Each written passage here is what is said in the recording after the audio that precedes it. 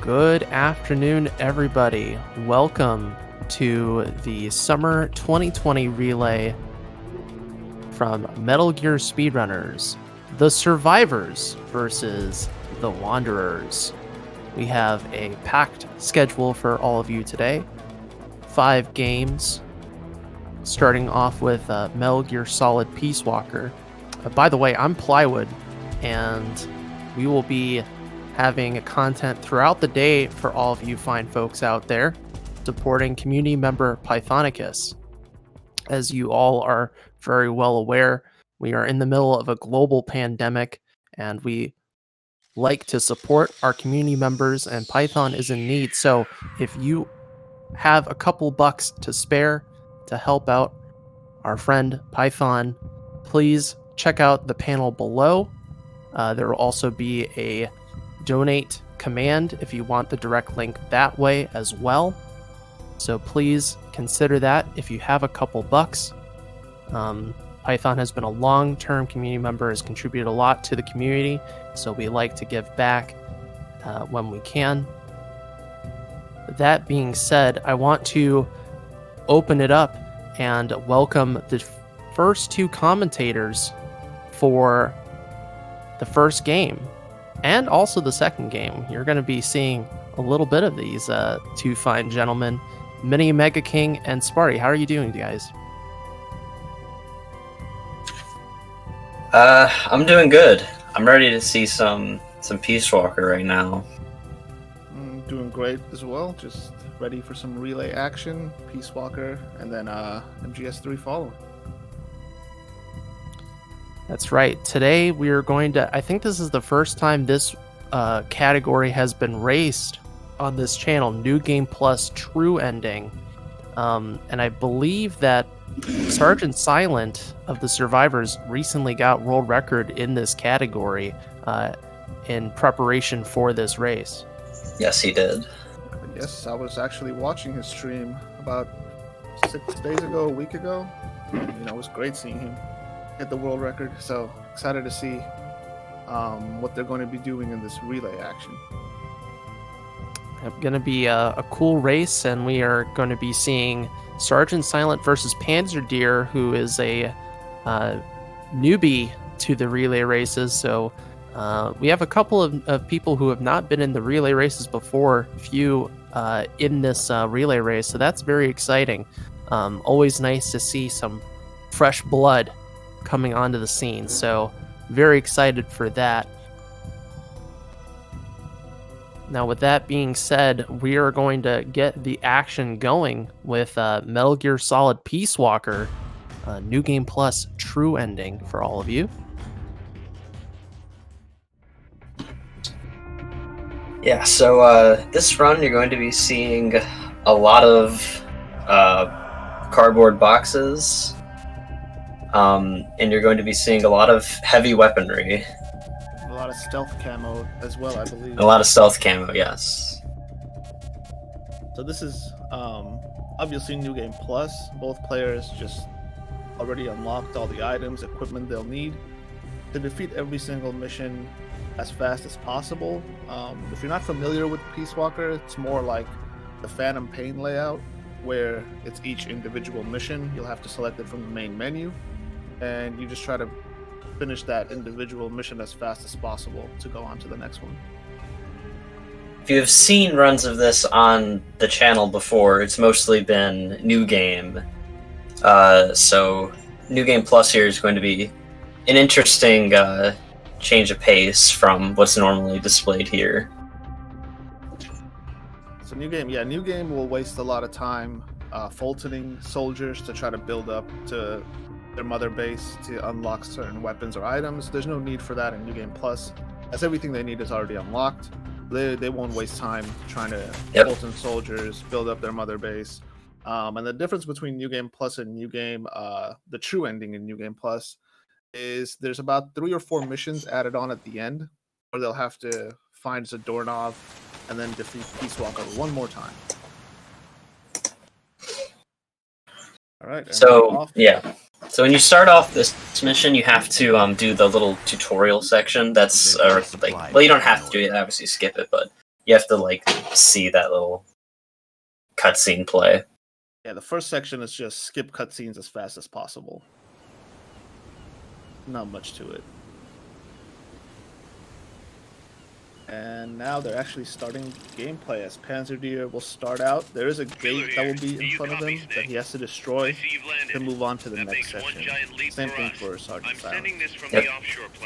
I don't know how familiar you are with New Game Plus Mini. I myself haven't ran or speedran it.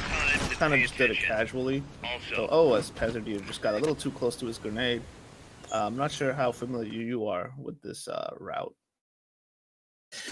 Yeah, I've seen it a good amount, because I verified Silent's Sergeant's new record, but yeah, this is it's pretty interesting, especially when most of my time in this game has been either S rank ILs or just going for new game runs. So this mission actually is the same on all different versions. Whether you're doing New Game or New Game Plus, you have to use the same base equipment for this mission. So you will be seeing pretty much the same strategies. Right, so this is your tutorial mission to get used to everything before you will get all your unlockables in the next mission after. So one core mechanic in Peace Walker I should mention is when you go between loading zones to different areas, you always want Snake to be standing up, because as he transitions to the next loading zone, whatever I guess position you're at, if you're crouching or you're in a box, you will keep that position going on to the next loading zone. So if you're crouching and walking into a loading zone, Snake will come out of the other loading zone in that crouched position and walk very slow. So anytime you can, you'll be seeing them stand straight up, go into a loading zone, so when he comes out of the next loading zone, he's always running full speed. Yeah, usually when you go into a loading zone, you want to be standing upright. There are some exceptions. You'll notice that exception when they start the next stage, when they'll have the cardboard box. Because there's something very fun with that. Correct. But generally, if you're in the cardboard box, you're going to be moving very slow to the next loading zone. It's like you're almost crouching. What's up there? Yeah.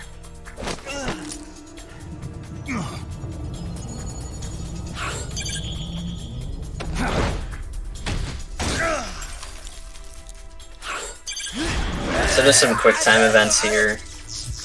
Gotta play through these, can't skip them unfortunately. Once you electrocute him, then you can skip it. As soon as you see that, I guess, I forgot what it was called. The Chrysalis? Is that what it is? Yeah, Chrysalis. Yeah, the Chrysalis. So here's where they will actually start using their New Game Plus equipment. You have to play as Snake and have the base equipment for the first one, but everything else, they're going to be using a unique soldier with good equipment, and they will just be blazing through everything. So you might notice that our character is in a swimsuit. That is because your base movement speed is based on the weight of the items you're carrying, as well as what camouflage you have. And so, while it doesn't offer really any tactical quote-unquote advantage in a casual sense, it's very useful in a speedrun because you move absurdly fast when you have that on.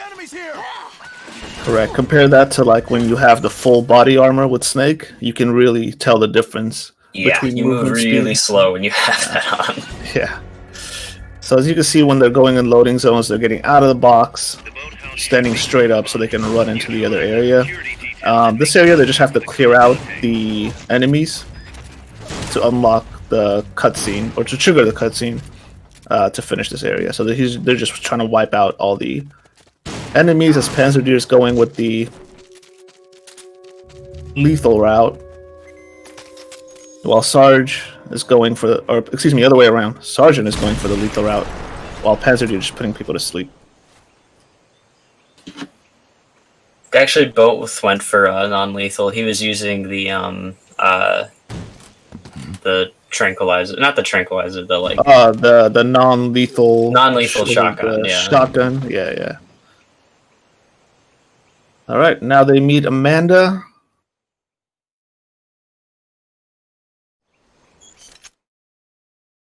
So this is a fun quick time event, because while it seems like you gotta aim, you can actually just mash the rocket, and you will never miss any of these shots. Correct. You don't actually have to time it. You just mash. You don't have to move the left stick at all. Just mash R1 or shoot button, whatever you have. Do you play with the traditional layout buttons or the, what is it called, the Hunter? I use the one that makes it similar to MGS4. So like R1 is to aim and square is to shoot. That's what I use. I switched it in this game to have R1 shoot. And L1 the to MGS4 like control. Yeah, the MGS4 controls.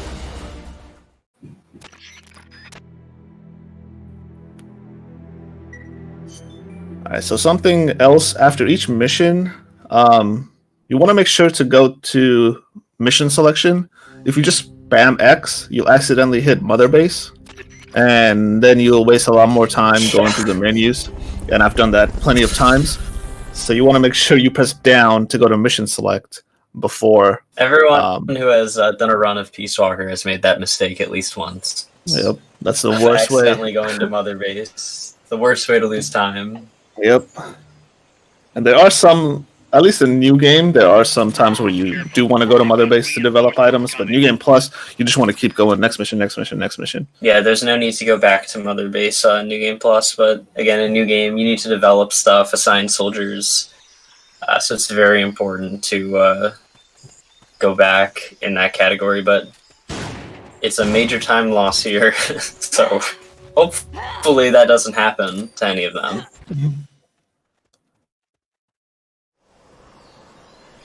So as you can, I think we also forgot to really explain this. So what they're doing in the box is a technique called box boosting.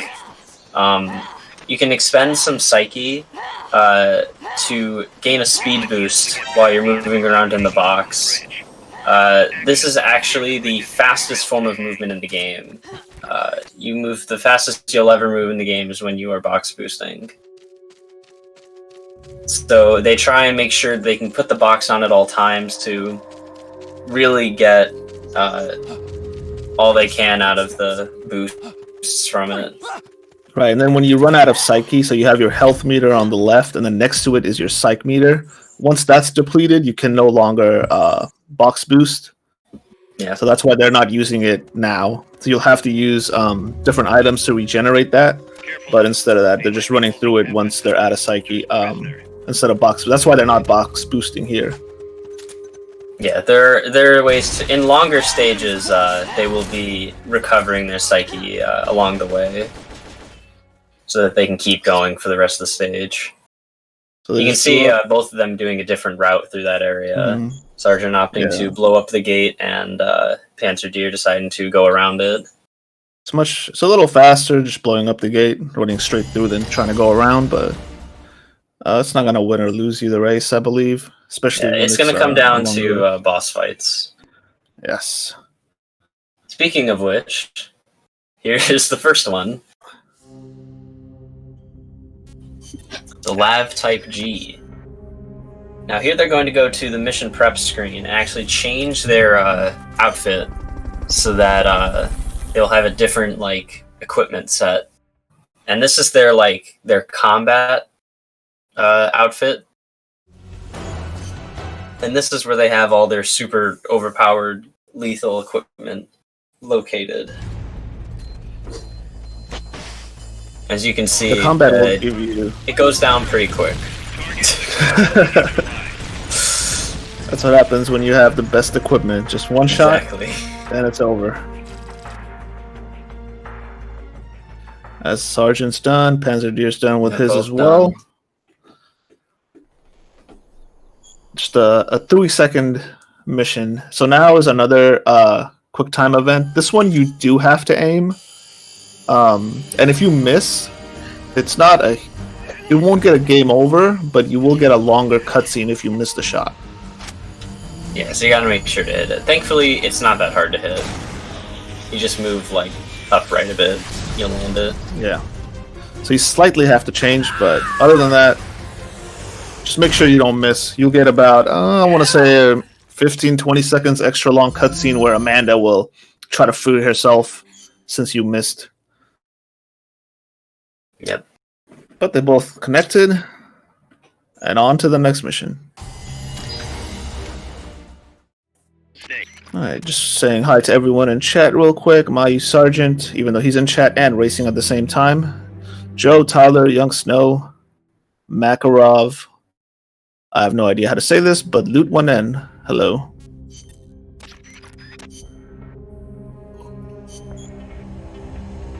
So there is actually potential in this stage for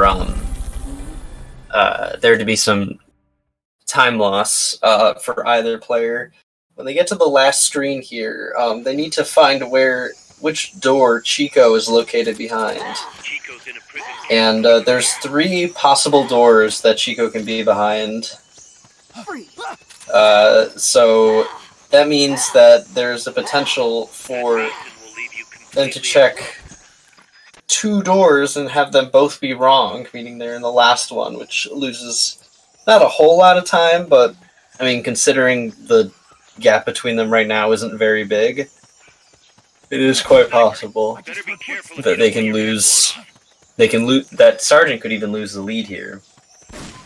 And another thing to mention is, whatever door he's on, you're going to start the next mission. I don't know if that applies to New Game Plus, but your starting position for the next mission will change depending on what door. I think that's only for New Game. So New Game Plus, since they're just selecting menu, it'll just be like the default location. So he looks at the first, he's not there. Sergeant moves on to the next one. Yeah. Footsteps. Panzer Deer on the other hand. Oh wow. I know I saw something. And that's how you make up time. Panzer Deer got the best one. Little RNG. So caught up quite a bit.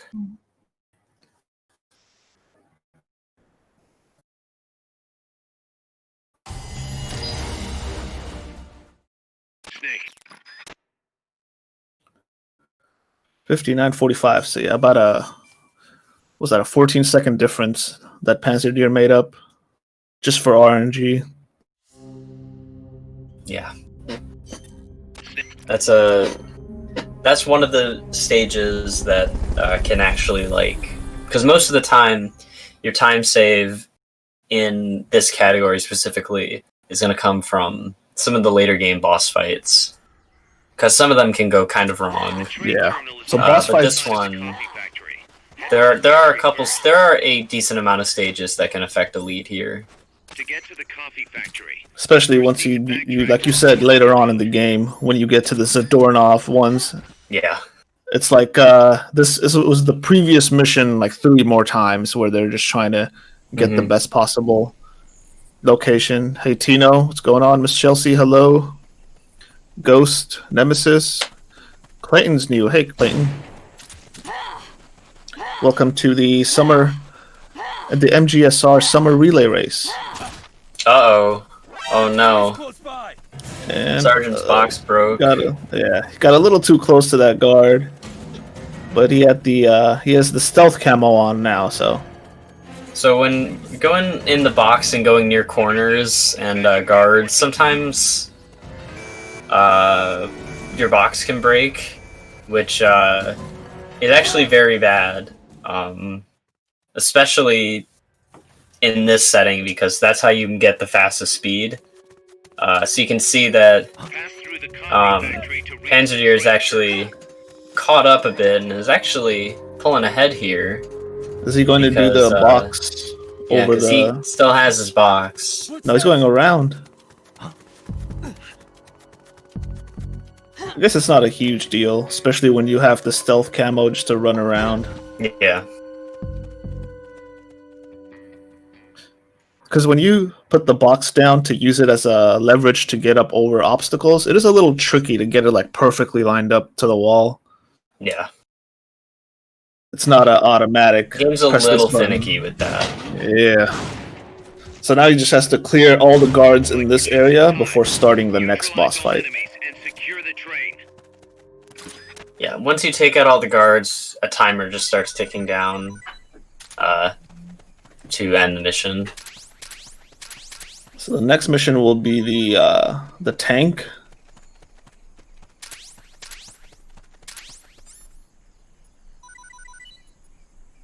As they're both just waiting out the timer to start out the tank fight.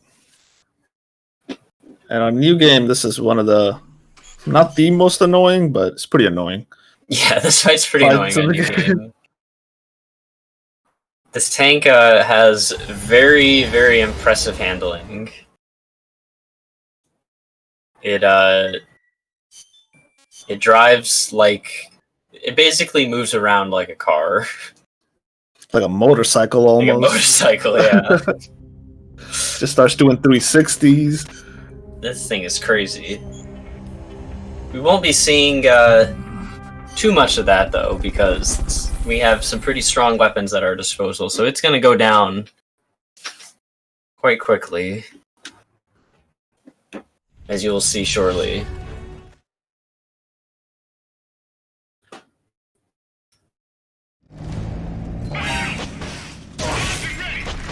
Alright, mission starts. Lock on, shoot.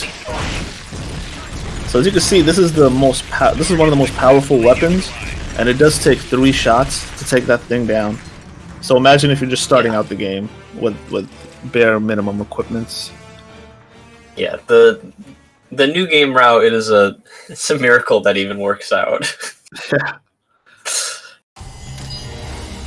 And if you're trying to S rank this mission on New Game, good luck. Yeah. Good luck if you're trying to S rank any of the boss fights on New Game. They're pretty tough.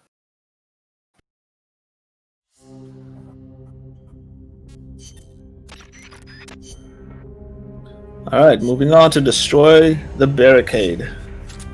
Main goal of this mission is to make your way through the area. You backtrack a little bit to where you were looking for Chico in the doors. And then once you get there, you use the C4 to blow up the barrier that's blocking the next area. It's in the village where they were holding Chico. Yeah, this is one of the few stages that require a specific item to be in your inventory in order to progress. Is it the C4 also in New Game Plus, or can you use anything? You need to use the C4 to break it. So C4 is, yeah. So if you try to do this mission without the C4, it won't let you. Yeah, it doesn't let you enter the stage at all without C4.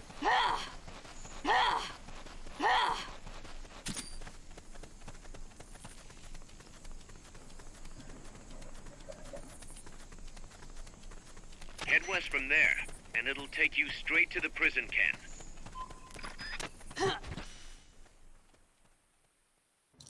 Alright, they're just, just a random gun. The floating gun. That's what I would see. Nothing special. The gates on the northwest side of the prison. You see a lot of the camp together. the fundamentals of the Phantom Pain in Peace Walker, especially just your mother base building, your equipment building, and all that. I really enjoyed this game when it came out on PSP. A lot of people hated that it was on PSP, but that was one of the reasons I liked this game, just to be able to play it anywhere. Made a lot of car rides enjoyable. And the grind in this game is real. If you're trying to unlock everything, do everything, the grind in this game, it requires the most patient you've ever been in a game. You got to be with Peace Walker in terms of grinding. Yeah. There's some high-level stuff that you need for this run specifically, and also for ILs especially. If you don't know what ILs are, those are individual level speedruns where you do a run of just a one mission in particular. Cross the bridge and head north. Alright, so now the bridge is broken here in this level, so they just have to drop down, go around the stairs, and up. So most of the missions that you'll see is just get from point A to point B. And the players, both Panzerdier and SRGTsilent, will try to just do that as fast as possible. And this is one of those missions. There are a few obstacles in your way here. Yeah. One is the bridge being down, so you have to go down the stairs. There's going to be another ladder coming up. You'll have to climb the ladder, get over that barrier, drop down, and make it to your destination.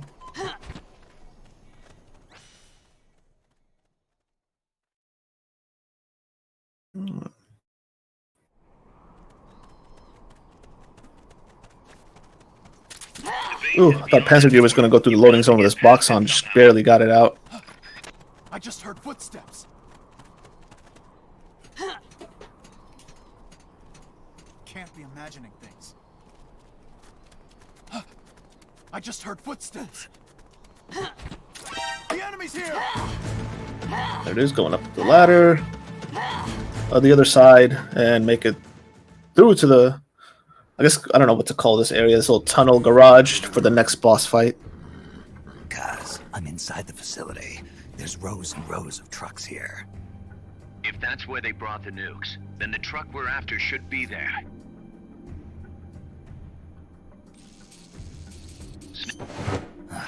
There are a few trucks in this location. You only want a certain one. Sergeant goes with the sunlight. The cargo's already been offloaded. I don't know if he meant to do that on purpose or Yeah, I don't know. it was an accident. You know, we'll give him the benefit of the doubt. Maybe he wanted a little Easter egg for the stream. Shout outs to But you- Bogdan. Yeah. MGS4 represent. And Sergeant is a big MGS4 fan, so you know what? I'll give him the benefit of the doubt and say he did that on purpose. Some of the trucks, it'll be empty. There's one with Hideo Kojima in it. You actually opened that truck in the new game route. Right, because Kojima is a very valuable recruit you can have in your mother base. Alright, boss fight time. You want to explain the pupa battle?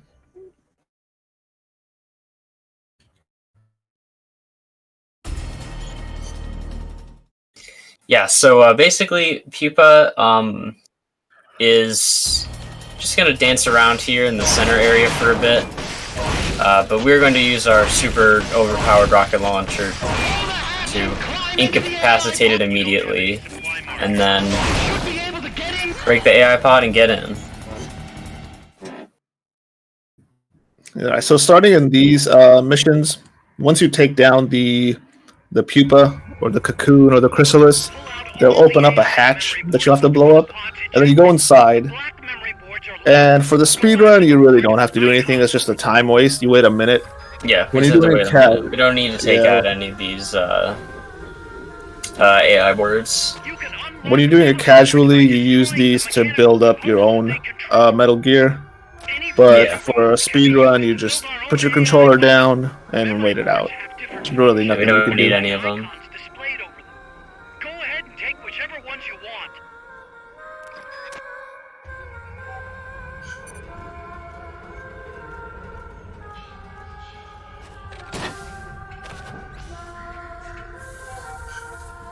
Just pick numbers.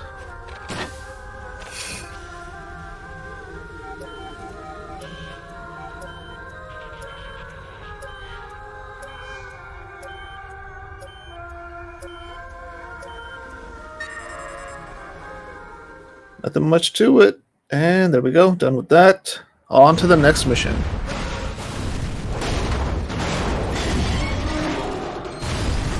So Pupa is down.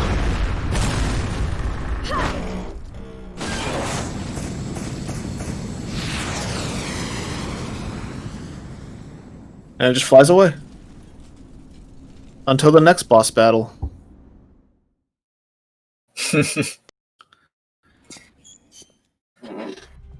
So in new game, this next stage is kind of like a calm before the storm, if you will. But in New Game Plus, this stage is just a quick walk in the park. Not much going on here.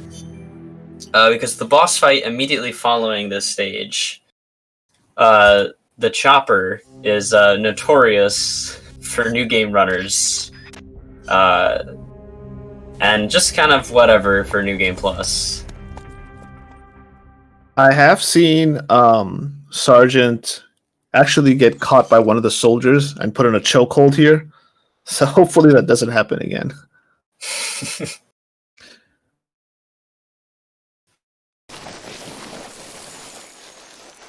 Because you can box boost, but the box boost won't last for the whole mission. They'll be nearly impossible to see.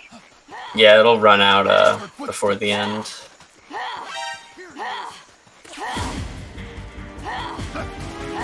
Yeah, so those guys that are all dressed in green can counter your CQC if you try and grab them from the front. They can also just grab you, so... Yep. So if you've seen MGS4 with the frogs, or they put you in that chokehold, that's what these guys can do. Yeah. So that's why Sergeant's going with just shooting that area to clear it out, and then going through. Kind of going a little out of his way to get around them, just so it doesn't happen. Yep.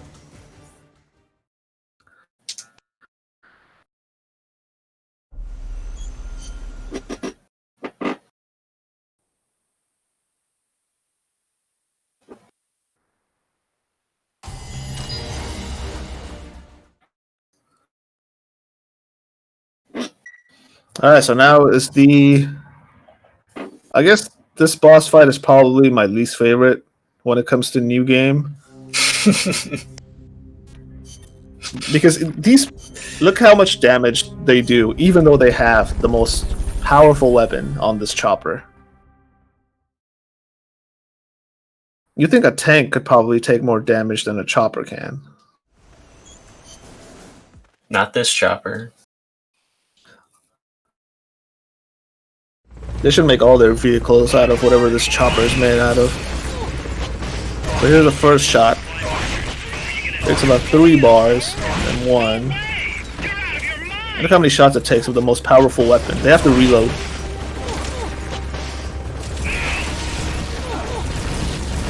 So this is why in New Game... You're missing some shots. Yeah. There we go. I guess to reload again.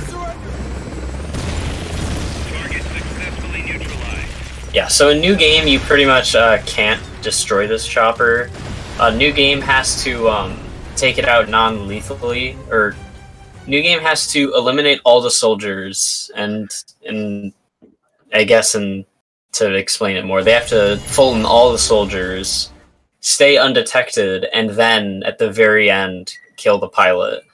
And there's so like that they what? can clear the stage. Like 20 soldiers? Yeah, 20, like and they drop them in groups 20. of 4. So you have to wait out 5 waves of soldiers, do it all undetected, and then the chopper guy, the head guy, will poke his head out of the chopper, and you have to take him out. But don't have to worry it's about very that. difficult on New Game, but in New Game Plus, it's just shoot some missiles. So this stage is another just get to the end mission. Nothing too crazy going on here. There's snipers, but they kind of suck. They're not very smart. Yeah, these snipers have tunnel vision to the extreme. Yeah, they are not a threat at all. Just don't go directly in front of them, and you'll be fine. So again, this one is like, just go to the end, but the next mission is going to be very interesting because there is it is another one of those stages that actually has some randomness to it. So it is possible for a lead change right here. From maybe Panzer could get very good luck, and Sergeant could get very bad luck. Who knows?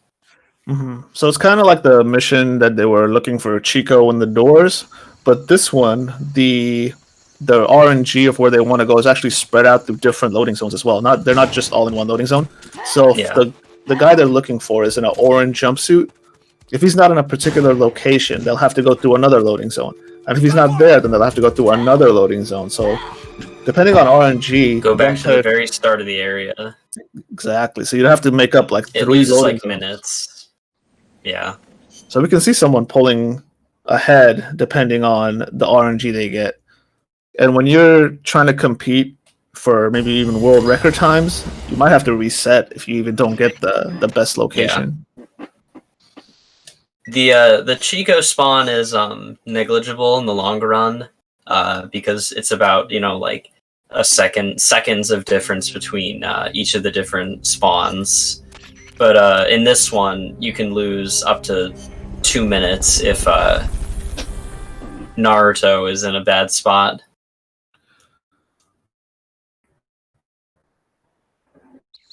Yeah, this particular guard you're looking for is nicknamed Naruto here. Alright, so Sergeant is starting it out. They'll have to go through 1 loading zone at least. You have to go through 2 at least. Or no, 3. Well, trying to get to the location. Right. They're trying to get to where they fought the chopper. That's the fastest and first location that Naruto can be in. And then the worst location is, if you remember the mission before this, or a couple before this, where they're in the first area starting out in the jungle with the river there. That's the worst location he could be in. Yeah. That is the absolute worst location that Naruto can be in.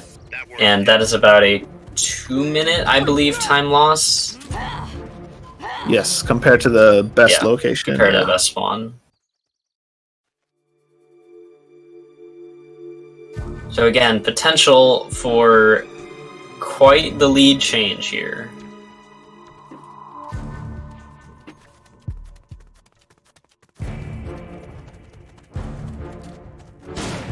But again, even if one of them gets bad luck, that is not the end of it, because there's still a lot more stages coming up where they could potentially make mistakes, or one of them could get bad luck and the lead could change again. So there's a we few got more. Sergeant in the first location. He's going to check. All right, let's see. He's behind that little rock formation. Uh-oh. Neither of them got it. Nope. So on to the next spot. I believe there's 2 areas he can be in this. He can be here also. He could be in He can be behind hillside. He can be behind a tree or behind a bush, I believe. There's 2 locations in this area. Sergeant got Naruto in this area. Oh no. No, Panzer Deer is gonna have to go to the first area. Yeah, Panzer got the worst one. Yeah. So yeah, to basically add insult to injury, they make sure that Naruto is way in the back of this starting area. It's not like he's sitting in the front right at the beginning. He's way back. Yeah, they don't put him like right at the beginning of the area where you first enter. They're like, nope, you got to go all the way over here. All the way back. So you have to shoot him, pat him down to take his ID card. He's using some mates to get his psyche up and box boost back. Yeah. Very smart play right there.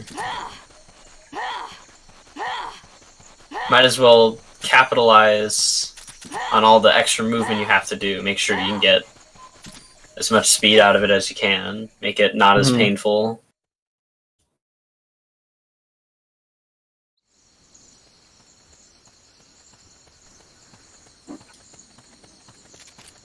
Is the CQ or the QTE event coming up next, I believe? With the boss? Is that coming up next? Yes, that is. Yeah, that one is a very long, drawn out QTE event. Yeah, that one's and pretty long. If you mess up, you start it over. Thankfully not straight from the beginning, but it only has like 2 or 3 checkpoints in it. Yep. I used to have a post-it note attached to my monitor that had all the button layouts for this, because I was no way memorizing all this. I did too. I would have them just in order that I have to press them. Yep, and I just look at my post-it and just press it that way. That's exactly what I did.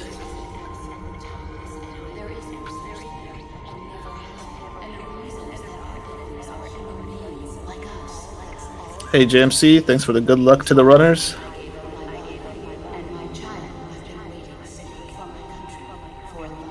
So again, right here, nothing to do. You just gotta wait this timer out.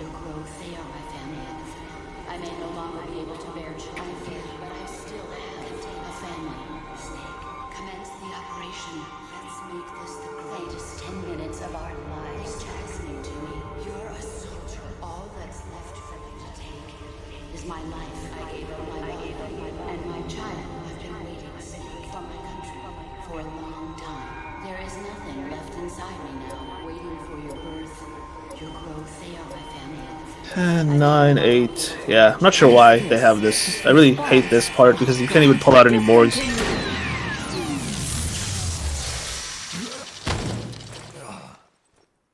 As Panzerdier is getting into his. Yeah, you can see 1 minute pretty much timer. like a minute difference between them just due to that spawn. It's pretty rough. Silent Martyr, thanks for the raid. As Sergeant Silent is getting ready for his QTE events. I don't know if he memorized it all or he's reading off, but there's a bunch of them.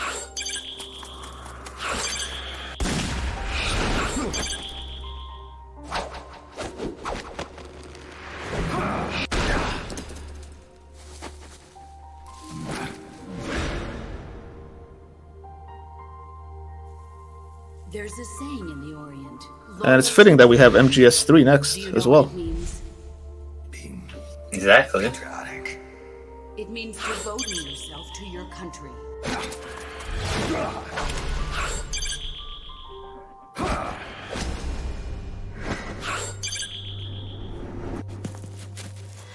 As long as we have loyalty to the end, there's no point in believing in anything, even in those we love. That's the way a soldier's supposed to think. The only thing we can believe in with absolute QTEs on top of certainty is QTEs. the mission, Jack.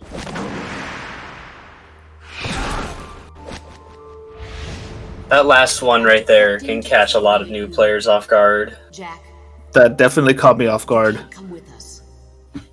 It throws it like super fast because usually the last few there's like a little buffer between them, and then the last input they just throw it straight after the second to last one, and I was not ready for it.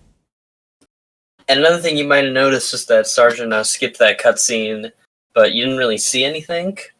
So once that logo in the bottom right goes away and a cutscene's about to play, even if it hasn't loaded in, the game will accept inputs and will actually do them in order that you press them in, so you can buffer a start and a confirm input, and then the second control is gained, the game will bring up the skip cutscene screen and then skip the cutscene. You'll see that later on in an area where you won't even see the screen pop up, the screen will just be black, and then a cutscene will get skipped. I believe they're both playing on a SSD as well. I think so, That yes.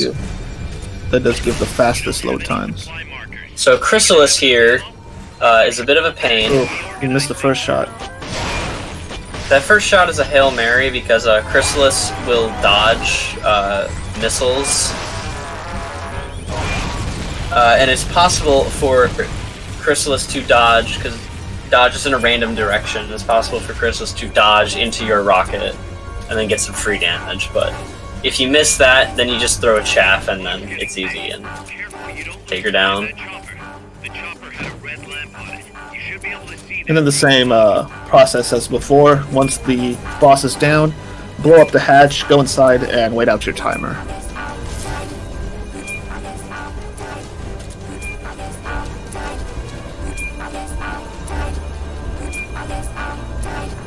Okay, and we have got quite a nice donation here from, I believe it's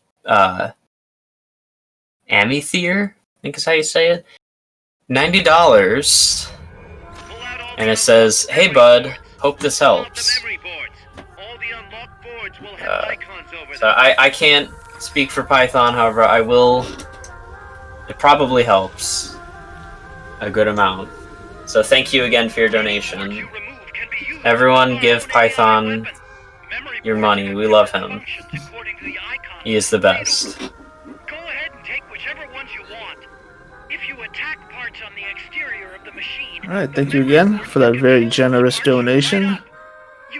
As Panzerdier is just finishing off the boss fight, going into the hatch, and SRGTsilent just waiting out the timer.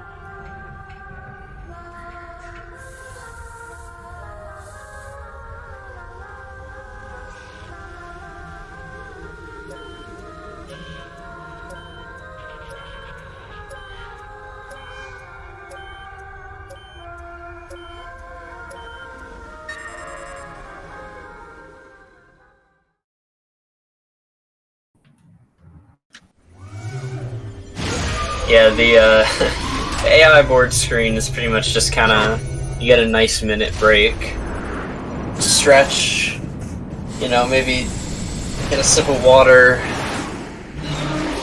you do whatever you want, you got a whole minute. And even a little bit extra, because you can't skip this cutscene after the fight either. You get like a 2-minute break. Yeah. I kind of did enjoy some of the breaks in speedruns like Peace Walker offers here, just because it can get a little tedious when you're just, you know, putting your full concentration into a run that's, you know, an hour and a half or 2 hours long. So these little breaks in the run do really help. Yeah, they're quite nice, and especially in New Game, because a lot of menuing going on, a lot of you know, difficult sections. It's nice to have that, just that break to relax, get your bearings, see how the run has been going up to this point, reflect a little bit.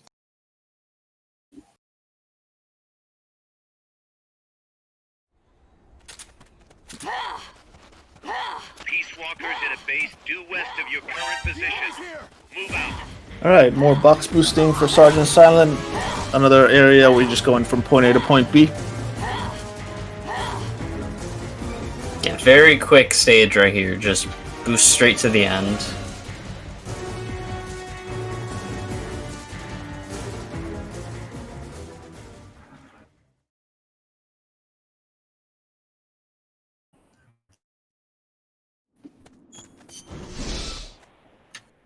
So coming up is a eliminate all mission where guards will have a different property on them.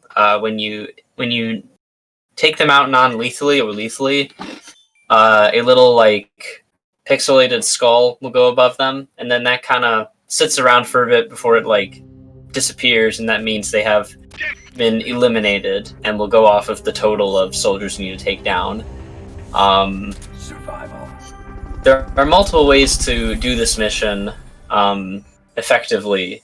It is down to preference, but generally the faster way to do it is to actually Fulton them.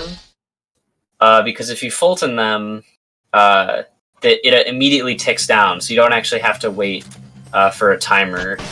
You can also just kill them with rockets, because generally a rocket will not have the skull show up when you take them down. So... yeah, I believe the rocket just, I don't know, just instantly kills them, and yeah, it instantly despawns kills their them, bodies and then once faster. they finish like spinning around on the ground, then they will register as dead. So they're also taking care of these little, I guess, I don't know what to call them. I'm gonna call them ciphers. Kidnappers. Because they do actually kidnap you and take you up in the air, which can waste a bunch of time. Yeah, so you You can don't see want right them to there, get close to- Sergeant had the skulls show up because he used that other gun on them. And when he sees the skull show up, he just put another round in them to make them die faster or despawn faster. So there are 24, and they come in. Is it waves of 4? It depends. They come in different amounts of waves.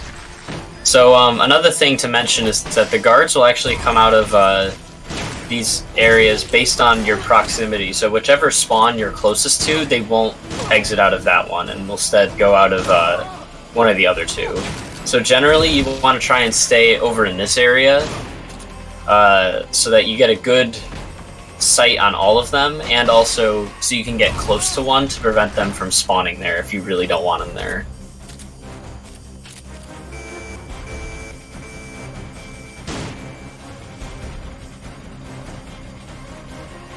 This mission is actually really cool in co-op because you get two players standing right near two entrances so that they can only come out of one, they can't come out of the other. Which is some pretty clever... Just need to make a 3-player co-op and everyone just stands in one. Yeah, oh no. And he got kidnapped. But thankfully during the cutscene they just put him back on the ground, so we're all good. Very lucky that was during a cutscene. Yeah.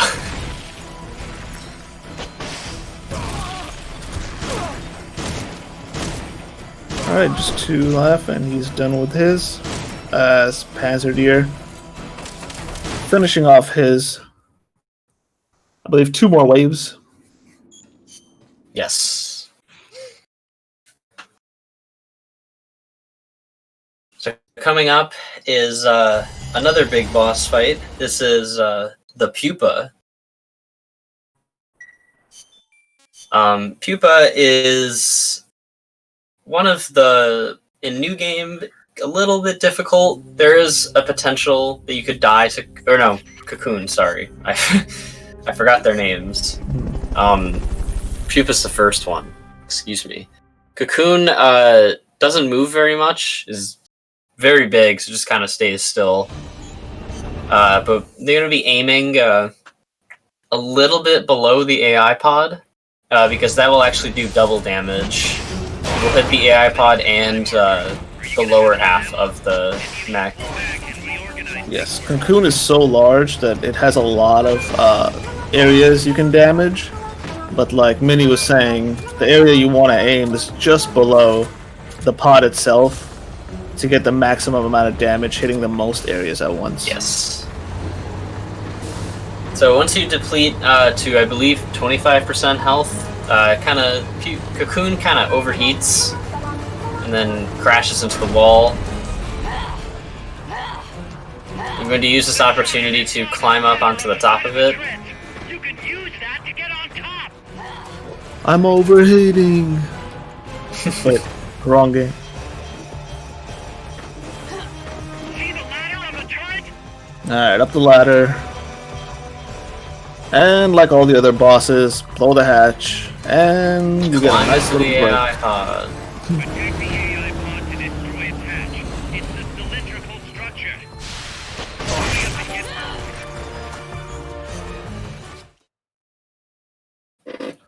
So yeah, after Chrysalis, you don't really catch a break. It's just boom, boom, right into another big boss fight. pull out all the unlocked memory boards. Pull out the memory boards. What is your favorite boss fight mini in this game? Icons over them. Ooh,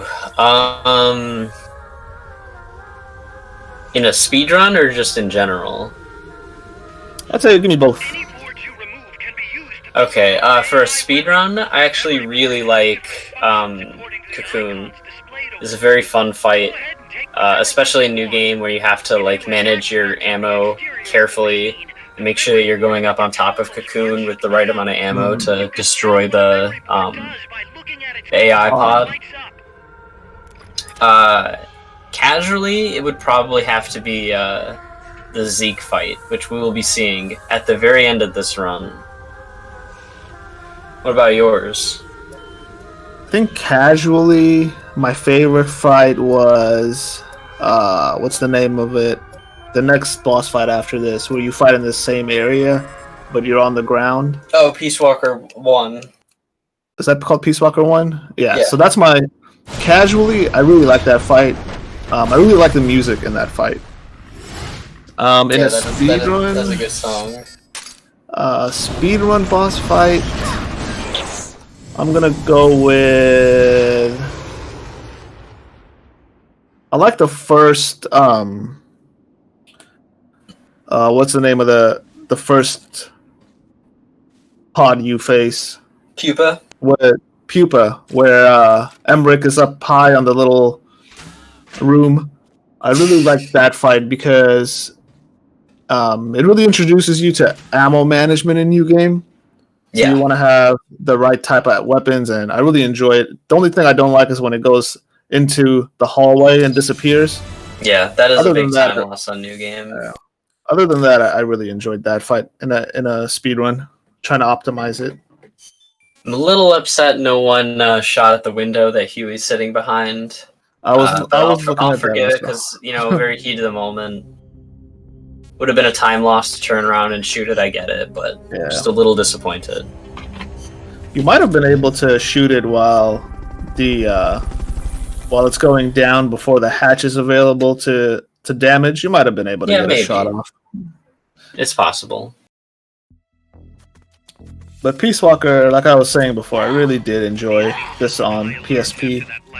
And it was one of the games where it kind of made the PSP worth it for me. Yeah, this game is really cool. Just the insane amount of time I put into it. It is definitely a time sink. A very fun one at that.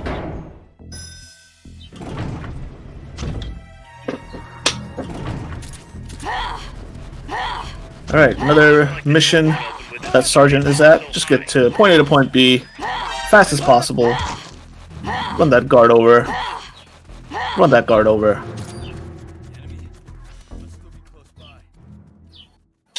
Now, thankfully for this mission, if you get an alert, which they haven't yet, it will clear when you go into the next area, so you don't have to worry too much.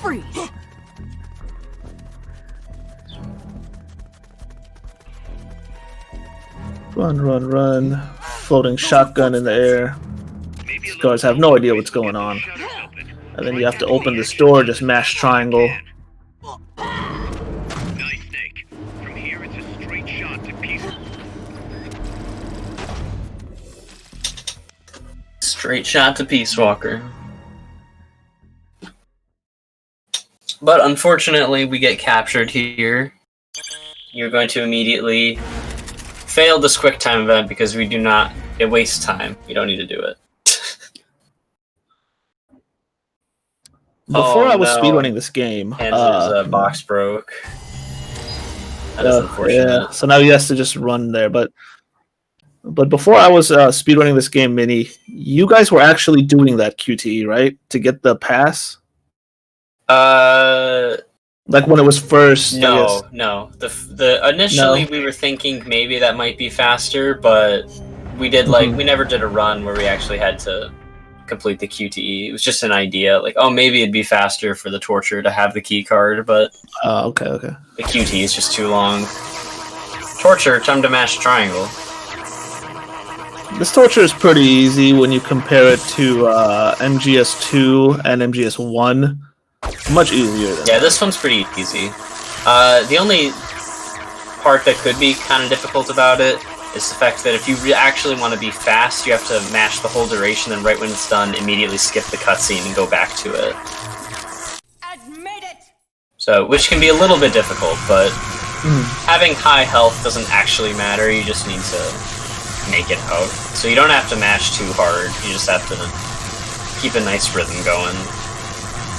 Strange Love just turns you into barbecue.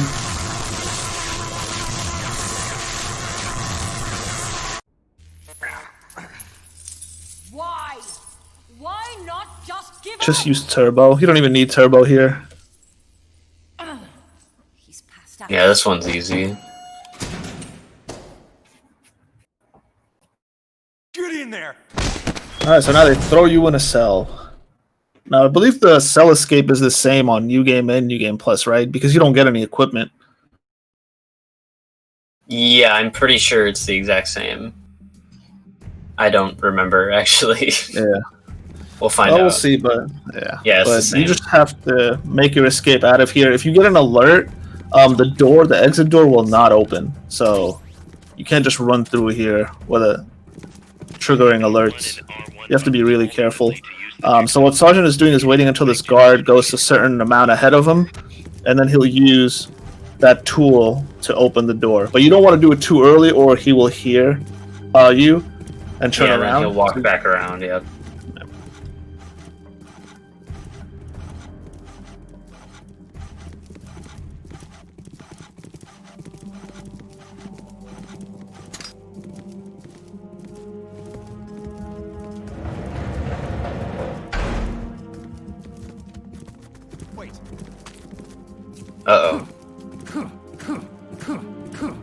Saw him, so he's just waiting it out. Is he gonna turn around or just stare at him? There he goes. Oh my god, that was close. Yeah. A little slower than what you want to do. You don't want that guard to notice you. But this is where Panzer can make up a little time if he does this perfectly. Yeah.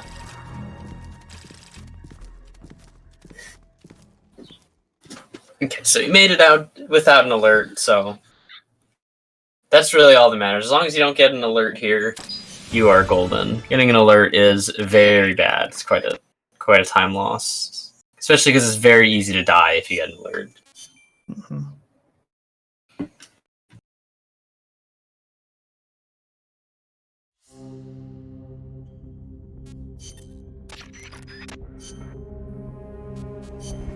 Alright, SRGTsilent getting all his equipment back and going to make his way to the next boss fight. It's just another get from point A to point B for him. As Panzer's trying to do the quick, and oh, he got an alert. And he has to start the mission over. So that's why I was saying that's rough. Cannot get an alert. He went for the punch, but accidentally rotated back. I don't know if it was just a mispress or his controller acting up. That has happened to me also. Yeah, I've had that happen a couple times. We've all been there, so now he just has to do it all again, wait for this guy to walk a certain amount, and then open the door. So this is where Sergeant's great opportunity for him to make even more time. I guess get ahead even more. Give himself a little cushion, even if he does get bad RNG later in the game.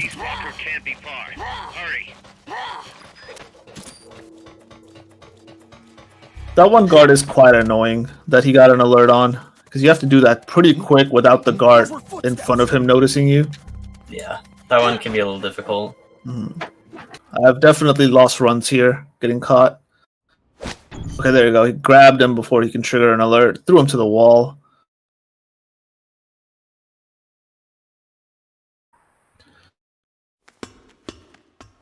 Okay. Being a little careful here, not to let that guard notice him. Yeah, played it a little bit safe. I don't blame him, but managed to make it out, which is what you need. Just gotta get in there and get out.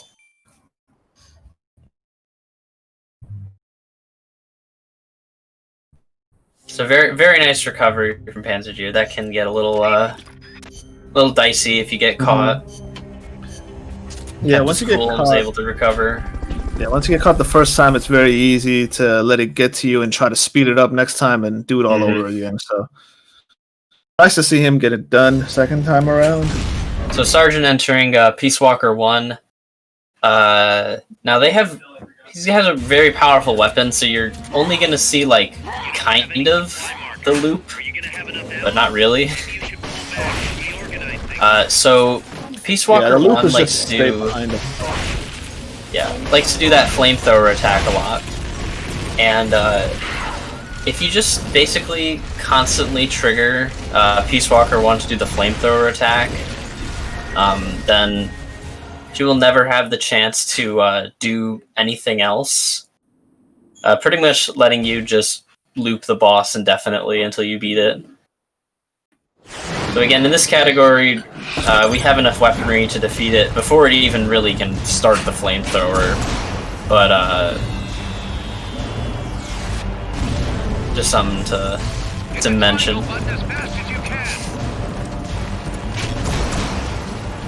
Peace Walker is raining down missiles, and you just have to time triangle. You don't have to press it as fast as Posy gets hit. You just want to time it to where you're not getting hit by the missile.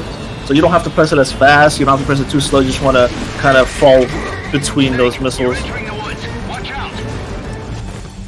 I don't think you actually lose time if you get hit on the first couple, since you get like a little cutscene triggered even if they hit you or if they don't.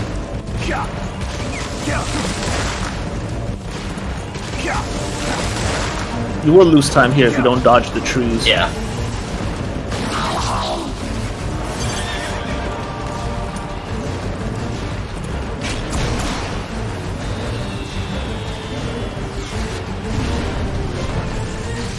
This was one of the coolest moments in Peace Walker, playing it for the first time. You have no idea what's going on. You just hear the boss's voice, chasing it with your horse.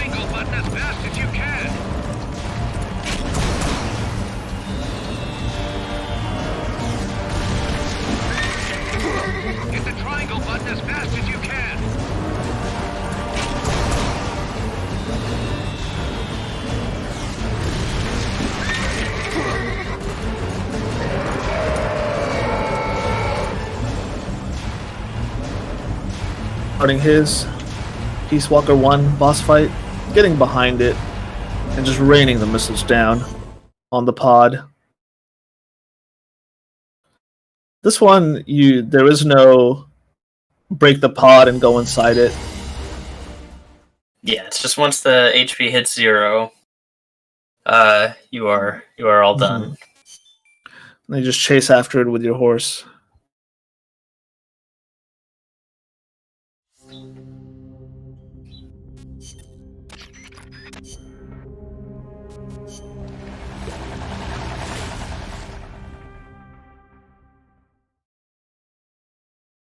So infiltrate the U.S. missile base is quite an interesting stage. There's a lot going on in just these three these 3 rooms.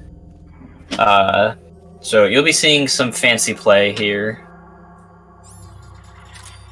See the communications tower to the west? I can't remember if this is an area where you don't want to get an alert, because it does lock progression or not. Yes, you don't want to get an alert in this screen. Yeah. So you see the chaff usage here. There's Chaff a kidnapper. actually gets a lot of use in this run, or I guess a lot is, relative. It gets no use in New Game. Yeah. Those were footsteps. And no use in the ILs also, but here there's some usage. Pretty cool.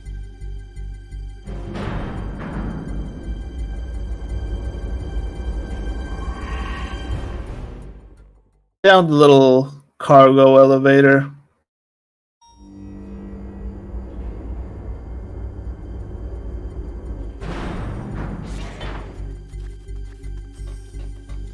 So one of the actual reasons why they're being careful to not get caught is because there are some stages where you actually cannot clear it unless you are not in alert phase, and this is one of them.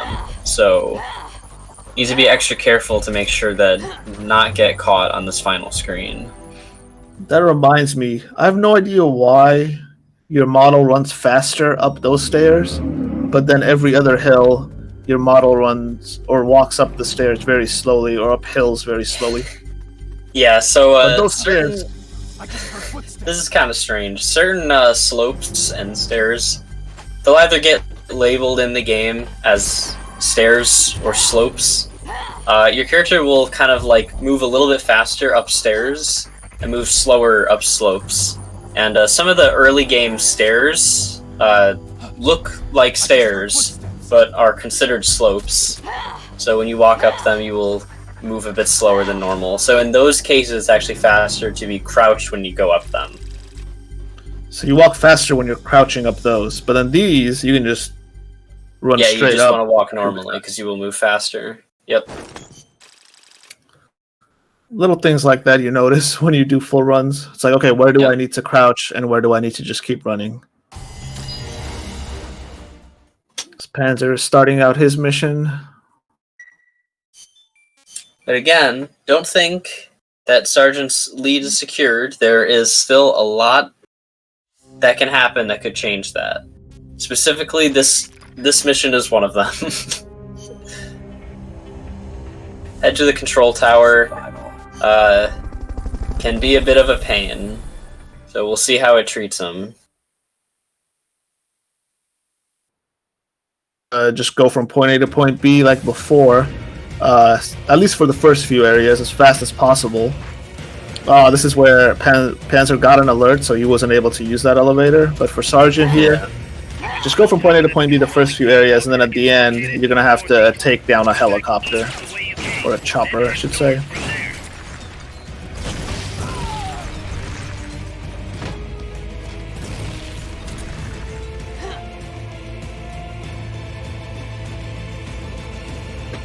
So in a new game, this mission is very agonizing because even with like a bunch of healing items and the best armor you can have at this point in the game, death is still very easy. You need to be very careful. But Panzer was able to get through that first area on second try just fine. So again, still not over. There is still a lot more things that can screw you over. Active lies beyond the gate. Sergeant making his way through the next area where there's a lot of soldiers, so just try to stop as little as possible. Take out the ones that are in your way.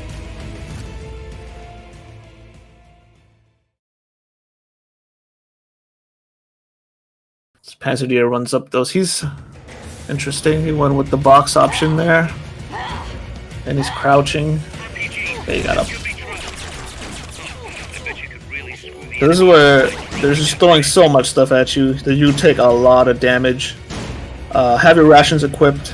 Take out the guards that are blocking your path, and just keep moving forward. Yeah, even in New Game Plus, this mission can kill you if you're not careful. You need to be very careful on this stage. It is possible to die. And death on this stage specifically is a huge time loss. So That's why you see avoid that. You see Sergeant using that specific disguise here that I don't think they use in any other level in this run. Just for that extra protection.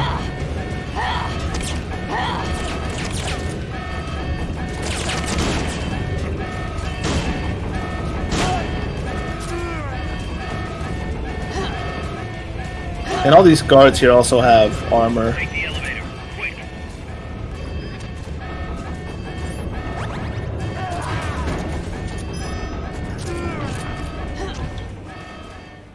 So as he was waiting for the elevator to come down, just regain his psyche for a little box boosting once you come out of the elevator. Watch out for the gunship.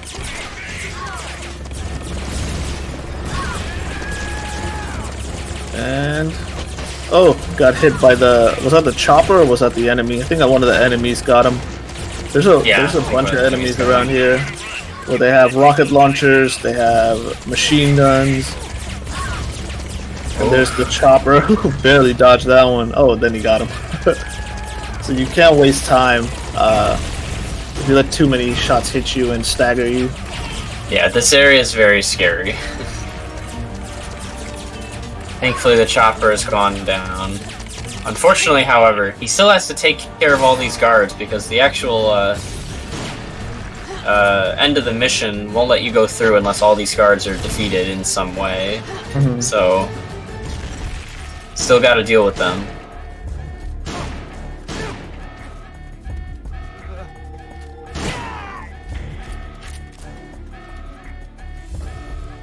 Unfortunately, you can't really do much about that guy, but thankfully he died. There's a little bit of time lost there, because again, this door won't open until all the guards out there are defeated, and then the actual ending won't trigger unless all of these guys are taken down as well.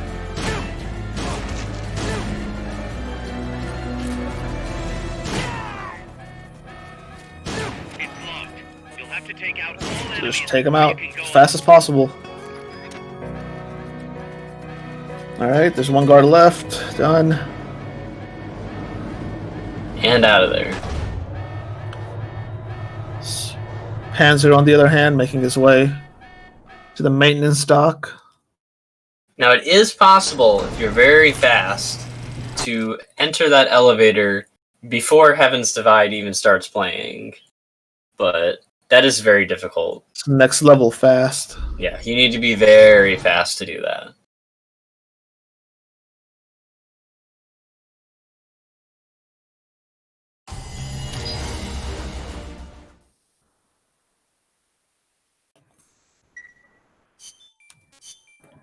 Alright, Panzer getting in his box. I don't know what he's doing in his menus. I think he's trying to use rations. Wasted a little bit of time there.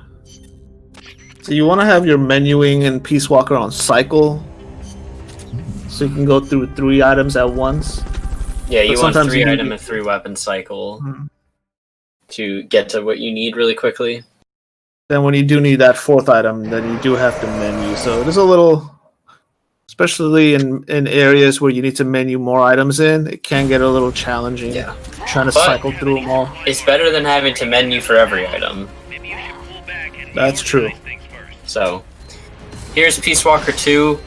The points that you can deal the most damage are those exposed knees, and just hitting the AI pod directly.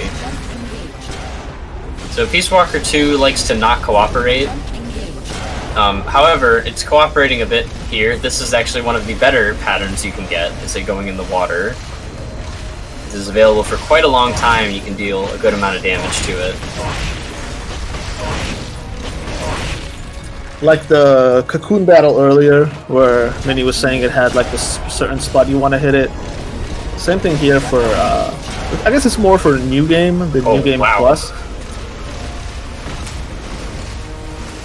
New Double Game water. Plus. Yeah, it's not good. Just keep shooting at the... This fight can last pretty long, even on New Game standards.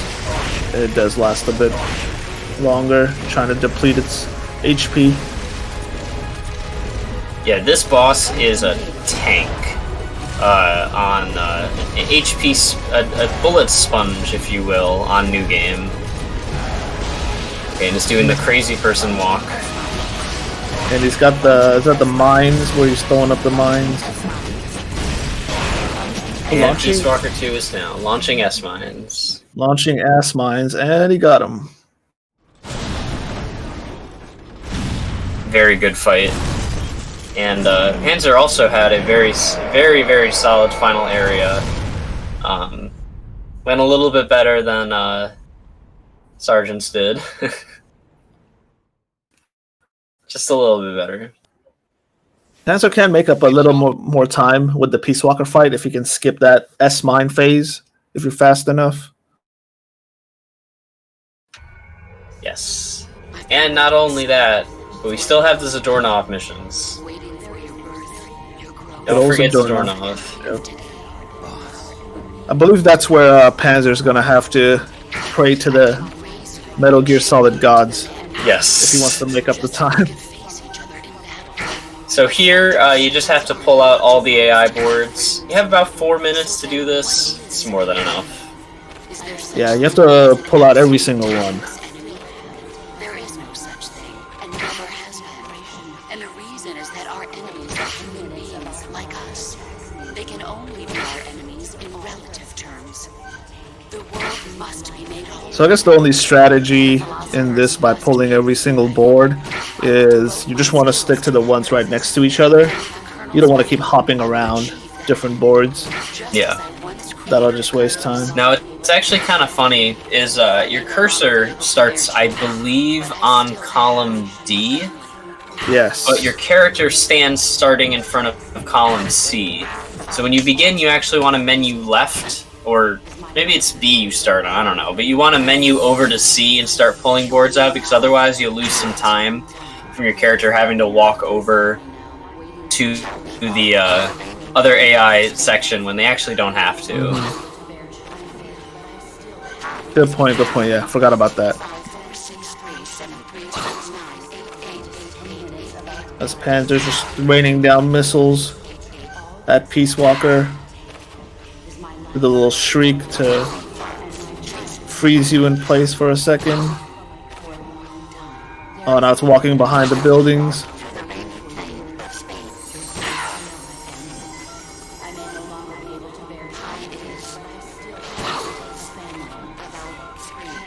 Waiting for him to come outside. Does.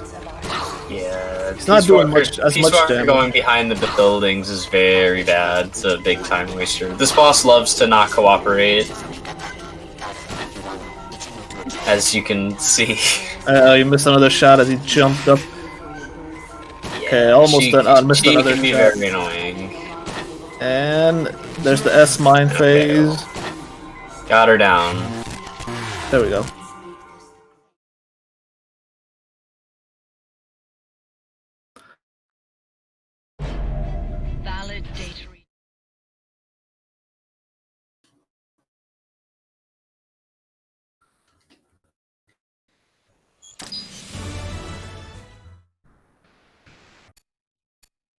So this next quote-unquote mission is you just wait around until Peace Walker blows up. I believe they don't do this in... Oh, no, they do it. Okay. Yeah. They do this one in this category. Oh, it's New Game Plus all S ranks. They don't do this mission. Because you can't get a rank on this Because one. you can't get a rank here, but there's not... I guess what they wanted you to do is just shoot everything you have into Peace Walker for this mission, but you can actually... It's just on a timer. You don't have to do anything, and it'll blow up by itself. In fact, if you do shoot Peace Walker, it causes some lag, which makes the timer start later. So you actually don't want to do anything to Peace Walker because you lose time if you do that. Sergeant doing so you just want to bide your time. Doing the swag walk, just killing time. As Panzer's pulling out the boards.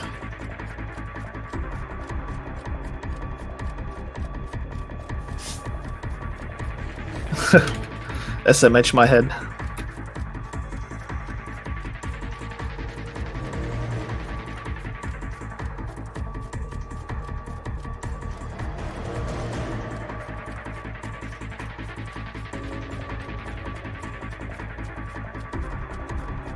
I wonder how long this mission is. I never timed it. I want to say it's like 2 minutes, but it's about like I have no idea. It's about like 2 minutes, yeah.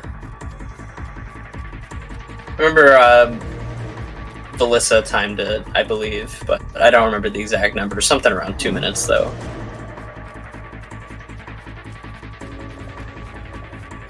But after this mission is where New Game first ending would end as soon as Peace Walker blows up.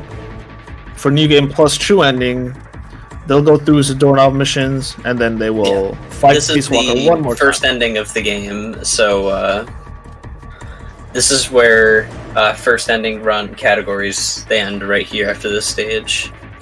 True Ending still has a bit more to go. True Ending, and by extension, what is considered any percent, also would have a bit more to go after this.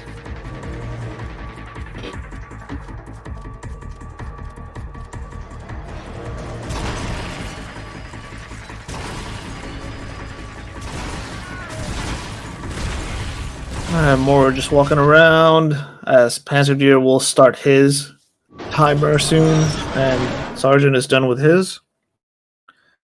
As it blows up.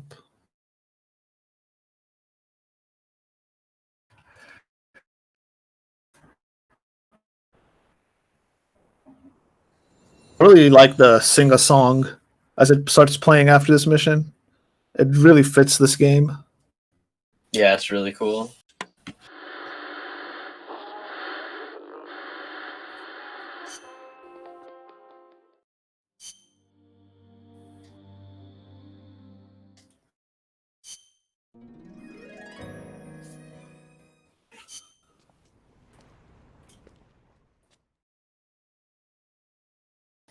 Normally a credit screen plays there. Thankfully, when you replay the mission, you can actually skip the credit sequence, so you don't have to watch it.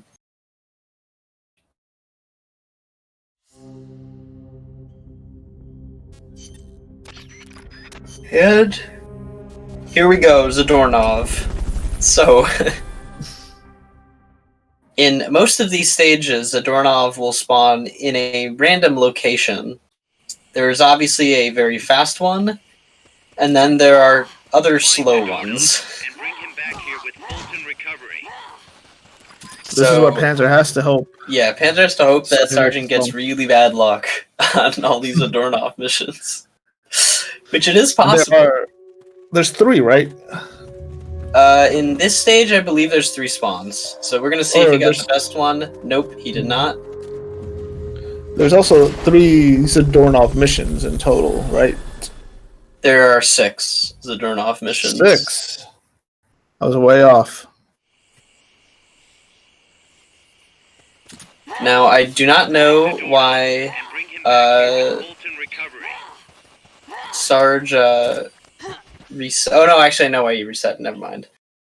So when you, unlike in a lot of missions, when you restart the mission, it basically allows you to try again. But with Zadornov's spawn, once you enter the mission, it's set. Like his spawn is set in stone. If you restart, it will still be the same spawn. So to actually get a different spawn for Zadornov, you have to exit out of the mission completely and then go back in. So he checked those 2 locations when then he saw that Zadornov wasn't there, knew exactly where he was, and restarted the mission so we could go straight there. Again, this spawn is really, really slow. You have to go way out of your way. The first spawn is literally in the second area, which is insane. It's insanely fast. Yeah. Not only do you have to restart the mission, but you have to go now completely on the other side. Yeah, just go completely out of your way. But thankfully, Sergeant knows where Zadornov is here. So, Maintain heightened alert. Making his way. There he is. There he is, hiding. It's hiding over there. That's a very cool weapon SRGTsilent has. If you're not familiar with it, it's actually just a Fulton. It's like a bazooka Fulton. Yeah, the Fulton launcher is great. A very fun weapon once you unlock it. Now, Zadornov has to be incapacitated for him to use that, correct? You can't just launch it. No, you can actually just launch it at him. He doesn't have to be incapacitated. So he just wasted time then, just trying to put him to sleep. Probably a little angry.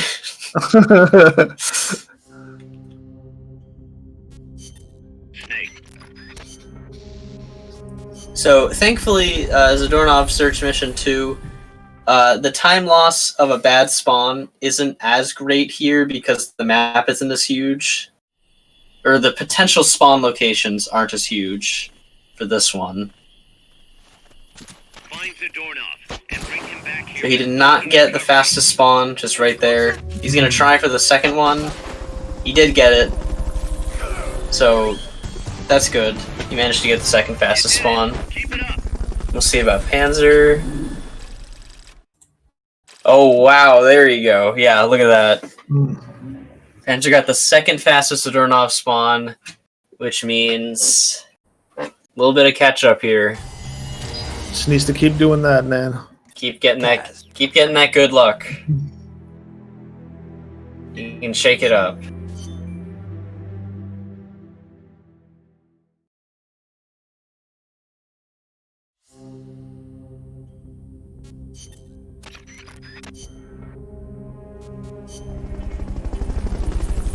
So, Zadornov Search Mission 3, excuse me. this one, if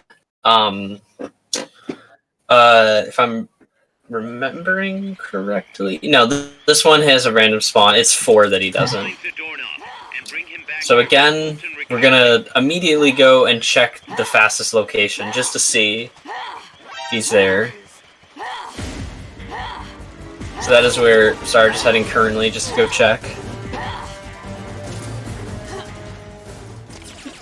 This area is also pretty huge. Oh wow, Panzer got So, yeah, Panzer got another good spawn. a really good one.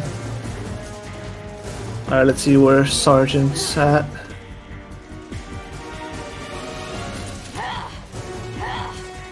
What do we got here?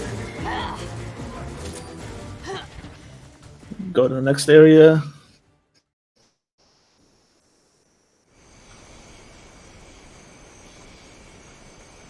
So again, still not over. Still a chance for it to get shaken up. Ooh, there we go, okay. The Sergeant got a good... Head for the recovery. Sergeant got a good spawn for Zadornov, right behind the tree. You did it. Keep it up. Yeah, he's definitely very excited about that one. Makes This it that one's much harder. rough, especially if he's not in the fast, Yeah. the best location. This one can be very rough. Bound It's up. very viable, Nemesis. Yeah, the box moves so fast, and you just ram into them. They just fall over. They don't even have a chance to say anything.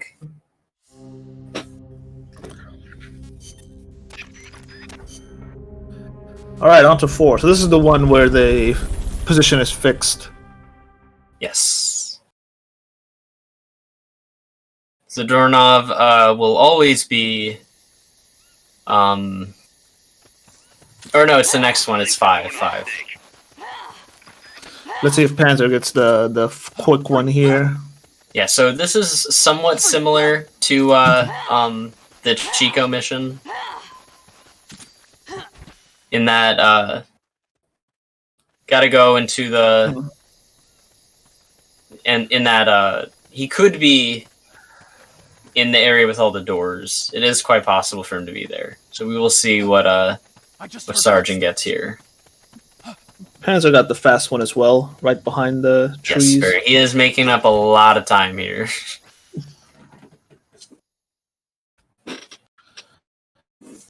So again, like we said, these ones, quick succession missions that can completely change the race. Alright, So let's we're see gonna what goes to the first door. Gotcha. There he goes. First spawn for Zadornov. It's gonna make it that much harder for Panzer to catch up now. Yeah, he's gonna need to get the same one.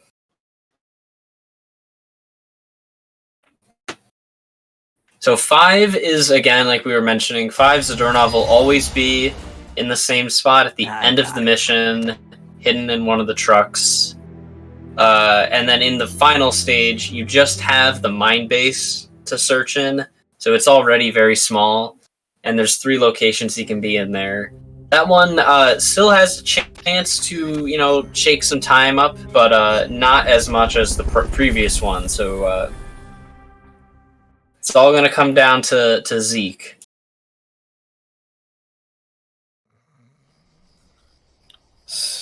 Pierce Sergeant does have this in the bag, unless something drastic happens at Zeke. Find Zadornov's stake. I think Panzer's... Like that. I think his box breaking. It's pretty bad. That's not like dead, but it's pretty rough not having your box for this stage, because there's a lot of ground you have to cover. So if you remember the mission earlier in the run where they're going for the trucks, where Sergeant got the sunlight one, that's what he's doing now, going to the same area.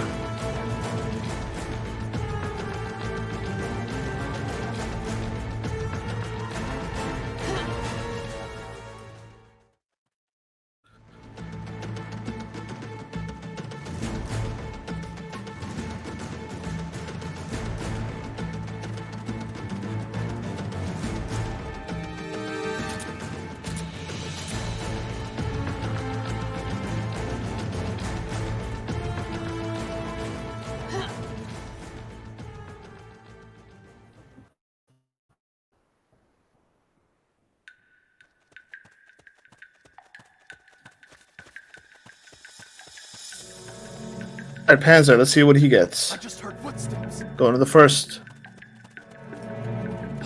No box break. He went over that guy. I was mixing up this with the other one. No box break for him, so let's see how much time he can make up. He can make up some time here with still having his box.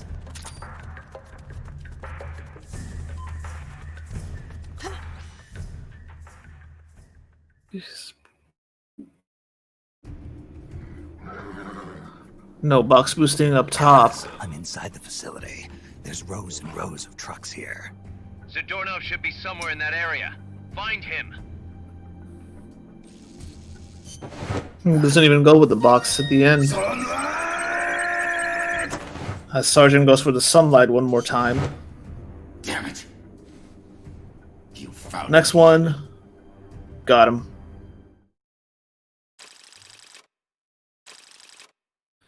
And there goes Panzer's box as well. Oh no, right near the end too. Thankfully not as much of a time loss as breaking it as early as Sergeant did, but still pretty rough.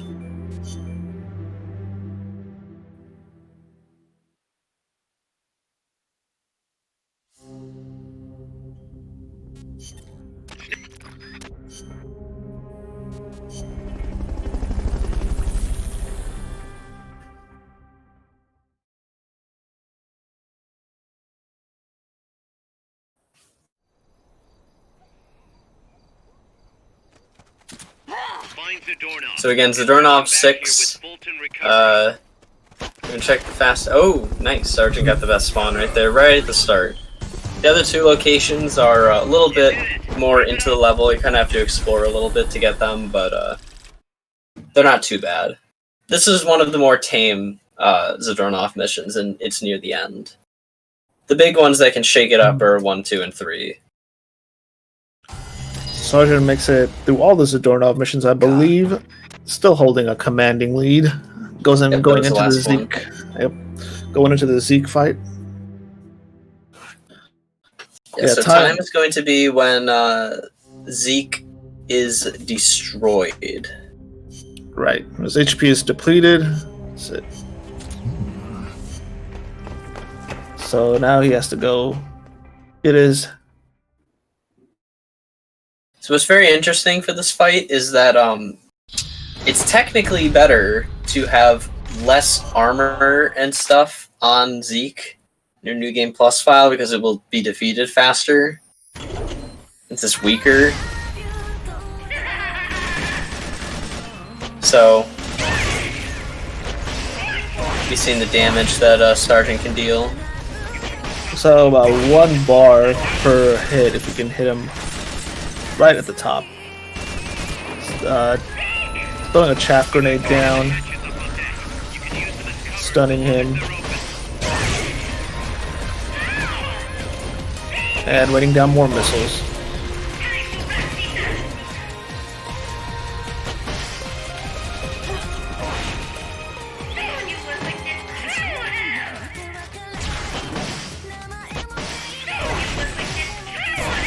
Really looks like Mother Base and Phantom Pain here. And there you go. Time on Sergeant's end. It was about 133, say 55 was it? Yeah, very nice. GG's to Sergeant as Panzer starting his mission. Is he still in Zadornov? I wasn't paying attention. He just finished. He just got into Zeke.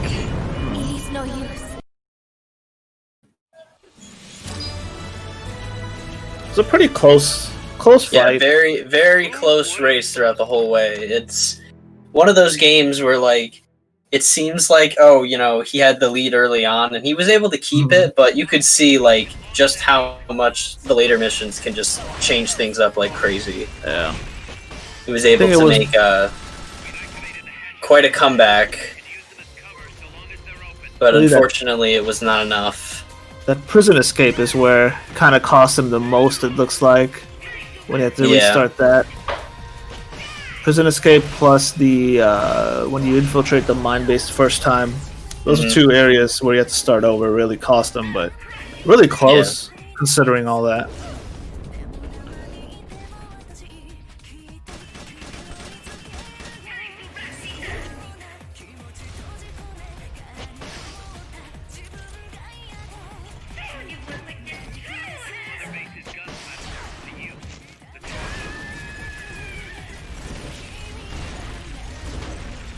And that is also time on Panzerdier's end, so and fantastic job. GG's to both competitors. To both racers here. Yeah, that was a really fun watch when you can really see once you unlock all the weapons in Peace Walker, how fun the run can be, going from mission to mission, and you really have to focus on your boss fights, get a little lucky with your RNG, and congrats to Sergeant for getting the world record less than a week ago as well for this category. Really cool to see it live.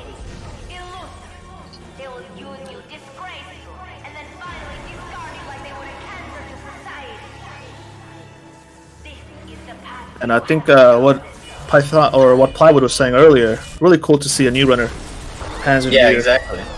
Very nice to see coming in, some new blood here. putting up a great fight. I mean, a couple missions away from taking the win, so looking forward to more of his runs in the future.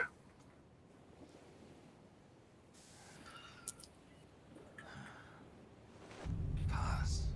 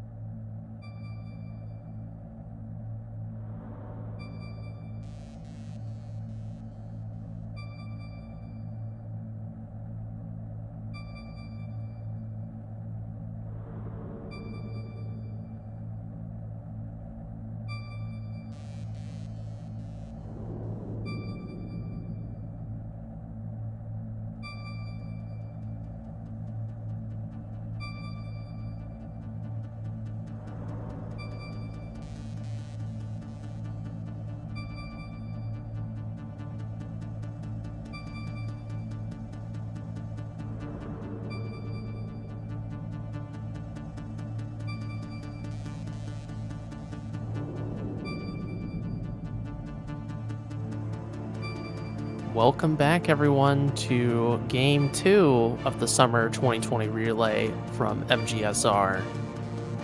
I'm Plywood, and we are going to be joined once again by Mini Omega King and Sparty for a Metal Gear Solid 3 race between BiggoChief and Joseph Joestar 316. But before we get into that, we do have a donation to read off.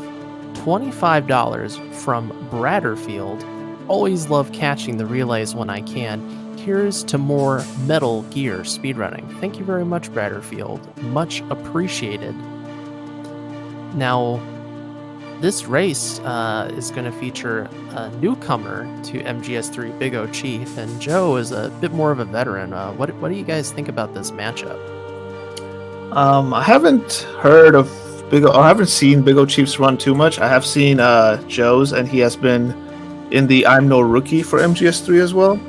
So I wonder if that'll give him a little boost into his new strats. But yeah, I'm excited to see what BiggoChief brings to the table, as this is the first run I'll be watching of his.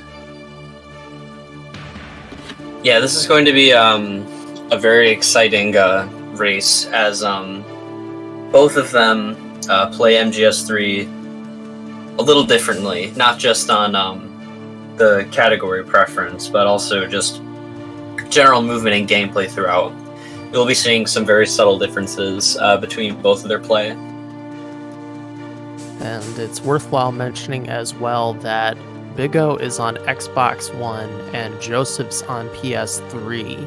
So they're both HD collection, but they are a little bit different.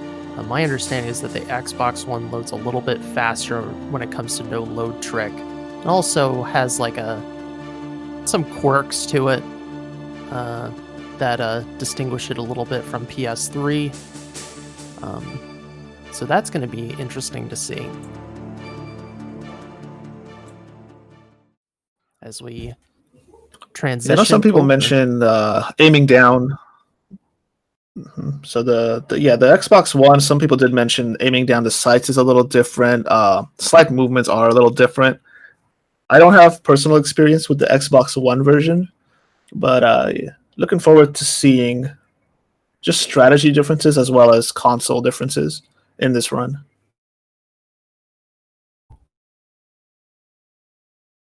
As both competitors are on the... Joseph Joestar is doing New Game Plus, so he's in the loading screen, while BiggoChief's doing New Game, so he's on the difficulty setting, as they'll both be running European Extreme.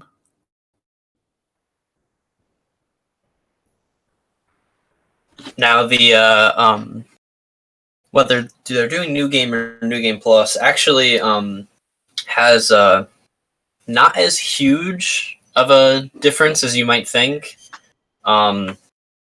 New Game Plus will get a lot of extra camos in their camouflage menu, which means when they have to menu for certain camouflage, there's a small bit of time lost there. But in general, New Game Plus saves a bit more time. You save time on the fear and in a couple minor areas along the way. So, getting started right here. They're going to be going and just picking up the our item kit. What's it called? What does he call it? The backpack? I don't know. I just call it the backpack. Yeah, whatever. Stuck in a tree. Yeah. Joseph Joestar, I believe he in New Game Plus also has the Patriot. Yes, which is... New Game Plus you have the Patriot, which is actually where the time save on the Fear is going to come in, but we'll get to that in a bit. This is the weapon with infinite ammo. Yes. And, well, Joseph, he doesn't do many lethal strats anyway, so you won't see the Patriot used often, as he still goes for Foxhound strats almost everywhere.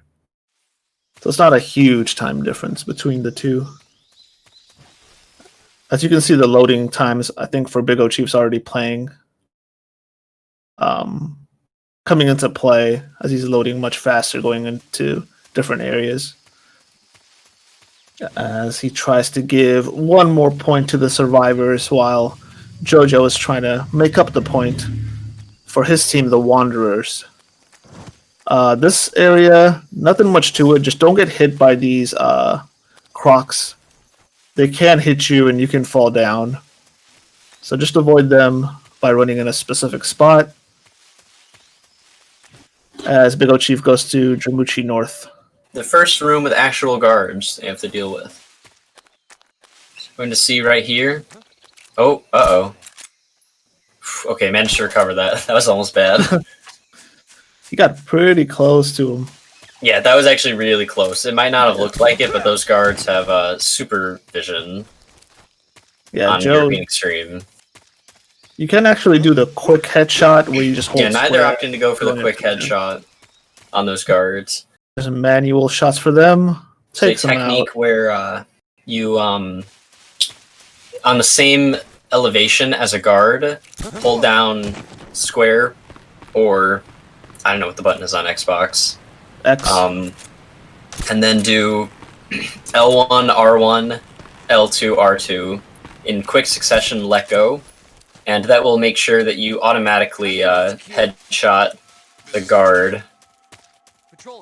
I don't think you need L1. You just hold square, then all the back buttons except L1. L1 does the lock on, so it makes it so that you don't have to like aim once you go into first person. It just immediately goes to their head. Weird. I've never used L1 doing that strat. Otherwise, you would have to be aligned like here, like at the perfectly with beginning of them. this. Yeah. So the beginning of this area, you don't need L1, because you're aligned straight at them. As BiggoChief is going for the slower manual shots on the guard up top. I believe Joe will go for the faster 2 shots as he's turning around. Let's see. Yeah, he goes for the faster one. And BiggoChief gets caught. But did he get caught as he turned around? He did. Right as he was entering. Yeah, that was very unfortunate. He was right there at the end too. That was like a bang play. So now Joe takes a little bit of a lead here.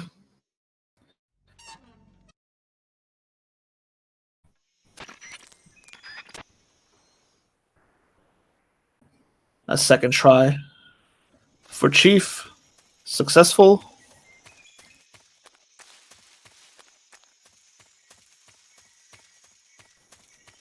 Now there's nothing to it, really. Just exit the area and then heal yourself from all the damages. This is like a tutorial the game puts on you at the beginning to get used to healing yourself. Yeah, to the cure menu. It is used a little bit later on in the run as well. Although the new strats, I'm wondering if the old strats for the end, you kind of take out the arrow that the fear shoots at you, but then the new strats, you leave the arrow on and manipulate the end in another direction. So excited to see that. I still haven't learned the new end strat, so I kind of want to learn it as I watch. Maybe if Joe will attempt it. So we'll see if they do the fastest cure menu here. They need to cure a bunch of cuts. Okay, so Biggo did it, but Joe did not. So when you go through that cure menu right there, you cure all the cuts until you get to the first broken bone, and then you tap right and go to the final cut, cure that, and then do both broken bones in a row. That saves a second over doing it in the order that the game makes it go if you don't choose an injury to look at. So if you just go cut, bone, you lose a second. If you do all the cuts in a row and then go to the broken bones, you save a second. Fortunate for BiggoChief, he accidentally goes into the save menu, but making up a little time for it on the faster loads on Xbox. As he's closing in on Joe. Joe is about to meet the boss where she takes away all your equipment.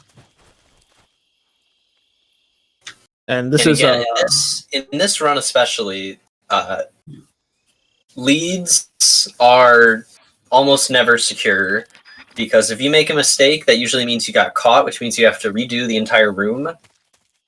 So this from pretty much the start to the end, this can be anyone's race. So And very some interesting to rooms, see how it goes right here. some rooms are much larger than others, so they are costly if you start over. As Joe does a great job passing that first area when you're first learning Euro Extreme. This is one of the areas that are your barriers to get over. Delino Vodno in this one. So we'll explain what happened in a second. We just need to let Delino Vodno happen. Very precise roll. Behind the tree, wait a second, then run around.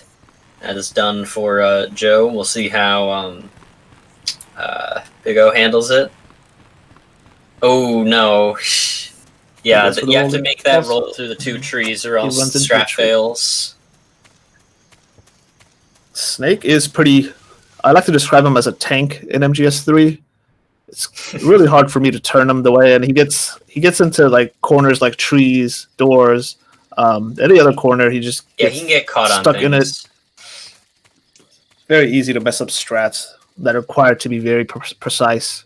So what you saw in Dremuchiji North is they pulled out the stun grenade and walked behind that guard, and you didn't hear their footsteps. When you hold a throwable item in your hand, for some reason, on certain surfaces, the game will silence your footsteps. So even though you can hear the sound, the guards will not be able to hear it. Why this works, I don't know. Why it only works on certain surfaces, again, we don't know. It just does. So, good thing it works where we need it to. Yeah. Weird it doesn't work everywhere. It only works in certain areas. Yeah. But although, you know what? We'll take it better than not working at all.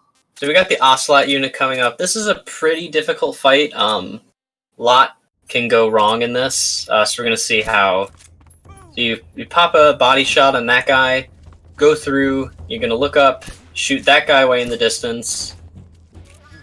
Then you're going to turn through that window, shoot him, roll over the box, and throw a stun grenade through this doorway to get these guards.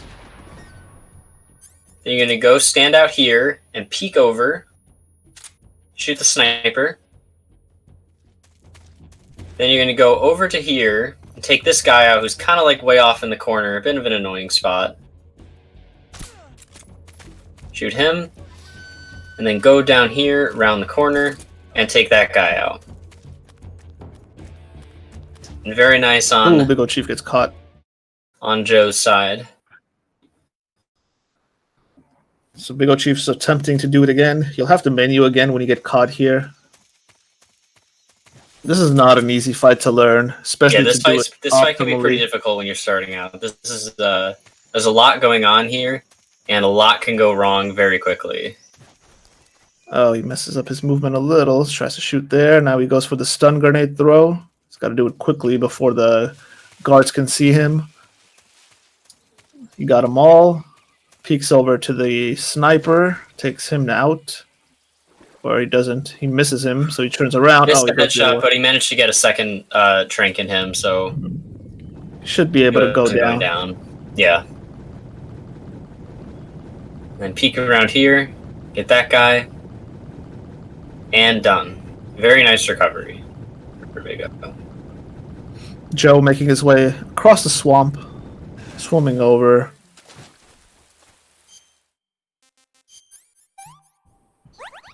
And then if you don't use the bug spray, you will get leeches on you. So that's why Joe opened up the menu, used the cigar to cure the leeches on him. If you leave the leeches on, they will drain your stamina bar really quickly. So by the time you get to the Ocelot or even to the pain fight, your weapon sway will be crazy. So a lot going on in Bolshia Pass South here on Joe's end. He's going to be doing a shot on the wall coming up here. Just going to shoot right over there. And that is going to cause a dog to bark, which is going to distract a guard way on the other side of the map. And he's going to walk all the way around to get there. We do that so he's not actually in our way when we're going through this side. He will actually be in your way if you don't do that. And then we're going to use the box there to distract a different guard to also have him go all the way around. Joe taking a little safety precaution, shooting that guard, as well as tranking that dog. Both of those last two shots he didn't actually have to do, but he's just playing it safe. Very understandable, especially in a race setting, to just play it safe for those kinds of things. Now, bullshit past base. BiggoChief. Pretty easy. Just run up, shoot a guard.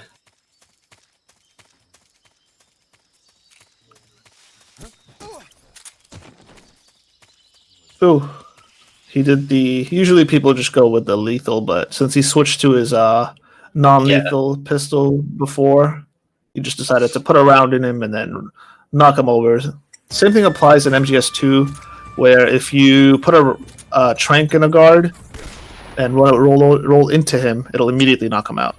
So Ocelot fight, go with the shot, take off your suppressor, go with the stun grenade, look away so the stun grenade doesn't affect you, and then shoot the little whatever that animal is. And then Ocelot will be focusing on that animal, so while he does that, you put another shot into his head.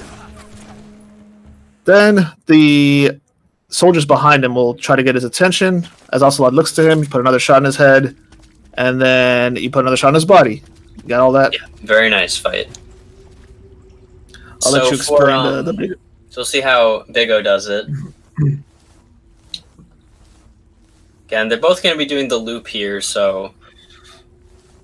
Uh-oh, but Ocelot got out of it. Hopefully he should be able to recover. He didn't get too far. Oh, he shot his hat off.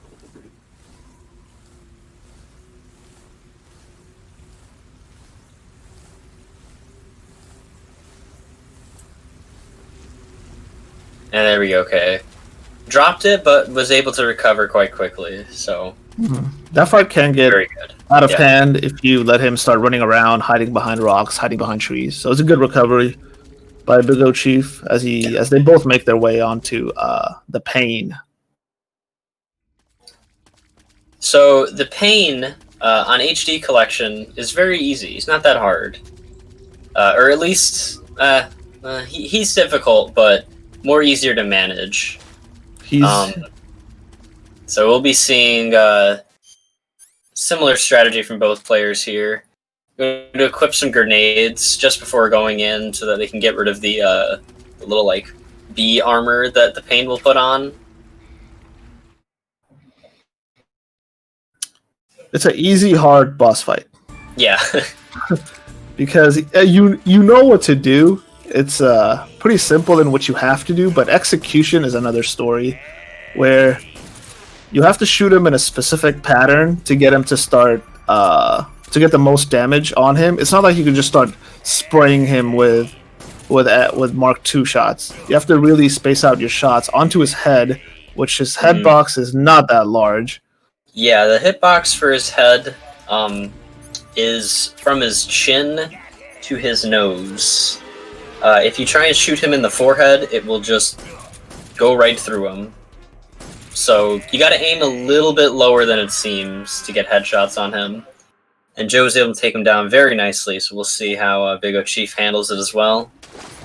You know it's a good fight on the Pain when he's not able to put his second coat of bees in the second phase. If you can get him in the first phase without him putting a second coat of bee armor on, then that's a good fight. And if you want like a really perfect fight, you won't even see the coat of bee armor trigger as he's going down either.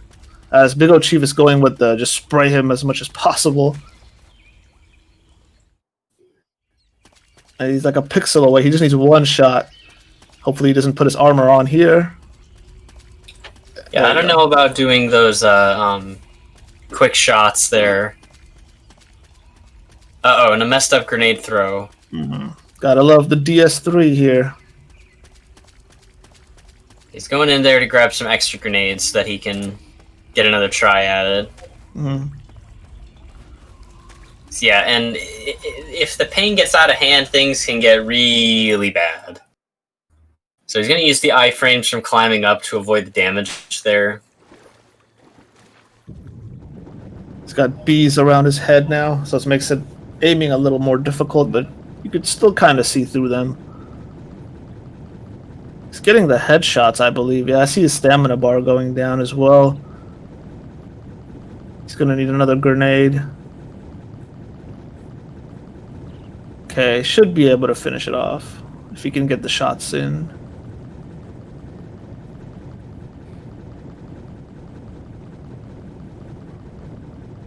Right. So this is why he went down in the water, to get more grenades. He needs it.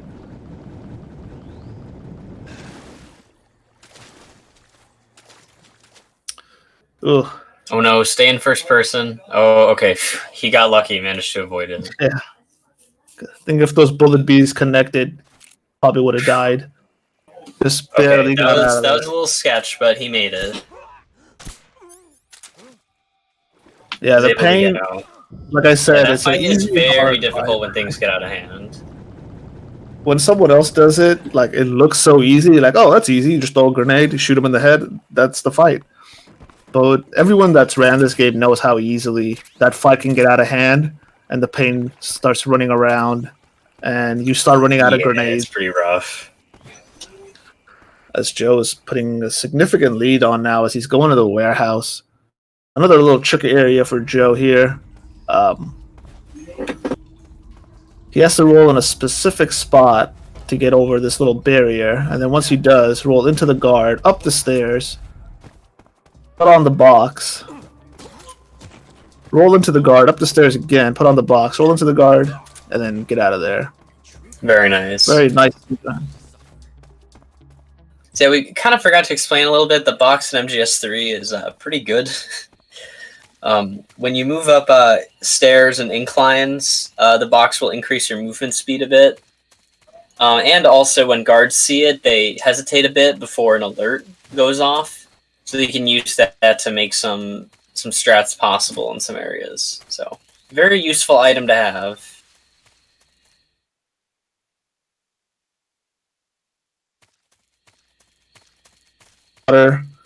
He's gonna have to come up for air and then go back down.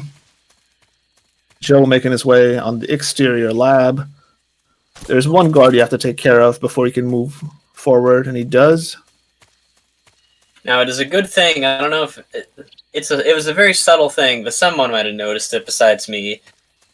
Joe stood in a very risky spot for making that shot on that guard, because right where he was standing, right behind him, is a snake. And it actually got up and was ready to strike at him, and he stayed there any longer, and he would have gotten poisoned.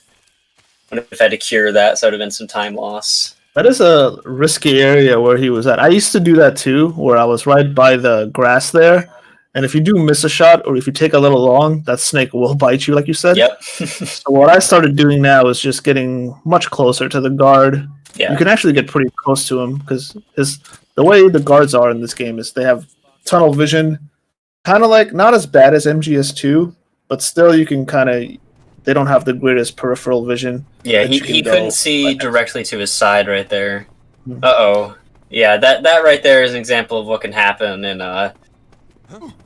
the warehouse. It can get a little rough. That roll at the start is very precise. Second time. Ooh, not great, but he can still make it work. Nice.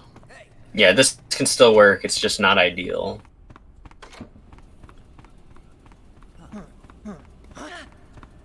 Okay, and he was able to make it. Very nice. Nice recovery.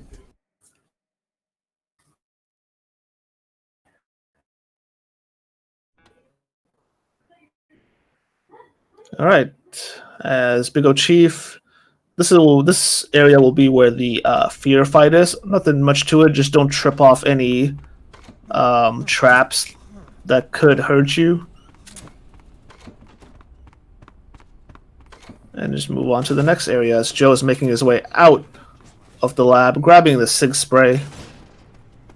SIG spray will come in handy versus the end.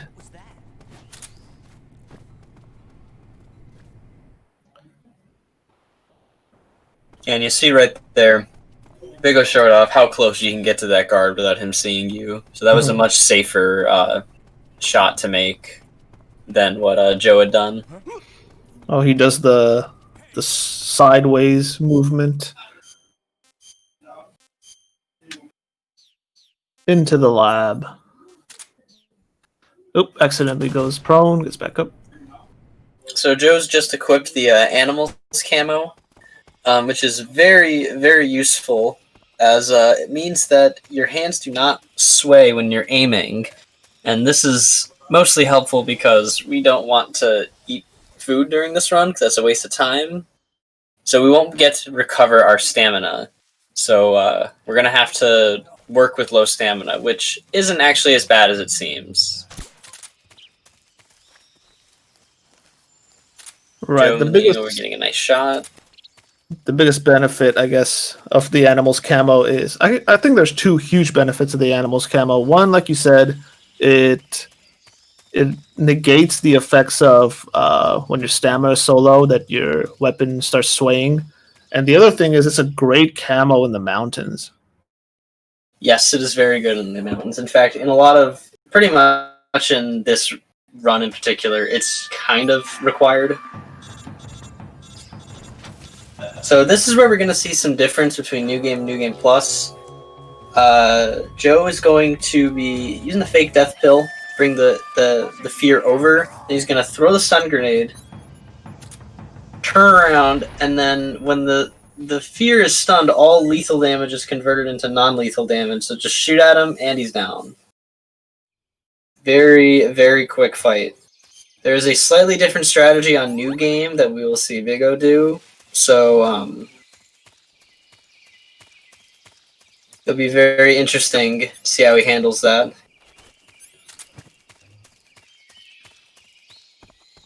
Biggo making his way out of the lab as Joe's going back to the warehouse. Another tricky spot is warehouse 2. So both times you're in this warehouse, it's not easy to pull off these strats. So you jump on this guard, knock him out. You do break your bones, but you can deal with that. Go up the stairs. You do the box headshot. Oh, kind of messed up that guy, but CQC'd him instead. Do you want to explain the box headshot and the mechanics behind it? Yeah, so it's very similar to the quick headshot technique we were talking about. You need to be on the same plane elevation as a guard. And then all you have to do is when you're in the box, just get out of it and then shoot the gun, and you will be lined up in such a way that you'll hit him in the head almost every time. It's pretty precise. If you are not lined up like exactly correctly, then you will miss. But it is a very handy technique, especially for Warehouse 2.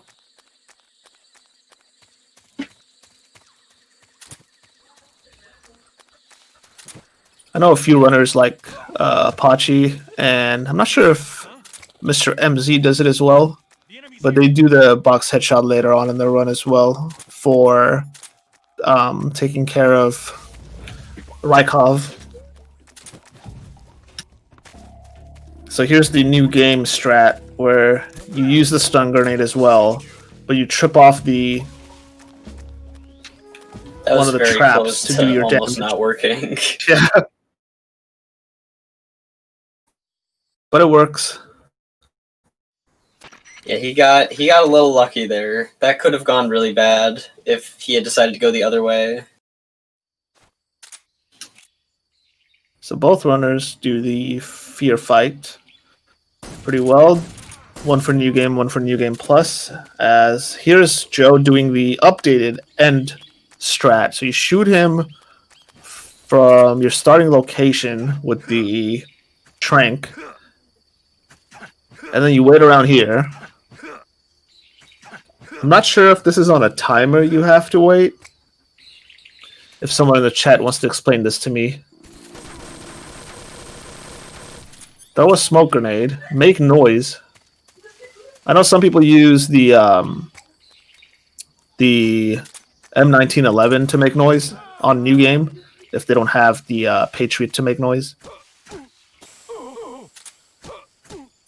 So here's he is. He comes down here. Punch, punch. 6 spray to hit him twice. 2 more punches. Then 6 spray to hit him 2 more times. Then you kind of do the same strats as the old ways with the smoke grenade. 2 stuns, and then you go stun grenade. Look away so you don't get blinded. 6 spray him to hit him 2 more times. 1 more time to knock him out. Now the end will start running the direction Joe's running. 6 spray, 2 more punches, and another 6 spray. Greatly executed. Very, very nice. That is pretty difficult and a relatively new strategy, so very, very nice that he was able to execute it. I believe that was one of the strats he learned in the I'm No Rookie as well, so great use of the strat, saving a huge chunk of time. Going to the ladder boss. Let's see what BiggoChief does here. So he does the same. He's looking for the end. 1, 2, 3. So he's also moving to the right, waiting around here.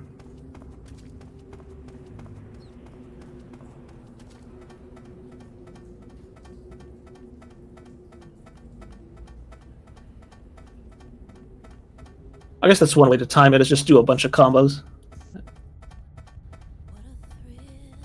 Smoke grenade. So here's the noise made if you don't have the Patriot.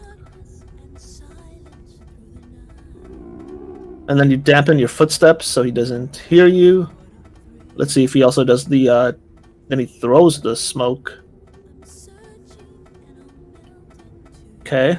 2 punches, 6 spray. 2 punches, hold up. And then moves to the 6 spray. Believe smoke grenade is next. Okay. And then 6 spray, and then stun grenade, I believe. Yep. Look away. 6 spray again. Knock him out, and then go to this location. And then I believe it's 6 spray, 2 punches, and 6 spray. Oh, we got away from him. Oh, this is not good. Yeah, this is very bad if he gets away here. Oh, he got him. Let's see if he's able to finish him. I don't think he can finish him off. Yeah, no, he can't finish him off. Oh no, this is bad. So now I think he's going to reset the room with the TNT. Yeah, he's gonna have to reset it. This Very is where unfortunate. we've all been here when you mess up the end, and then you're like, do I chase him around or do I just reset the area? And since you don't have a fake death pill, since you use that on the Fury, you can't reset it quickly. You'll have to get the TNT and just kill yourself. As Joe is making his way to Mountain Base 1.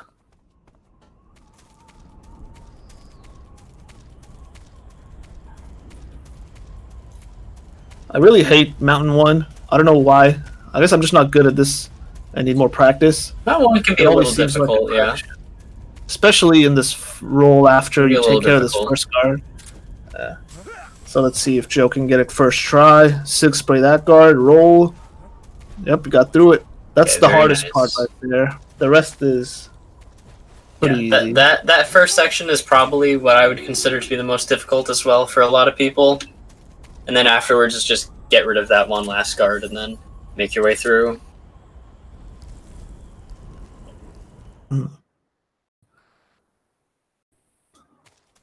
See if BiggoChief's able to get the end the second time.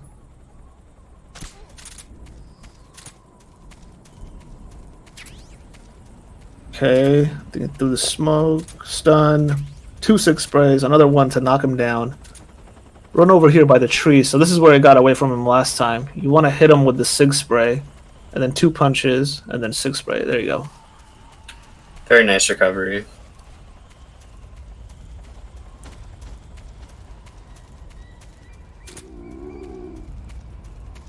Alright, Joe's making his way up.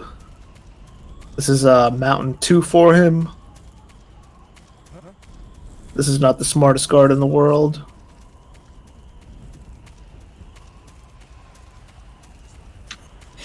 Clearly does not get paid enough to investigate harder. 2 guards you want to take care of here because they're looking directly at you. Yeah. There's 1 more guard blocking the entrance. You can just either take him out or you can roll into him like that. Yep. Alright, mountaintop.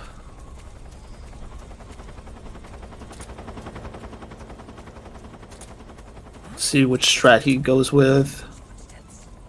See, that guy, you go close to him so he hears your footsteps. By the time he turns around, you roll right over him. Shoot there to cause a caution. And let's see if you can get... Alright, nice. That guard missed him. And then that guy's calling for backup, I believe, on the right. So his back is turned. Nice job by Joe. Very nicely done. Cleanly.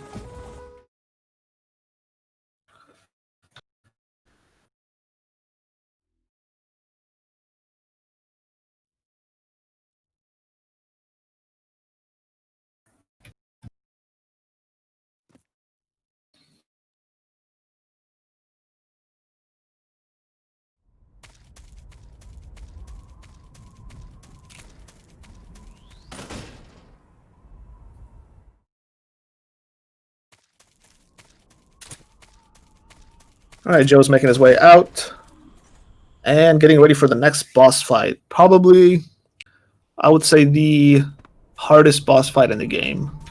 Yeah, he's a little on the harder end. The Fury, while he does have a loop, like pretty much every other boss in the game, you can use to deal with him, he doesn't like to cooperate. He can land on either the left or right side, and then from there you can start the loop, but there is a chance that, you know, he can just kind of not help you out and just be annoying. So we'll see how it treats the both of them.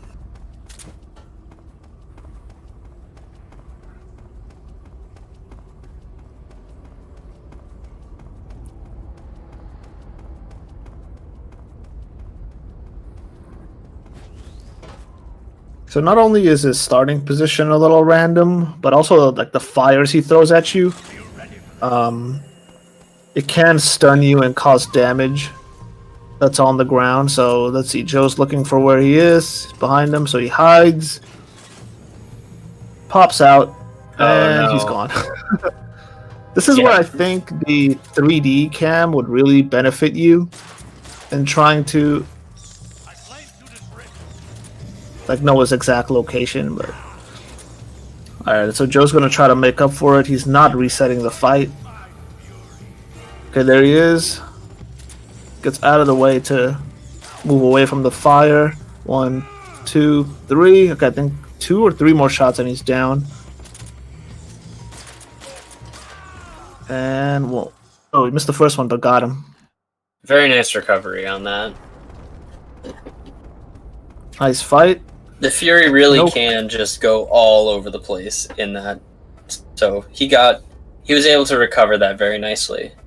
Yep. He didn't get the ultra fast loop, but he did, yeah. Did a nice job recovering, tracking him down. First try as well. GG's. Here's one of the laggiest areas in the game. Yeah, this screen lags super hard. It's like you're moving a quicksand. He goes with a headshot there. I usually just run to the left and then go up, but Joe deciding to go with the headshot on that guy. Over to the next area as BiggoChief is making his way to the end of Mountain 2 and getting ready for the mountaintop. So here's a guard that Joe takes out, and then that guy just has super focused on the guy you just took out, so he doesn't even notice you with the ball. Yeah, so when guards are in, like... Guards have priorities over what they pay attention to, and at the very top of their priority list is checking on a fallen comrade. And if you kind of, like, make them do that and walk towards them, then they will kind of just pretty much ignore a lot of things going on around them. You can just walk right on by them. Let's see Joe's strats for dealing with Rykov. So he does a warning shot and then puts on the scientist uniform. Takes him out. Then he has to wait, I believe, for the other guards to come who are investigating here. Let me see. Yeah, that's why he's standing here. As BiggoChief gets a continue in Mountaintop. There they go. Then he just drags him right behind him. Mountains 3 is pretty difficult. This is a hard screen. He got past the first guard. Warning shot. Oh, I think the warning shot was way too late. He was already... Yeah, he's doing a little bit late right there. There's a guard right there, so if you're not in cover and you have the warning shot, he's looking directly right at you.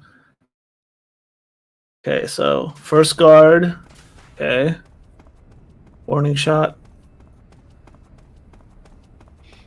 There we go. He was behind cover when he did it that time.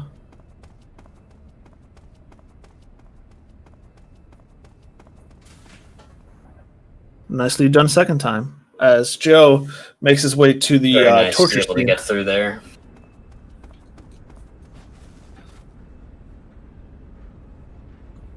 So this is a break for Joe in the run. There's not really much you can do. You can't skip this interaction between you and Volian, so you just have to watch the cutscene.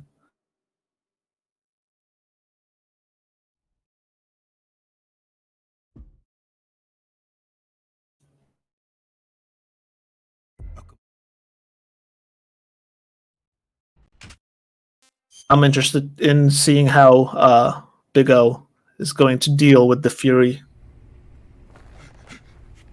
Tell me, Stop it!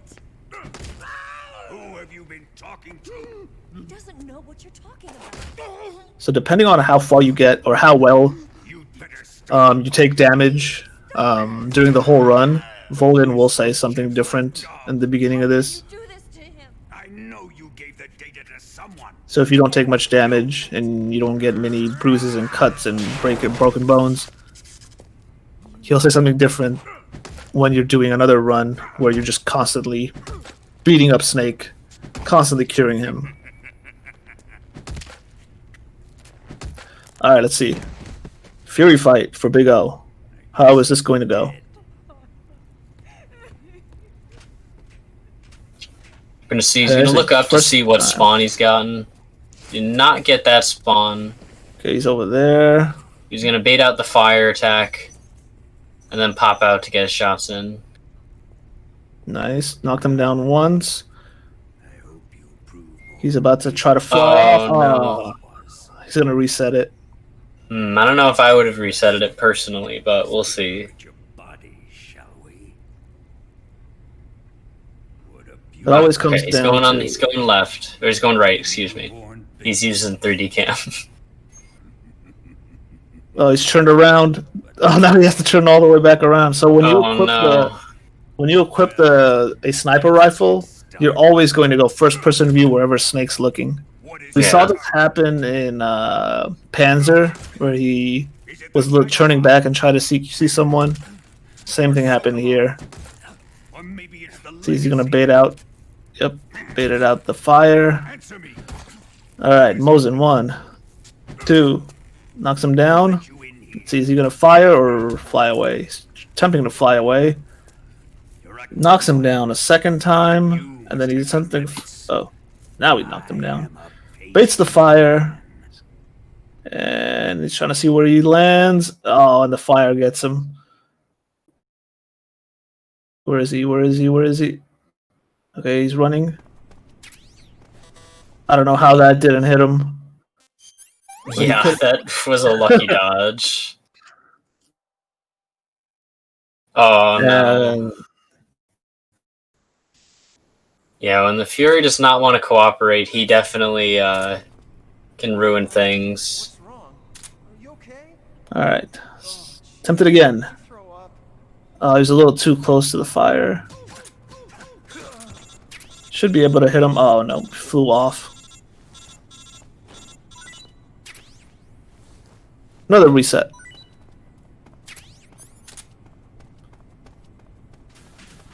That's what I was talking about. There's so much fire around you. You have to be careful where you're stepping.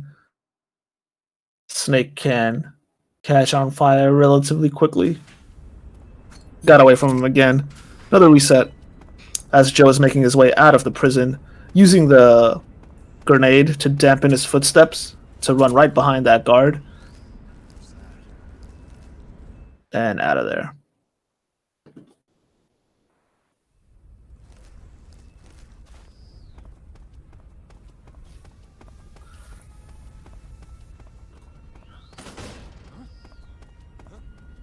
Alright, I can feel it. It's this time for Big O. Don't let him get away. There you go. Nice. So the box also does a great job of not allowing you to catch on fire and extinguishing flames. Oh, I don't think he's gonna die, but don't let him get away. If he can,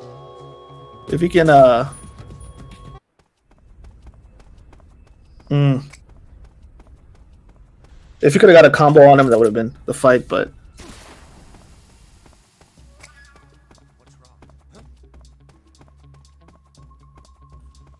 this is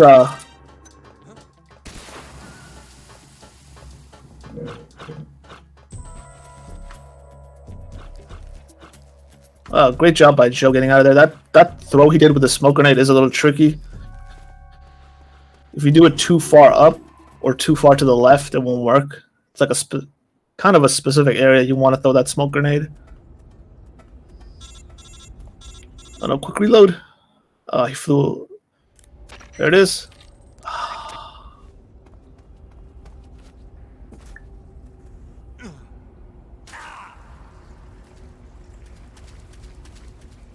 As Joe's making his way down through the sewers, running away from the guards. I think BiggoChief is throwing in the towel. I would rather see him just play it out. Okay, he's attempting it again. Good to see. Alright, baiting out the Fury. Catches on fire, but extinguishes it. This is where he caught on fire again, and he was looking away.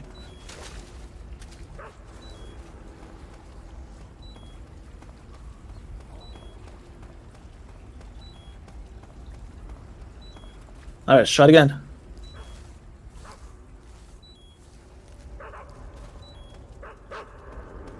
Alright.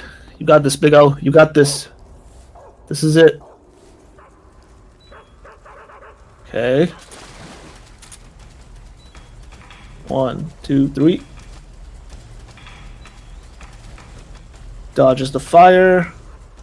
Another shot. Nice. Ooh. Unfortunate, but he still has a chance. Nice. There you go. And there he goes, able to get GG. through.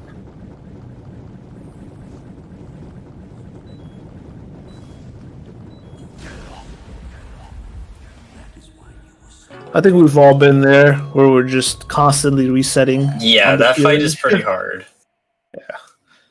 I think that's a tough fight. Everyone knows the Fury Infinite loop.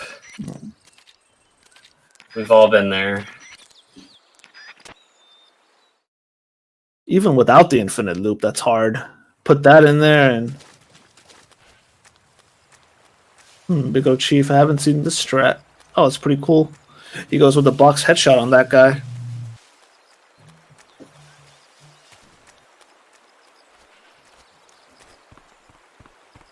As Joe is making his way to the waterfall, Biggo goes with the headshot on this guy. This is where his buddy goes over to check on him, completely missing you. Joe went for the lamer log roll. Very unfortunate. You hate to see it.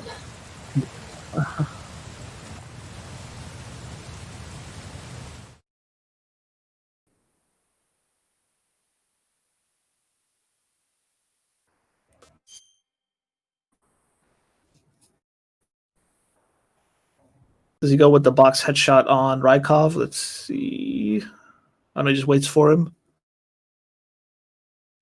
He messed it up.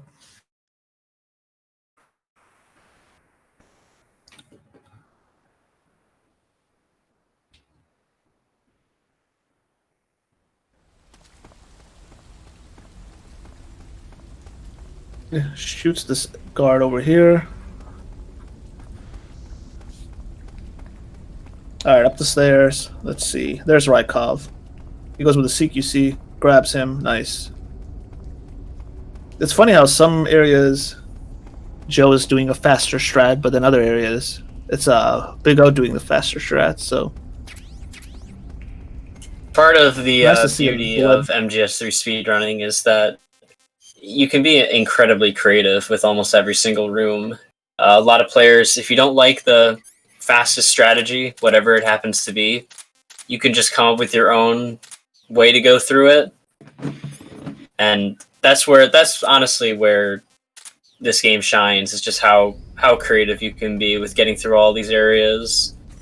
Yeah, if you're a new runner and you're not going for a world record right off the bat, you're just looking to complete runs, just check out all the runs that people have submitted or that are on the boards.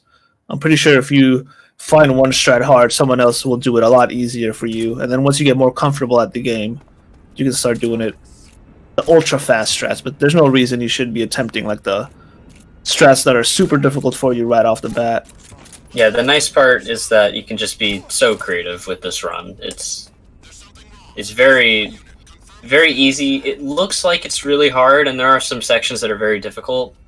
But you just put that time in, come up with your own strategies for certain areas. You'll be able to pull off some of the stuff you see here faster than you'd think.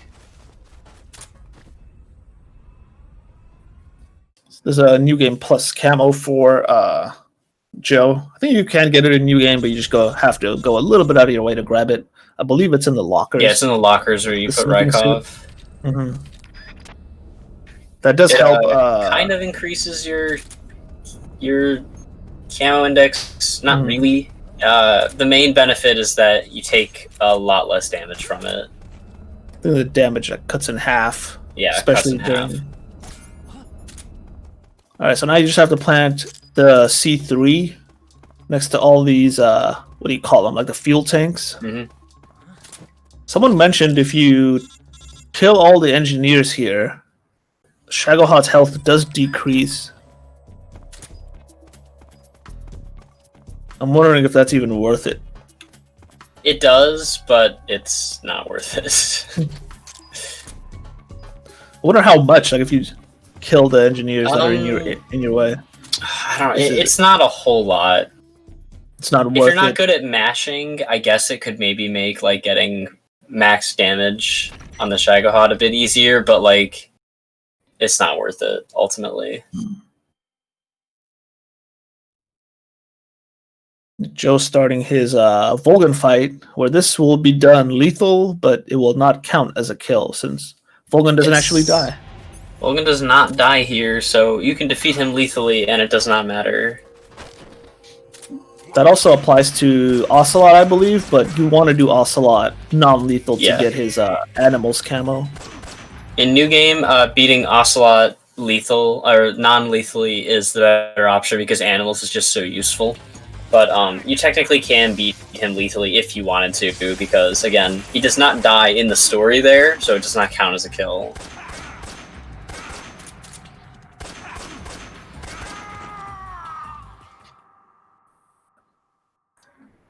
Spamming bullets or you will run out of ammo quickly, so you just have to shoot him until his shield is down, and then that's when he's vulnerable to damage.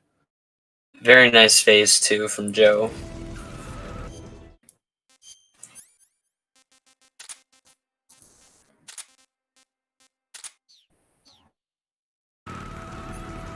And now Joe is on the very exciting bike chase.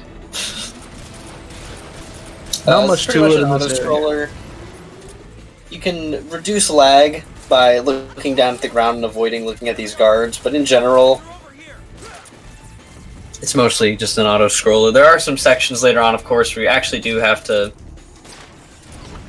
do things in order to speed it up or even progress at all, but for the most part, it's just on rails. Yeah, certain areas you do have to take out the enemies for Eva to move faster between sections, but most of it is just auto-scroller, damage the Shagohod as much as you can. You have to be a little careful not to shoot him when you're really close to him, or you will get a bunch of splash damage thrown at your face. But the sneaking suit definitely helps. Joe opting to go for the Mosin Nagant during this section, which is a little questionable, but you know, if it works for him, it works for him. Again, the beauty of this game, you can do whatever you want. Surprised by his aim, just looking in without looking down the barrel. It would have been funnier, It's Joe, BiggoChief. if you stayed in first-person view and spun around. This was the smoke grenade throw I was talking about earlier. It is a little tricky to get it in the right area to where you want to block your movement from the guard on the left, and then when the smoke disappears, you don't want him to look at you. Alright. And I think he got through it. It throws another one at the dog. Yeah, he got through it. Very nice execution there. And this was where I believe Major Zero timed it, and it's faster if you're just looking up at the sky. And just take, but it's a little difficult on European Extreme because you can't just absorb every bullet thrown at you. You do have to take out guards. Yeah. But I guess that reduces the lag. He's going SVD, blowing up these barrels.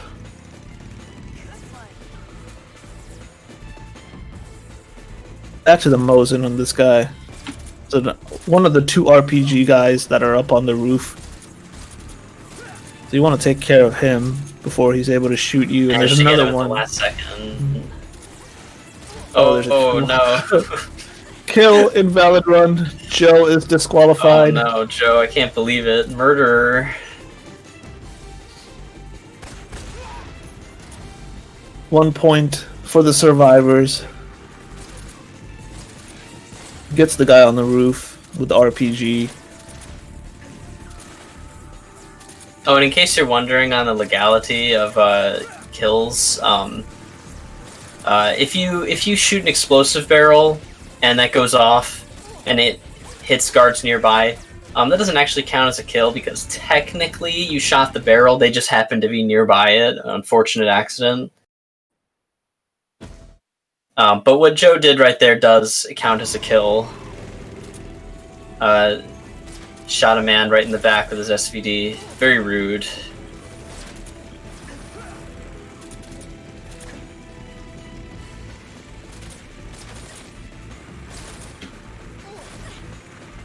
No, it doesn't trash the whole run. We're just joking. He no longer has Foxhound, though. It just trashed the run.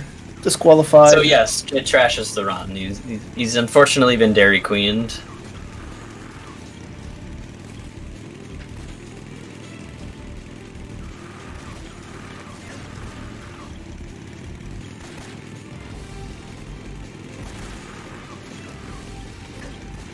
BiggoChief making his way to the waterfall, meet Eva, get all his equipment back, and then go back to Groznygrad.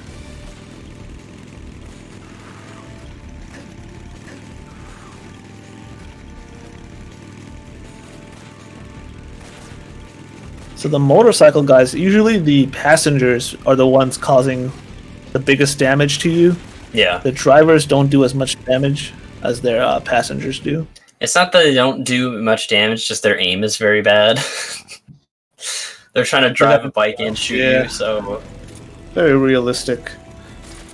it's very hard for them to actually hit you.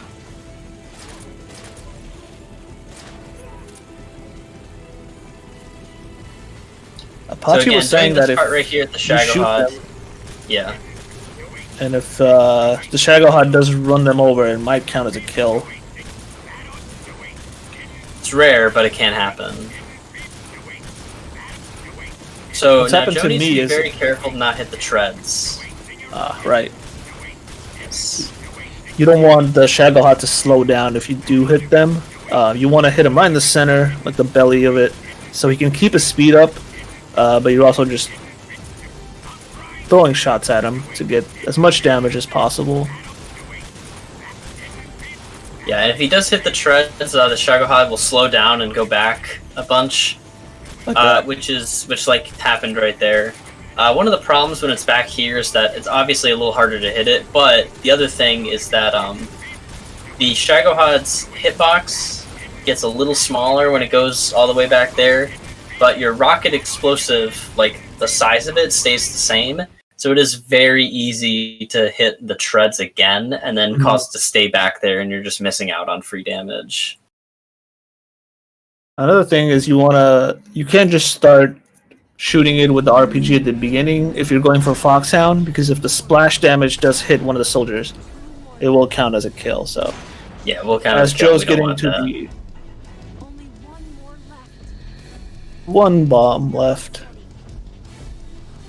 So I guess Eva, I don't know how she got under there, but she planted a bunch of explosives under the bridge.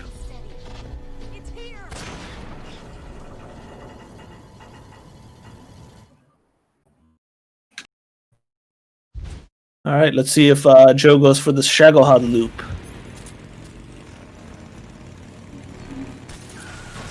I believe you want to hit the tread first to I think it was the right tread first, but maybe this is the other way.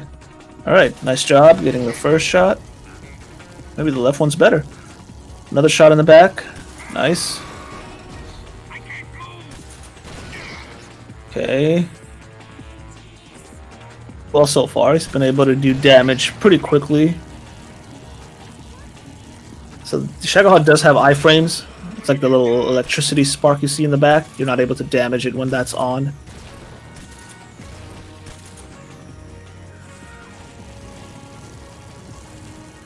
Come on, Eva, keep going. Too close. There we go. That was a little scary. Yeah.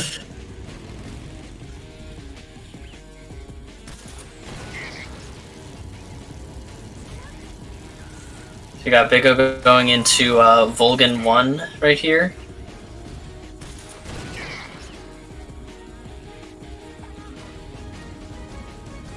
Down again, going to be doing the lethal variant, because it is faster than non-lethal.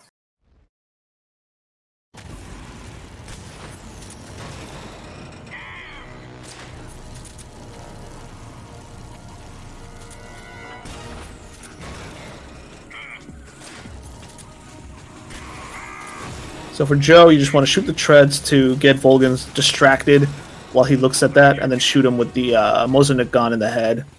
If you don't distract him, he will put up a shield on Yeah, your and it shots. won't do anything. And also a very, very nice Volgan fight from Biggo right there. Very well executed. I believe he's going with the Oscam camo, and that also helps with the damage in new game that you can have. Yeah, that is very good for new game. Excuse me. They'll reduce some damage that you can take. Some players will opt to go very safe and will instead grab the Cold War camo, which you get from defeating Volgan non-lethally. It is a bit of a time loss going for that, because doing that fight non-lethally makes you lose a little bit of time, but it makes the bike chase very safe. Yeah, if you safe. have the Cold War camo, there's no chance of dying unless you just splash damage with the with the RPG. Yeah. But you do lose a bunch of time trying to get it. So Big O is going with the more common stun grenade throws. Just gotta be careful not to blind yourself. Doing a good job.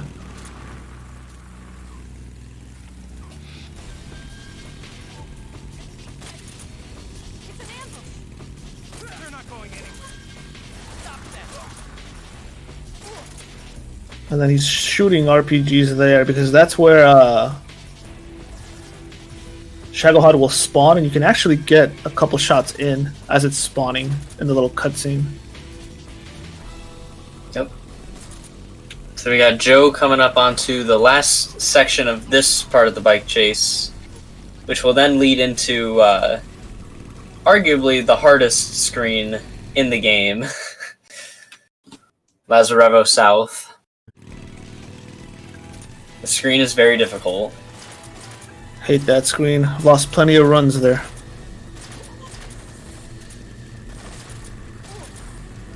Joe just going with the almost in the con on the. These guys are not easy to hit.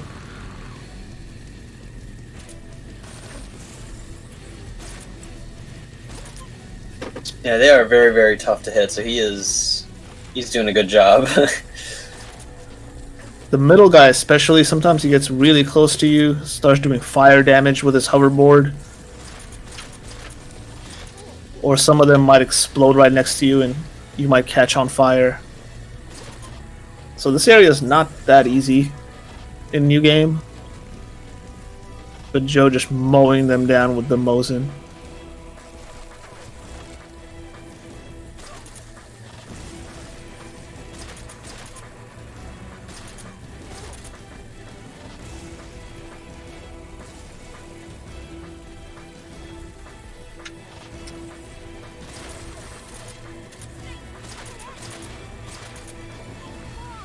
Alright, Big O still just throwing down the stun grenades in specific areas to knock down the soldiers. Making his escape. There's one guy up here with an RPG you want to take care of. He can do quite a bit of damage, and he does. Yeah, it is very possible for that guy to kill you if you're not careful. And funnily enough, exit the hardest screen bike chase and probably hardest in the game and enter one of the easier ones. You really don't need to do much in Lazarevo North. This one is quite simple.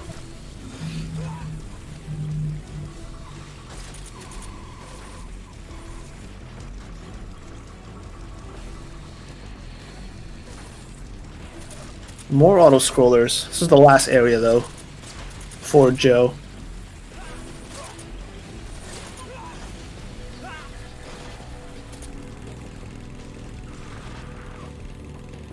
The ragdoll physics are pretty funny as they fly out of the motorcycle.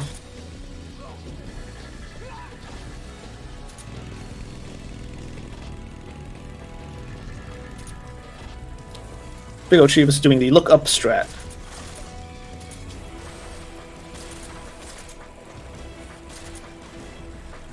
Yep, to avoid on lag.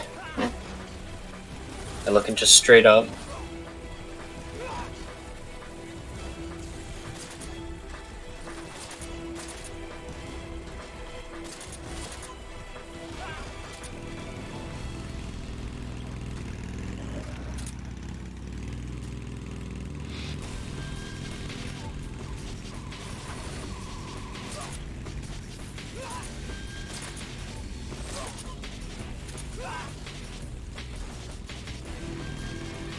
Here comes the jump.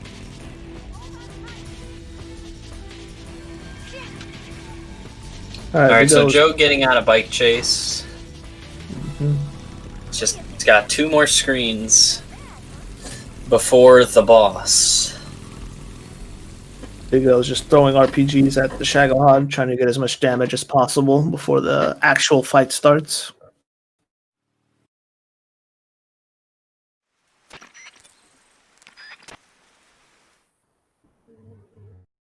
So you do have to cure Eva here. So he goes into his backpack, takes out the SVD and RPG, and puts on the stun grenades. And then gives Eva the noodles. Because you do have to feed Eva once from now until the end of the game. So if you do it here, you don't have to do it later on. Yeah, it saves a pause later.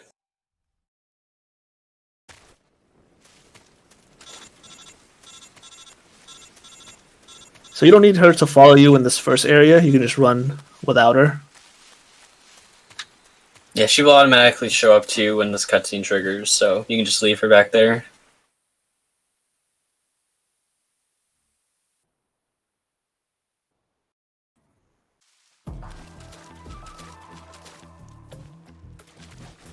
Okay, So now this the screen, escort the only mission thing you starts have for to Joe. do is just walk forward. As long as you keep moving, these guards will never catch you. Don't have to do anything. While we're waiting for that, Biggo is going into the Shagohod, so we'll see how it treats him. Hopefully, a little better than it treated Joe. It was very mean to him. Alright, he's trying to do the loop. Think it got away from him slightly. Yeah, I got out of it. So now it's a cat and mouse game here. Just trying to get behind him. He's going for the treads and then he'll miss the first shot. Able to get the third one in. This is what I do when I don't know when the iframes are going to be over. I just start shooting at his back eventually, hoping it connects.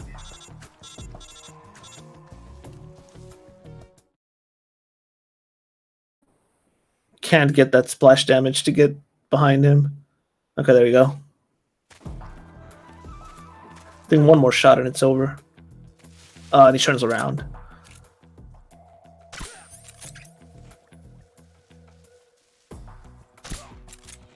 Okay, and that is fight. As Joe is just tranking everyone here. If there's no soldiers to spot you, then can't get an alert.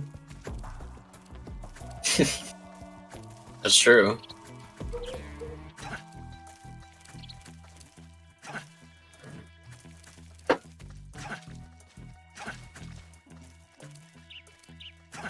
They can't get too far ahead of Eva. Gotta be in her vicinity. Let her follow you.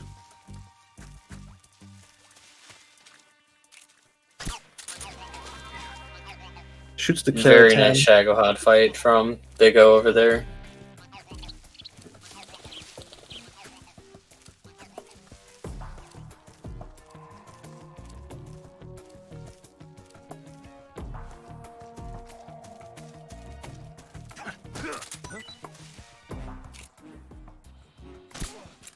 As Joe does he kicks that plant to distract the guy that's the guard that's right underneath him. It'll make him get up and go around to investigate the sound.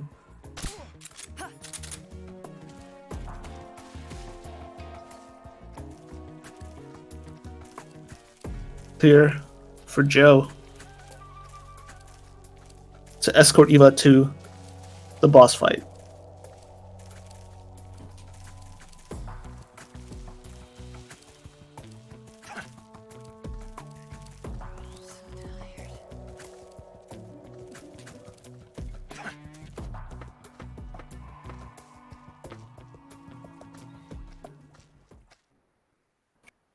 Alright, so Joe is going into the boss. This is a pretty... There's a lot going on in this fight. Let's see what you're made of. Let's see if he can counter. Very nice. He's gonna do 2 headshots. You're not the man I thought. Oh no, he missed. Oh no. He missed the second headshot. He missed the second Just headshot. sneaky.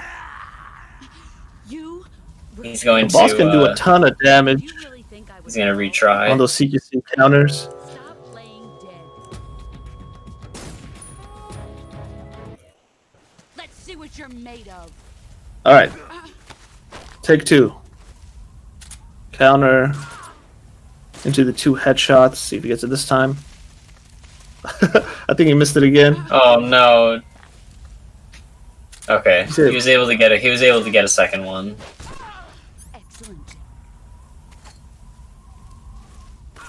Stun grenade up in the air, so by the time it falls down, hits her. 1, 2. Okay. Another stun grenade. Ooh. That one did not work.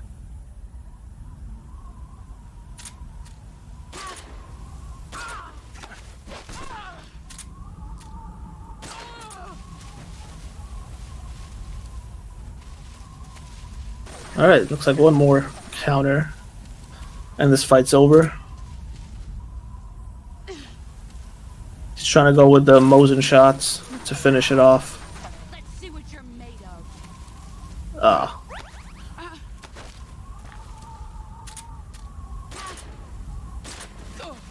Counter, headshot, and CQC.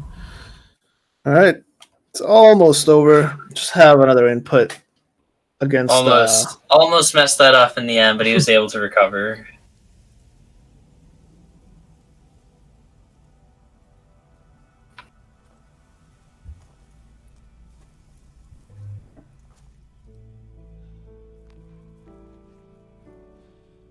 Oh, BiggoChief just SVDs the log.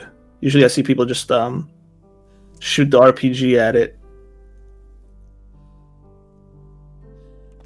It's our only hope. So while this is a cutscene, there is technically you can lose time on this one. When you are asked to pull the trigger on the boss, if you don't press the attack button, pretty much right when you're prompted, Snake will hesitate, and he hesitates for like 2 or 3 seconds. So you can lose some time on this cutscene right here. Yeah, I had no idea that existed a while ago. I thought it was just the same thing every time.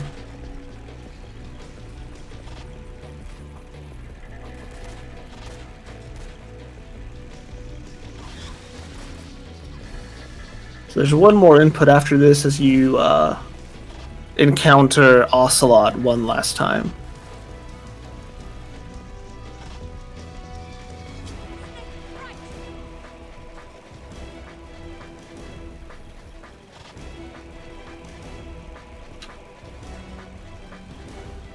So it's like Joestar will be able to tie up the game against the survivors 1-1. And that is GG for Joseph. We're all tied up now, 1-1. 2 more games left, I believe.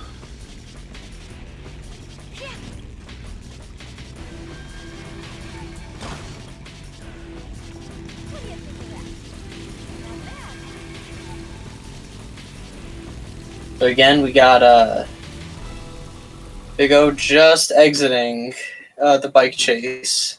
So now he's going into the final Eva escort section.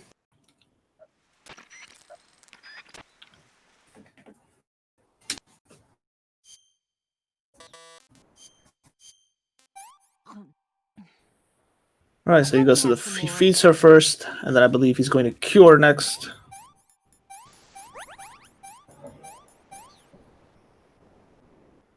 I always thought you had to cure both Snake and Eva here, but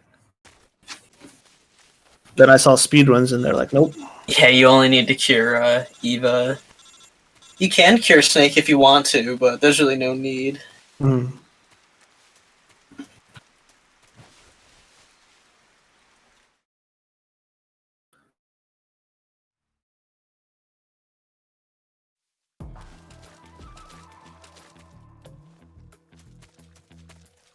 So again, right here, as long as you just keep moving right when it starts, there is no way for the guards behind you to catch you.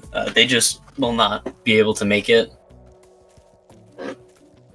So no worries for this screen, don't have to do anything really.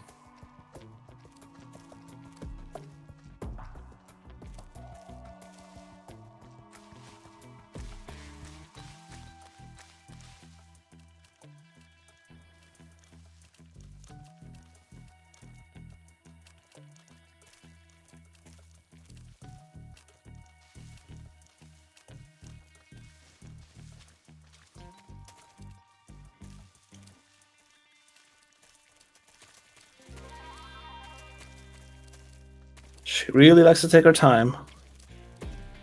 Although she's got a big hole in her stomach, so We'll forgive it.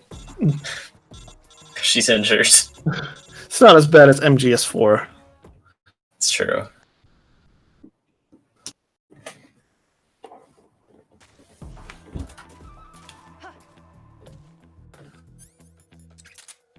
Alright, let's see how Big O does this area.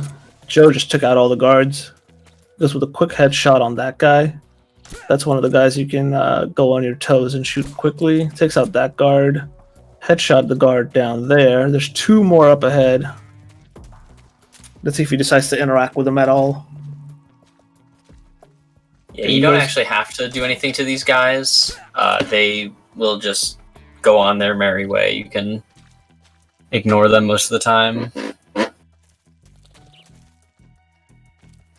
And so again, because this is in caution mode, the guards will have a little bit of tunnel vision, and it will be harder for them to actually spot you when you're doing stuff in here, which is why that strat even works to begin with.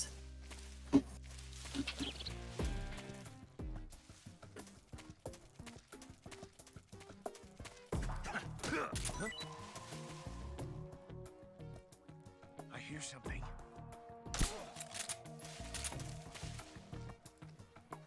Alright, 3 guards here you have to take care of. Take care of the first one, the second one down here.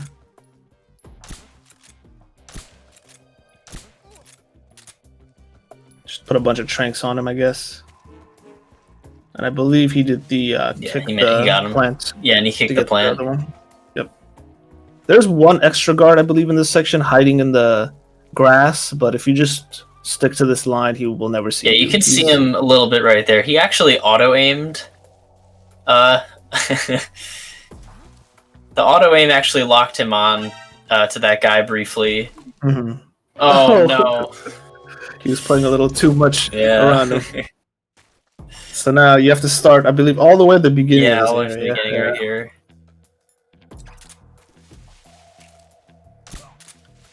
Well, good thing we brought up that guard, because that was the guard that was in the grass next to him, spotting Eva.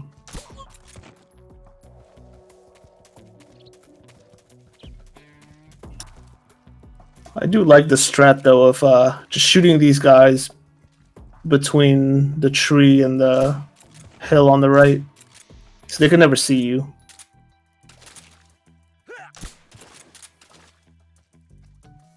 And it doesn't really slow down Eva as she's catching up. Yeah, she has to catch up anyway, so why not?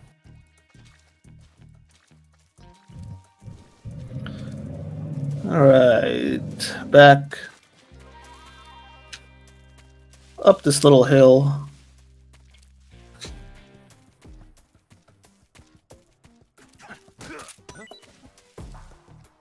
Kicks the plant. We get that guard's attention on the bottom.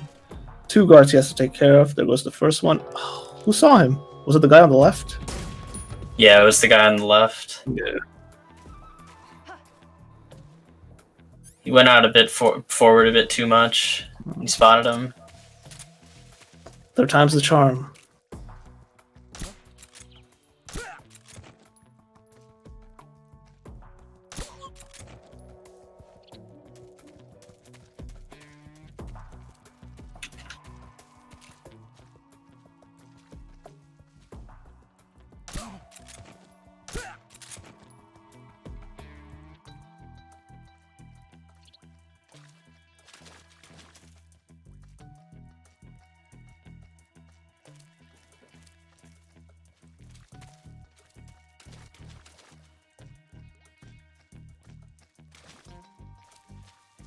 Alright, come on, Eva. Move it along. She wants to go around the tree.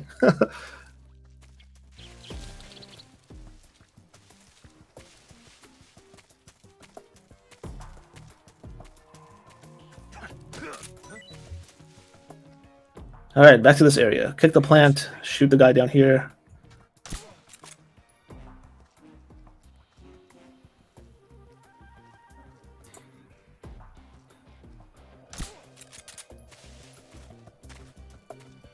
Okay, took care of that guy. Now just can't get spotted by the guy in the grass.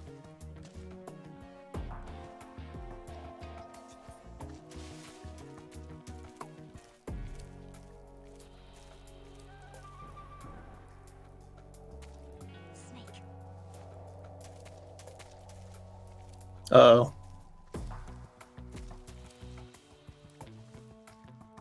Head. Hopefully he doesn't see her. Okay, I think he's good. She's going more around than before when she lied down right in front of him. Yeah, that was definitely what had gotten him caught, was her lying down.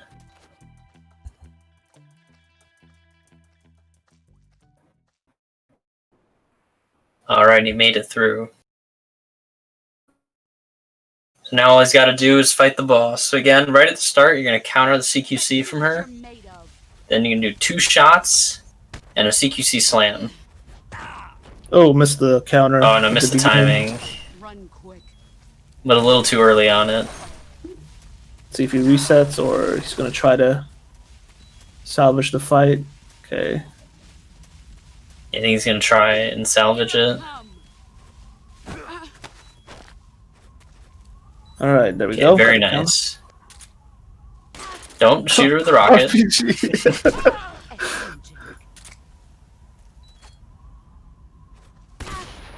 Several people have made that menuing mistake.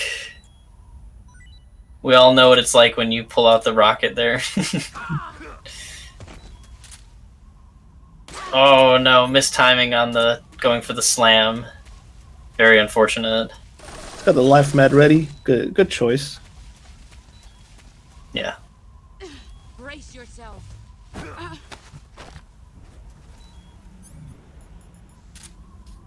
All right, counter. You're better than I remember.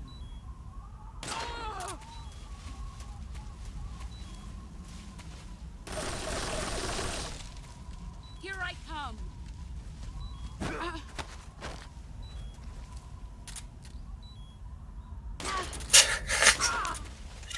The tree kind of pushed him away.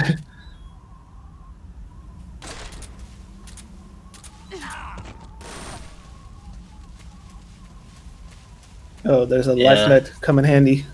Very smart idea to equip it. There you are. I believe just one more counter and combo will end the fight. Yeah, she'll be down. Oh no. Oh no. He could have mashed to breaking out of it and then rolled, Let's see what you're made which would have knocked her down. Alright, he's able to get the counter first try here. Excellent, Jack. Stun grenade.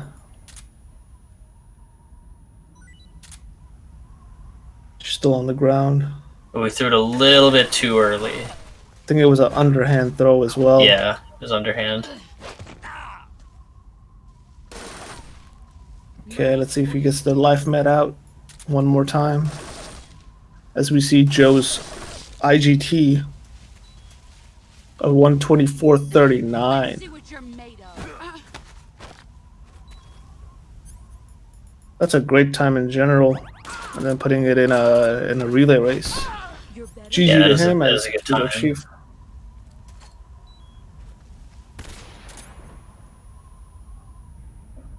Oh, Oh, unfortunate. Mistimed on that throw too. yeah. Oof. Third time's the charm. Let's see what you're made of.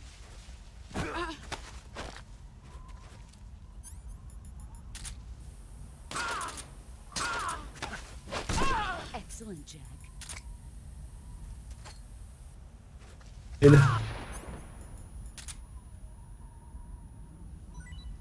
Okay, he's able to get it this time.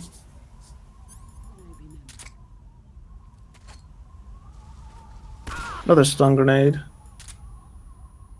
Nice throw this time as well.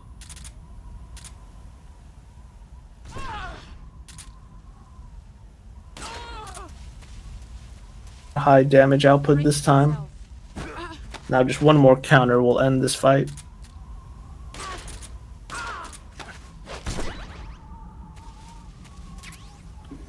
And there it is.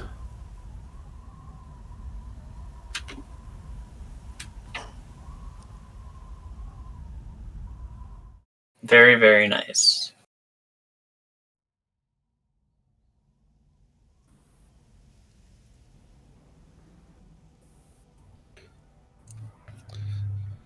GG's to both runners. Another great relay race to watch. I think just the Fury getting out of hand is what really put this separation. Keep it safe. And we've all been there with the Fury. Sometimes he just doesn't want to cooperate with you. Yes, the Fury killing your run is something you get used to with this game. He can be very rude. And when everyone's watching you compete against someone, like the Fury fight can really just snowball out of control. Jack. Or should I say, Snake. You're a wonderful man. Kill me. Kill me now. Do it.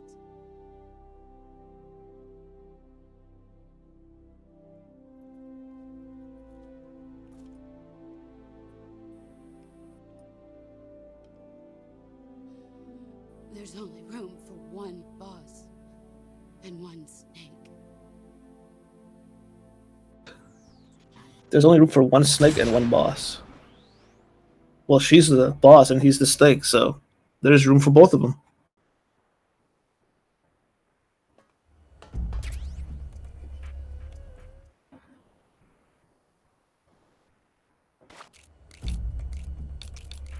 All right, last inputs are coming up.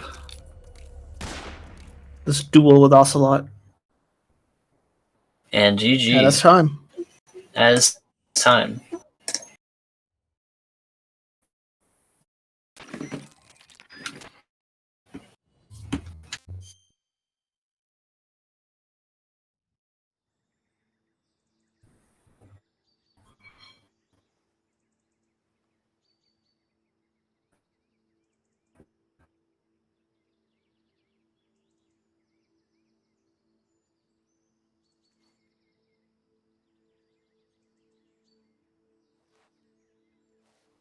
I like how he still has his camo pants, even though he's back home.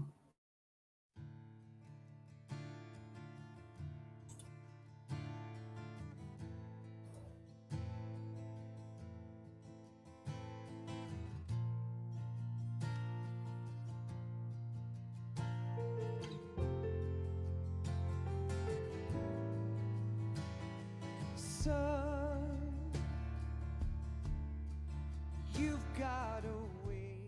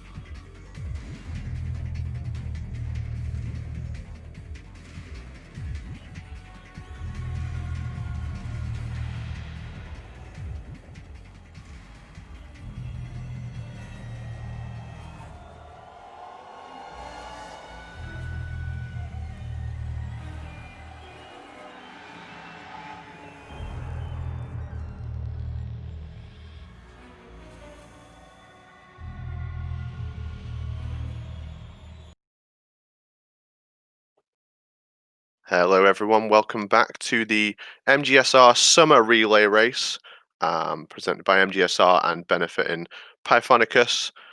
We are in our third game of the Survivors versus the Wanderers. We come to a Metal Gear Solid runners, Metal Gear speedrunners first. Metal Gear Survive, everyone's favorite speedrun. I'm joined with SRGTsilent. Hello. Welcome. Thank you. I'm ApacheSmash, by the way. I didn't actually say that, but I'm going to see if they're both ready. No.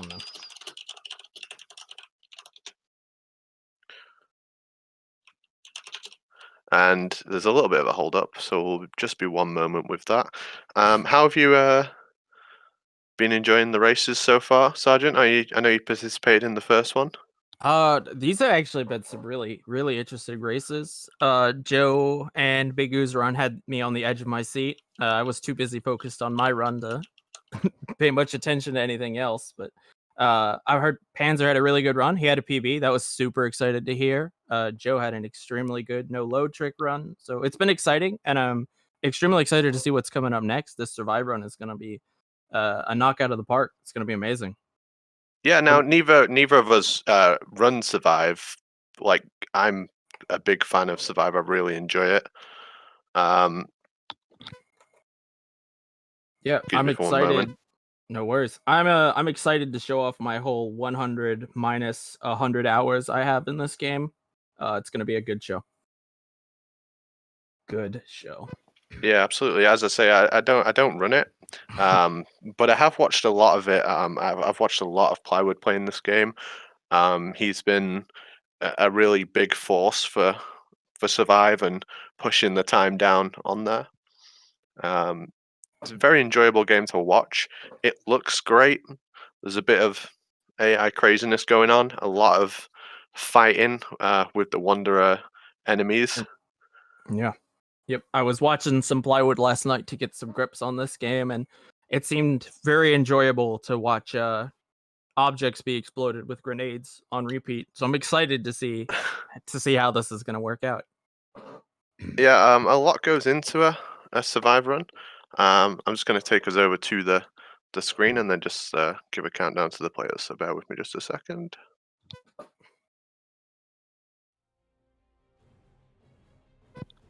And we've switched over to the players, and I will give them a countdown in just a moment.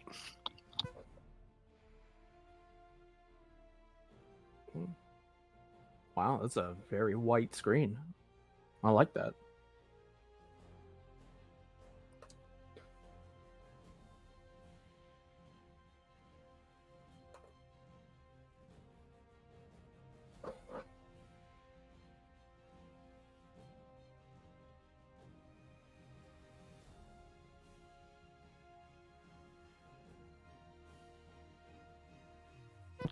And we've just got a false start. I do apologize. So, my understanding is this essentially a new game plus run, or is this new game? Yeah, this is New Game Plus, and bad ending as well, which is slightly faster. There's a lot of setup involved that goes into racing Survive. You have to get all your supplies for the run from the base that you build. Essentially, like a huge plot of land that you have control over, and you will get your supplies ready before you run. So there's a lot of like grinding and organizing of the correct equipment before you start your run in order to make this New Game Plus run fast. Yeah. Sounds like a lot of work, like Peace Walker. Yo, actually, speaking of Peace Walker, we got a $5 donation from Minnie saying, Portable Ops, Peace Walker, Portable Ops Plus, you name it, we've done it together. You're a great friend. I always wish you the best, or I always wish the best for you. Shout out to Minnie. Thanks for supporting Python. Everyone who does anything.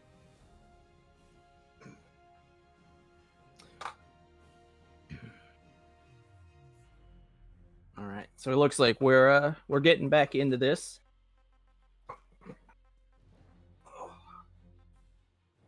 Also, I apologize if my chair squeaks too much. It's a new one, breaking it in. Squeaky chairs, no problem. I learned from the best. Mini taught me well. So if you accidentally start up the game, there's quite a menu to get back to the beginning again. Yeah, so Survive is obviously a first for the channel. No Good Citizen as well, first time being on the MGSR channel in any capacity as far as I'm aware, so best of luck to him. Plywood, I think he's been on once or twice before. Okay, they're both ready. I'm going to do a countdown for them. All right.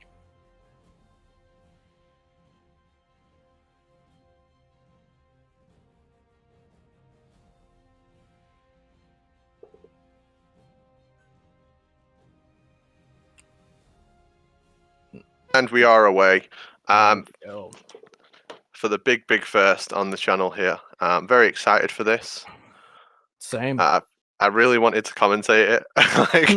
Like, I kept saying like, yeah, I really want to do this. Let me do it. And they're like, oh, we're gonna see if we're gonna speak to the Survive runners. Like, I just really wanted to do it. Survive is a once in a lifetime experience to commentate. So, you know, due to the number of runners that we do have for the game, there aren't that many who actively run this game. So it is nice that we've managed to get a race going. We're not going to say it won't happen in the future, but it is less likely than some of the other titles you'll see. yeah, we should try to organize a Survive tourney, get some more runners in. Could be fun. Hell yeah, absolutely. All right, so No Good went female, Plywood went male. That does not lose any time to choose that. So we're gonna have some pretty diverse options here. Yeah, so a part of this game is you can make your own character. You can make a character in your own likeness. I'm not sure if they'll do that, but I do like the customizability of it, and there's some hilarious like costumes and stuff you can have as well. Oh, is there? Interesting. I'm very excited to see if they'll do any costumes then. Yeah, I've seen Plywood playing on stream with a lot of different random type stuff. All right. So it looks like they're alternating sprinting. Sprinting seems to be the fastest form of movement. There's a hidden stamina bar somewhere. Oh, never mind. It's not hidden. It's right there. It's hidden in the way that it's directly on screen. Yeah. So in the early game, you don't have a lot of stamina. You don't have any equipment. So managing your stamina and moving correctly in the early game, it really matters. Yep. And we'll see some. Sorry, go ahead. We'll see some little speed tech as well, in order to speed up this section, such as diving into the loading triggers. We'll see that quite a lot. And we got some nice tutorial bosses here. They've been skipping those quite well. Oh. We get to see our enemy right here behind the cages. We'll see a lot of these guys over the course of the run. Beautiful enemies. The intro is actually my favorite part of the whole run. It's so well optimized, and I really enjoy the way they move the characters in order to get through this section. Yeah, it's a pretty tight movement I'm seeing here. And we're going to see Plywood getting his first weapon, the big pole, big sharp stick. It's good for killing wanderers. So does this game weapons have durability? If he uses it too much, it will break? Yeah, and there's also a chance it can crit. So when they were hitting the door there, they actually hope for the random crit chance, which does more damage to the door. It allows you to get through it a little bit faster. Wow. Doors actually are bosses in this run. Yeah. That's a keeping with the theme of Metal Gear. There's doors can be tricky at times. Yes, they can. Yes, they can. MGS3 is a game that accentuates that well. Ooh, okay. So it looks like they were trying to manipulate that Wanderer. Unfortunately, I think Plywood took a hit, but he should be okay here. That's one of my favorite little bits where they just dive underneath the pipe. If you do it at the right time, you'll get underneath and you can fully stand up after you've dropped. That was a nice dive. Does getting hurt reduce movement speed? Are they trying to avoid getting hurt here? Yeah, because you can get staggered. Okay, all right.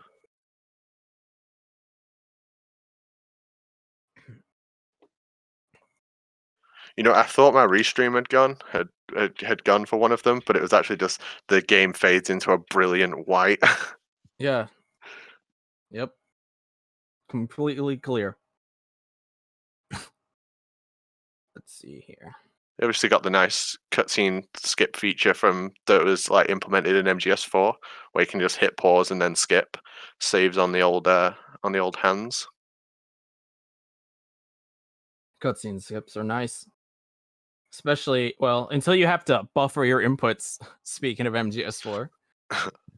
And apparently I've heard that this game has some wonderful input buffers that you have to do. So we'll see if we get any failed skips. There's a lot of interest in tech that I'm just not experienced enough to go into, but you see them quite often talking about all kinds of little animation cancels and things that they can do inside of this game. From what I understand, it's not the greatest engine in the world. Like it's not. It's got a lot of buggy goings on.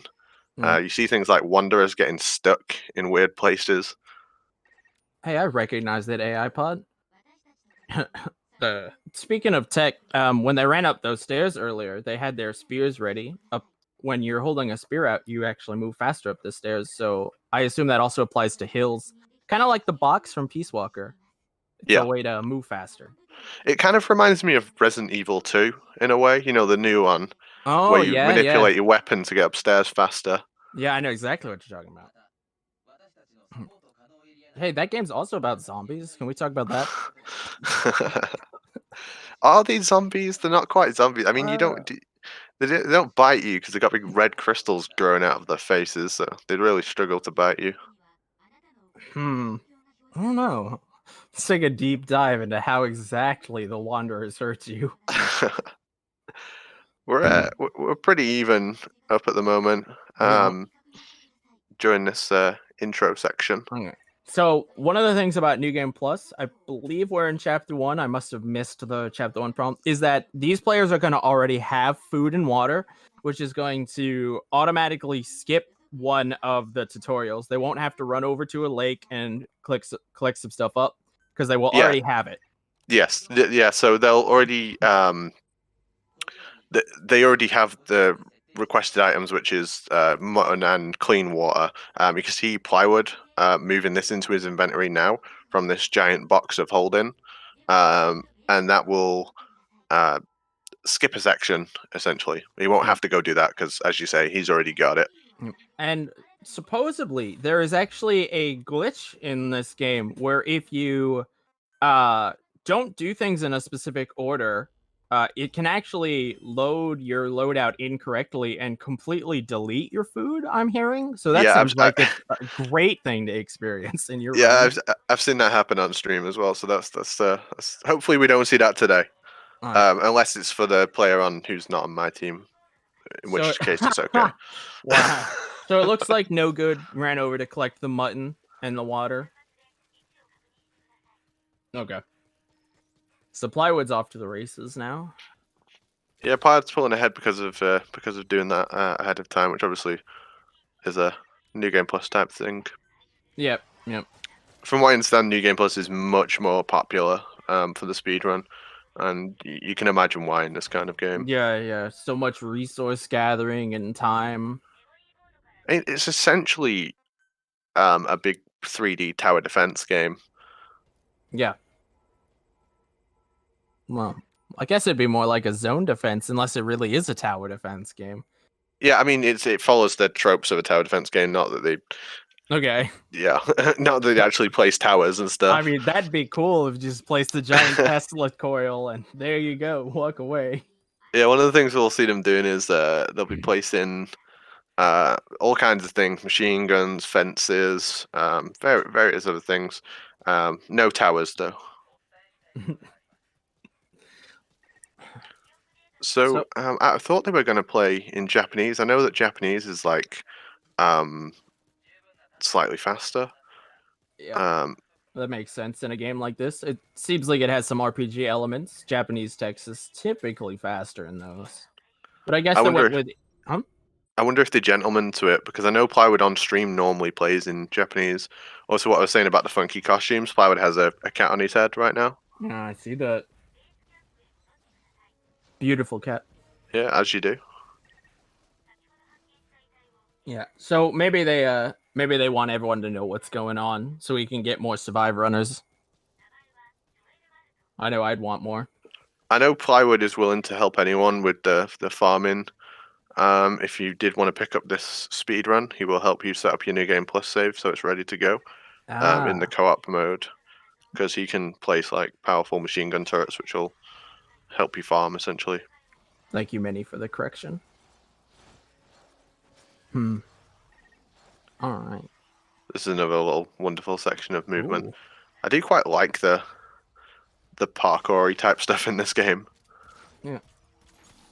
It's a lot of running, a lot of climbing. So it looks like he's taking these wanderers out so that we don't have to worry about them attacking you while he opens this door. And he's going to be mashing the action button while interacting with these doors and stuff because it will open them faster. Okay. And that was a checkpoint restart, I believe, which put him all the way back at his base and saves a ton of time versus the intended running back. Because, I mean, this is New Game Plus. We don't need to run back for any resources. Fast travel is unlocked. I imagine, like most games, you'd have to discover your locations first before you unlock fast travel in a new game run. I mean, that's how it works in Oblivion, so possibly. If it works in Oblivion, it works here. I must be missing these chapter transitions. We're in 2, right? Oh, looks like Plywood's having some memes there waiting for a tutorial. Yeah, I'm not sure what's... I'm assuming he's just doing that on purpose. I thought for a second his mouse might be like freaking out or something. It's the cat, man. He's being attacked by the cat. Save Plywood. Yeah, I'm really enjoying the costumes of both. Actually, it's another thing that attracts me to this game. Like I like the ability to dress your character up. Okay. So we can see Plywood's somewhat ahead here. I think the mutton and the clean water really helped him out. Yep. You actually do see the Wanderer's health bars when you begin firing at one. A health bar will appear above the head, and headshots will do more damage too. They'll score critical hits. Whoa, that is a giant wall. So I believe Plywood is heading a very specific direction. A lot of this game is going to be taking optimal lines, as it's probably pretty clear, but you want to get from point A to point B as quickly as possible, and knowing where to go in this barren wasteland the quickest way is going to save lots of time. Yeah, something I've seen Plywood do a great deal of is literally just timing out point A to point B and then trying something different, timing that out. So he really does take optimal lines that he's worked on. All right, so we're collecting memory boards. I'm gonna guess this is to improve your base some more. Probably have to get memory boards to make your base better to continue the game. Yeah. Okay, cool. Yeah, and you notice Plywood did the little jump through the window as well. That allowed him to interact with the board faster, essentially. That looked like another checkpoint restart. That's cool. Where does the chapter show up? I'm missing it multiple times now. You just have to know. Just have to know. All right.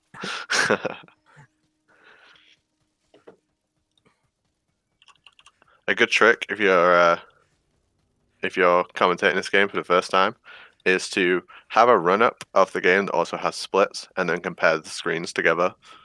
That makes sense. That would be a big brain of me to have done. I mean, not that we're doing that, but just so you're anyone else out there is aware. Like, yeah, for other commentators, for you, we know for all of you.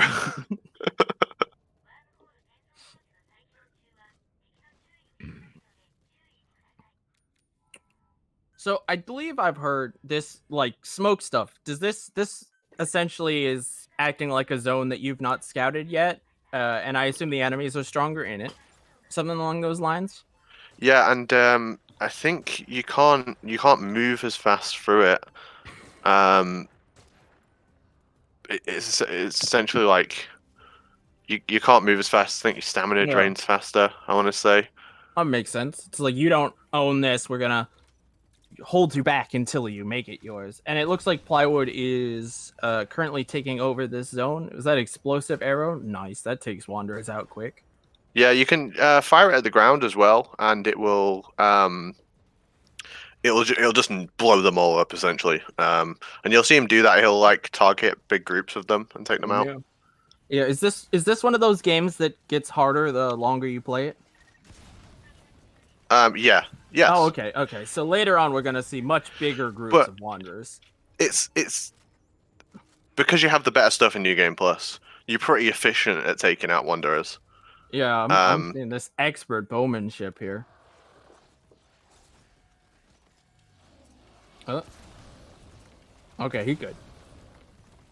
That looks like it was a nice bait to get them all grouped together. Save on arrows. You have to craft all of your ammo, from what I was told. That's so correct. They wanna be precise with these shots when they can to save on time. Yeah, when Plywood doesn't have a group of them, what he'll do is he'll switch back to his pistol and just take out like solo Wanderers with that. And then obviously save the arrows for the big groups. Now, from what I understand, I think Noga didn't have the resources to make the arrows that he needed, which might be to his detriment. I think it was those explosive arrows that he said he doesn't have any of. We were explicitly told that he is going to miss no shots, so I think we'll be okay. Noga, he's a fighting game player. He won't. He'll go down swinging. Plywood's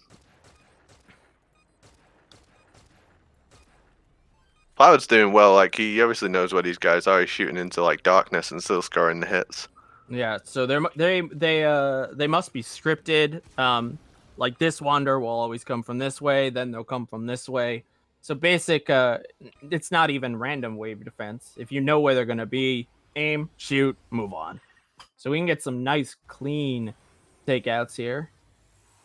All right, so Plywood finished that first base defense, which means he can go back. Yeah, so he's actually like grinding for XP because he wants to hit level 6 as quickly as possible. Yep. We're gonna have our first level up coming up soon-ish, and then and that's gonna help them progress through the game with better stats. I think that I might be wrong, but I think the experience is called Cuban Energy in this, which I think is a pretty funny name. That's unique. It's definitely unique. That's what comes to mind when you think Metal Gear Solid, right? You just think, oh, it's all about the Cuban energy. Yeah, I think every time I put Metal Gear Solid in, I think, man, I'm gonna level up today. I'm gonna collect that Cuban energy. The whole Metal Gear Solid is to me. You level up in Metal Gear Solid 1. And you technically do. You are correct. And you can level up your grip in level 2, so we're looking good on the. It's always been an RPG. You guys just didn't pick up on it. Wow, you have opened my mind today, Apache. That's what goes in. That's what goes in my submission to RPG Limit Break. I'm like, no, trust me, this is an RPG. At this point, we level up our grip.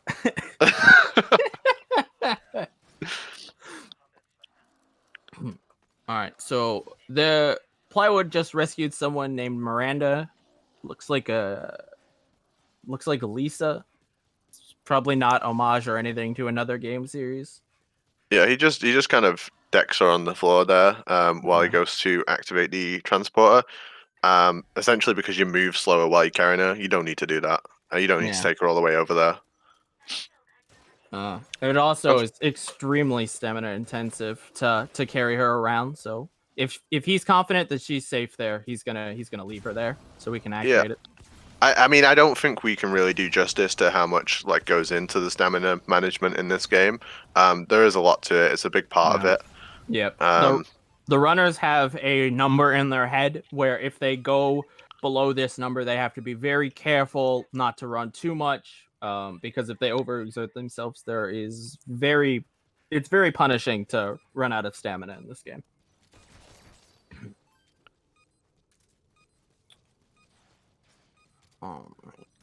So during this time when it says time until reactivation of the transporter, that whole time he's just going to use it to farm. Like, he's going to farm as many kills as possible. I don't think he's really at risk of failing the objective, but he needs to use that time where he's kind of like bottlenecked inside of the run to get as much gain out of it as possible. Yep. And we saw he didn't do a warp back to his base there.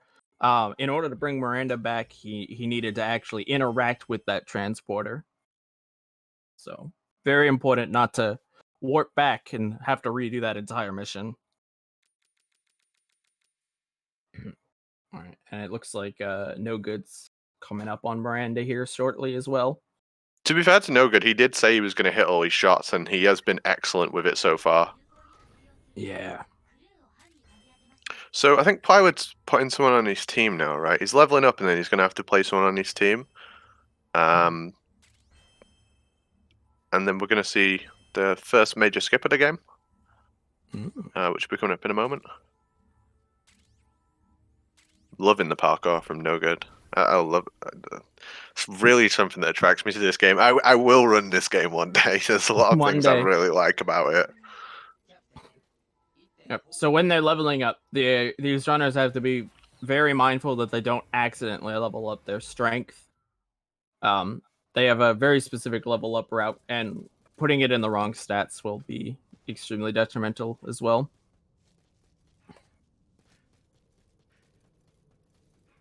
All right. Did Plywood put anyone specific on his team, or did he just throw the first person on? I think it just has to be someone. I don't think it has to be like I don't think it matters that much. All right. Maybe he put Miranda on. This is the skip here. Plywood's essentially gonna use that fence to be able to climb the rear of the ruins. Well, look at the stairs movement. I absolutely love the stairs movement. That's such a Plywood way of playing the game. It's like, I'm going to optimize exactly how you get down these stairs. And you saw there he was readying the spear constantly. That readying of the spear allowed him to move down those stairs even faster. Ooh, I think Plywood just accidentally hit himself, or did that enemy blow up and knock him back? Normally, I think you can hit the objective and it explodes at the same time, and the game doesn't acknowledge that. Okay. You can... You want the bomber to destroy the door for you, but it's RNG whether it'll happen or not. That makes sense, yeah. So it looked like Plywood was keeping it locked down so that its explosive radius would hit that door. Save the frames. Again, such a Plywood way of playing. Such a Plywood move. Plywood's big on frames. He enjoys frames. Yeah. Save the frames where you can, man.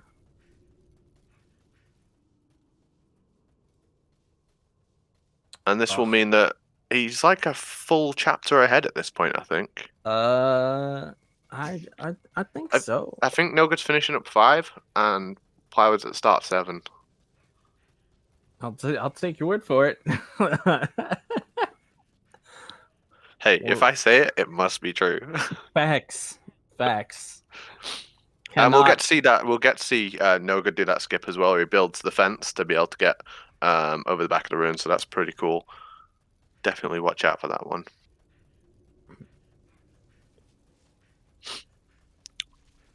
Let's see. So Plywood's just like taking specific lines to avoid getting grabbed by the Wanderers. They can grab you and put you into terrible animation that's really slow. So he's going to avoid that where possible. Yep. This is a pretty short chapter. Pretty much have to run to objective, collect objects, and call it a day. And we got to do it fast with those lines. Oh, it's some nice, clean manipulation of those Wanderers to get through that.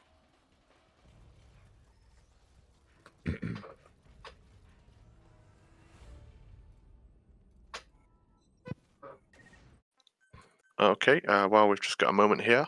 We do have a donation, which is $20 from Joseph Joestar 316, and he says, "Hope things turn around for you, Pythonicus. We're here for you," with a little smiley face as well. And I'm smiling at that too. Thanks very much for that donation. Thank you so much. Obviously, all donations benefiting Pythonicus. Yep. We're going to see No Good here. He's hoping for a good door explosion as well. Well, it looks like No Good's taking it safe. Doesn't want to get hit by the explosion if he doesn't have to. Yeah, But so he's not. Unfortunately, that means he does have to open the door himself. But that's not too big an animation.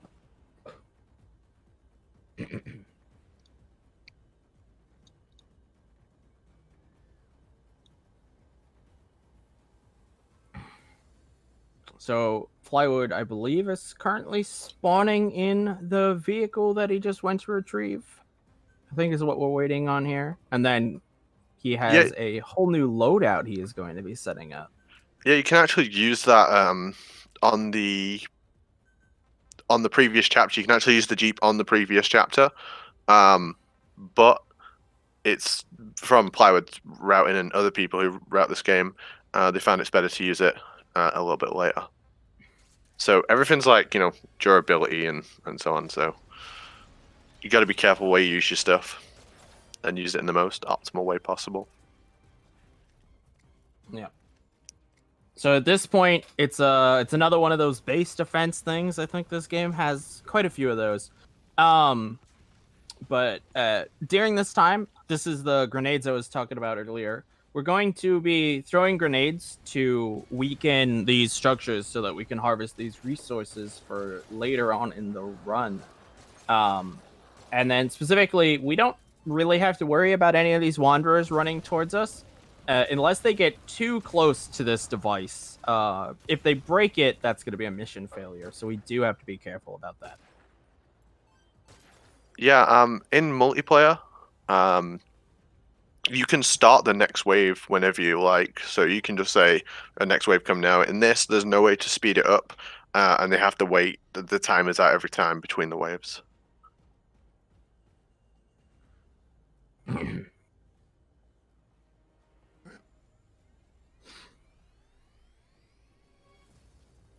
Plywood's just chilling. Nothing to do. It's got some expert level grenade throws. I love that like the explosives do like numerical damage to the things. It's like this like container has 1,000 hit points. Are those actually grenades? They look kind of like you're throwing C4 satchels. Yeah, it does look like satchel charges. I mean, what is this, an alternate universe? They're grenades here. I'm sorry, I mean, this is completely canon, right? It's a Metal Gear. Oh, yeah, of course. Yeah. And the story is everyone you know and love in the Metal Gear universe is dead because this is really, really, really far into the future. Yep. It's like, how can we avoid messing with the canon? We'll just set it really far in the future. Don't even get quiet in this game. Best character of MGS5. One game only. Hey, I'll take your word for it.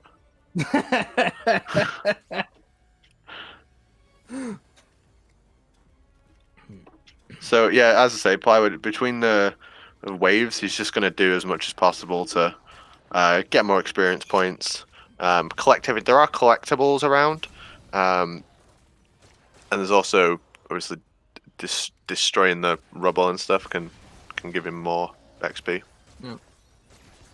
So they're also destroying this rubble because they're gonna need to expand their base later to continue the story. So getting this stuff now during this essential auto scroller is gonna cut down on a lot of time and resource management. They can collect it all, or a good chunk of it now. Just like using that bottleneck to your advantage as much as possible. All right. Common thing we do in Metal Gear games and speedruns in general. Yep. Just good use of your time. All right. So No Good has begun the waves. He started breaking stuff himself. These two runners are not that far apart. This could still go any way possible. There's a lot of stuff that could happen. All right, so Plywood's setting up a new, I believe that's called accessory or something. He's setting a new one up for better optimization. He's doing it now while he can, because it's better to equip near the end of these things so that you don't have to lose time when you're not in an auto scroller putting stuff on. I think these explosive arrows have really paid dividends for Plywood. It's rough having to individually target them, but at least we get to see like the Call of Duty skills coming out from No Good. Yeah, he's true to his word so far. I'm not missing a single shot. This has been some top quality gameplay from No Good. He's upgraded one to them. Sorry, he's upgraded them to arrows that set them on fire now, so that's helping out a little bit. They seem to do a lot more damage. This also looks like a great place to farm XP, because we will have more level ups coming up later. So wherever you can kill things for that XP, save time when you can. Yeah, Plywood's being so conservative as well. Like he was doing earlier. As soon as he's got them on their own, he'll use a rifle to finish them off instead of wasting his precious exploding arrows. I say precious, he probably has millions of them, but he's always prepared, right? He's such a prepared guy. Yeah. Let's see. This is a long chapter. I guess it's a long defense. 22 chapters in this game. It's an impressive game. I think it's a great looking game. It looks good. I believe I've heard most of the problems with it is it doesn't feel that great to play after a certain amount of time, but I mean, these runners obviously are willing to... Okay, Plywood. They're gonna pull through. You gotta find ways to make it exciting. That's what I'm trying to say. Yeah, I love to see the taunts. There's a lot of stuff like that, silly things that the characters can do. And Plywood's going to show some more of it. Alright, and with that, Plywood's base defense is done. He has finished this digger sequence. We'll be moving on to chapter 9. No Good did the melee kill to the bomber. It didn't explode. It's pretty handy. Gonna see him do that again here, I think. That's a nice little... Do you have to get behind it? Yeah, you've got to get behind it and get a critical on it. Alright. And I imagine that's a perk of New Game Plus. He has enough damage on that weapon that will one-shot it.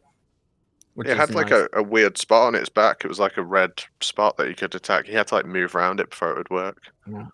That's kind of cool. I don't think I've seen that before. Wonder if this is one of those games where the red spots are the weak ones. Nah, this game wouldn't follow that kind of trope, right? Surely not.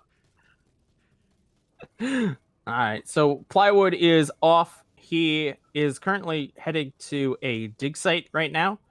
He has to collect some Cuban crystals, and as you can expect with this game, there's going to be another wave fight. So he's going to be looking to optimize balancing dealing with the enemies on this wave while also collecting these crystals. I don't know if there's really much else. Anything big happening during this fight that I missed? No, I think you covered it there, mate. I think you were spot on there. High praise for this game. Metzer in the chat said you can shoot the weak spots on the back as well. And if you shoot it with a slingshot, it pacifies it momentarily. It's interesting. Wow. There's a slingshot in this game. That's if you're in this kind of situation, what you definitely want is a slingshot. That's a quote from Bart Simpson. So yeah, these wormhole diggers, we have to defend them. The Wanderers. Yep. Come and rip them up.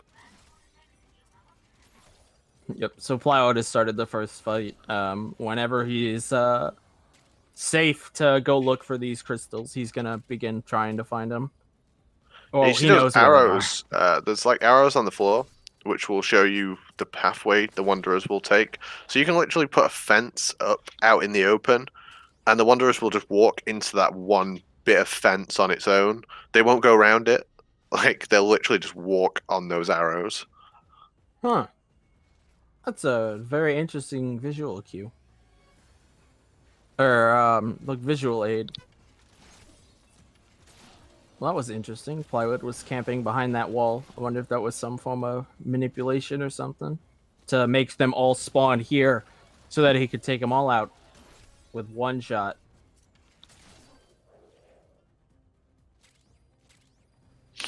Plywood's maintaining this lead quite well. But No Good is definitely not bleeding time. One mistake and he's catching up. Yeah. Yeah, I don't think there was any huge mistakes. I think Plywood just played a little bit cleaner during those first few sections. Having that mutton ready definitely it saved more time than I think anyone realized. That was huge. Yeah. Plywood recently improved the world record in this game, and he thinks that he's going to be able to improve it again. Thinks it can still come down by some more. I believe I heard Plywood say sub 2's in the books. Looking forward to it. Yeah, one day. Nah, he doesn't think sub 2's possible, but if it happens one day, it's gonna be one heck of a run. It will be the run. I think there's still it's fair to say that the number of people on the game, like, who knows what could be found in the future if this was picked up by some more people. Always when games get more eyes on them, you begin to see improvements, and they really can come from anyone. We saw in Metal Gear Solid 2, like, improvements to the route came from all kinds of levels of players. So it looked like Plywood threw a lure. I believe he's used a few of them, but this is the first one I've noticed that was super obvious, and that let him take all those enemies out super quick. So we're gonna strategically balance where we use those lures to optimize taking out enemies. Also, I've heard that this game requires an online component, so that it's always online. So if the servers for this game get taken down, it might not be any more runners. So learn survive, get your runs in while the servers are still up, guys. Yeah, there is a theoretical situation where Konami could take the servers for this game down, and whoever has the record will have it forever. I mean, they could also release an update for it and invalidate all the times as well. I mean, who knows? Nah, who knows? This game's so popular, servers are never going down. Someone will boot them up if something goes wrong. Yeah, I mean, you've seen it in other games where the servers go down and then someone will bring up private servers and things like that. But, I mean, it gets harder and harder as games become more technical, right, to do that. So I noticed that No Good didn't use his arrow on that wanderer when it was next to his digger. Can you hurt your own diggers with explosive arrows? Does he have to be careful about that? I'm not sure, but it's a 50-50, so I'm going to say no. He's just saving his ammo for when it's more needed. Because, once again, I do not believe he has missed a single shot. I would like to keep pointing that out. Yeah, 100% accuracy rating so far. We're being told that a grenade will, for a fact, damage them. Yep, that's what I said. We all heard it. Yep. I could back this up.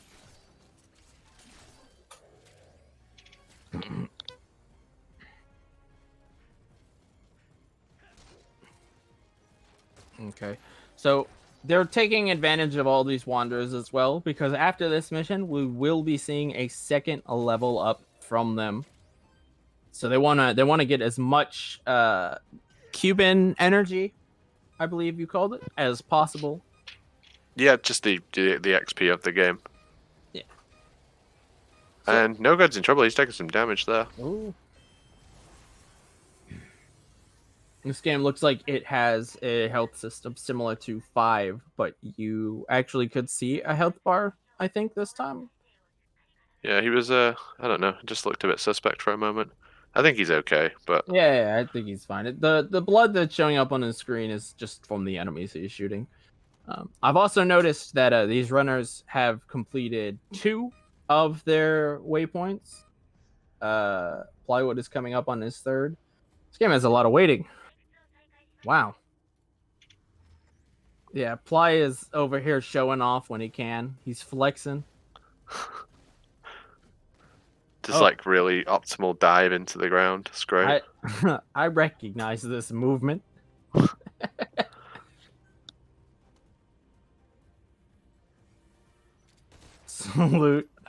Saluting the Wanderers before he takes them all out.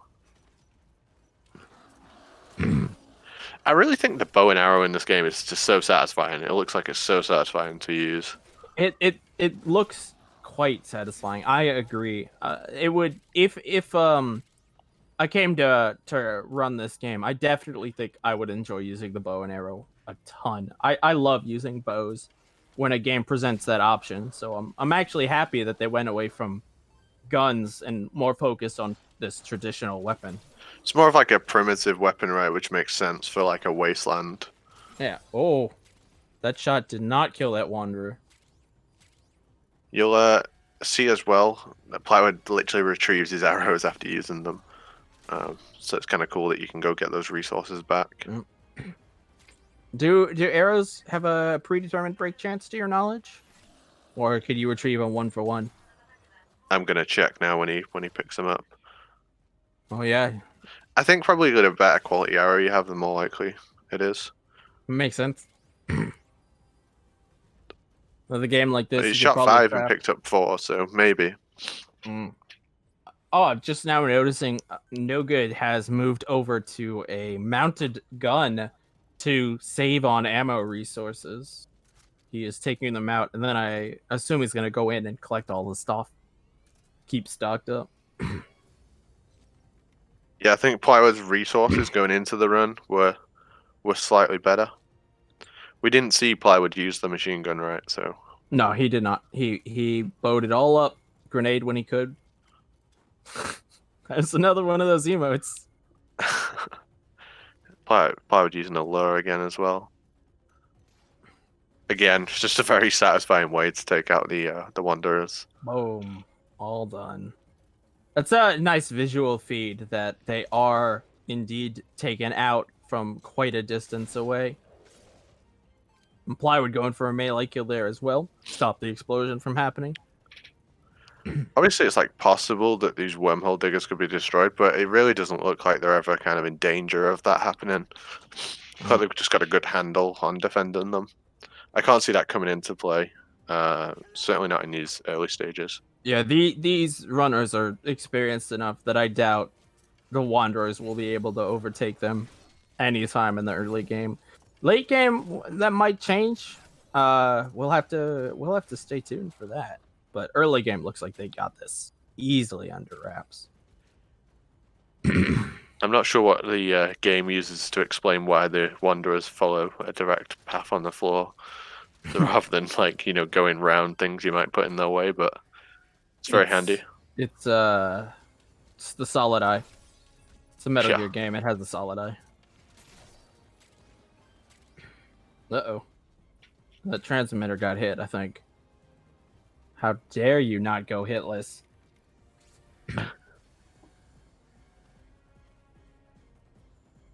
And we got 15 seconds left on this final wormhole.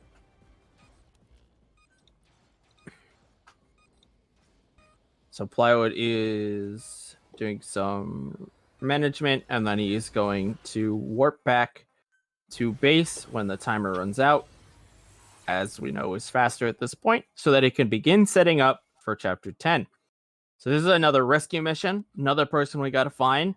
We're going to use the Jeep and head there to get faster. But first, we're going to take our second level up here from all that experience that we just gained. We're leveling up to 10. Oh, is he going higher? He's going safe and taking an extra level. And this is to go even further.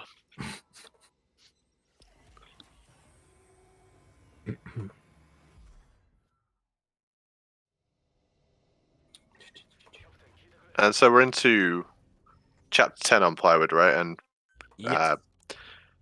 No Good's trailing a little bit behind, finishing up Chapter 9. but it's pretty static part in Chapter 9, so he's a few minutes behind at this point, which can really not matter in this game. We'll start seeing some vehicle usage now. Yep. Plywood is Plywood going to using grab the the Jeep. and he is also going to balance this by grabbing a walker gear, everyone's favorite gear, to go even faster and more beyond. Because that's what this game is all about. It kind of looks kind of silly with that cat hat on. Looks like the cat's driving the Jeep, or at least steering. All right, so we're hoping that the Jeep doesn't spin out or anything. I have read that this Jeep does not control the best. So it looks like that cat is riding on the hood and while your character is dancing. I'm loving this visual here. Yeah, so he takes the Jeep to the walker. Walker's faster. And controls better. Yeah. Why not take it? You can see the difference. I mean, that truck looked like it controls like a pile of bricks, to be honest with you. Yeah. All right, so we're looking. We might see an instance of the Lord of Dust here. If we do, we're hoping he doesn't step on us. That would be very unfortunate for us. But I think Plywood got through that dust zone perfectly fine, so we're good on his end. It will kill us if it lands on us, though, so we do not want that to happen. Yeah, we don't hoping not to take any deaths. Plenty of stuff can kill us. And what's this thing called? The walker? I think it's D Walker. Yeah. Yeah. It's one of the things that managed to enter with us. Right? How many of those things did you even have? One? I don't know. I love how you just leap off vehicles. You're just like, all right, I'm done with this vehicle now. Leap off it. Yep. Just a second rescue. And again, running. Wow. That was a nice cliff to not take a ton of fall damage there. Yeah, and you see how he like climbed up the mountain with the guys rescuing as well. So you can like climb the mountains in kind of a weird way. That was really excellent. He like clipped into it instantly. Yeah, was that just me, or was he not even holding him anymore? He was stuck in his back, it looked like. Yeah. Oh, I didn't know there was bugs in this game. Learn new things every day. I've heard it's very buggy.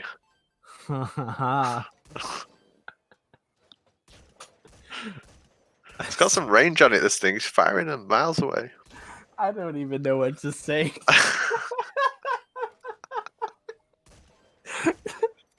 Shouldn't be laughing at that. Listen, Sarge, I'm just trying my best here, alright?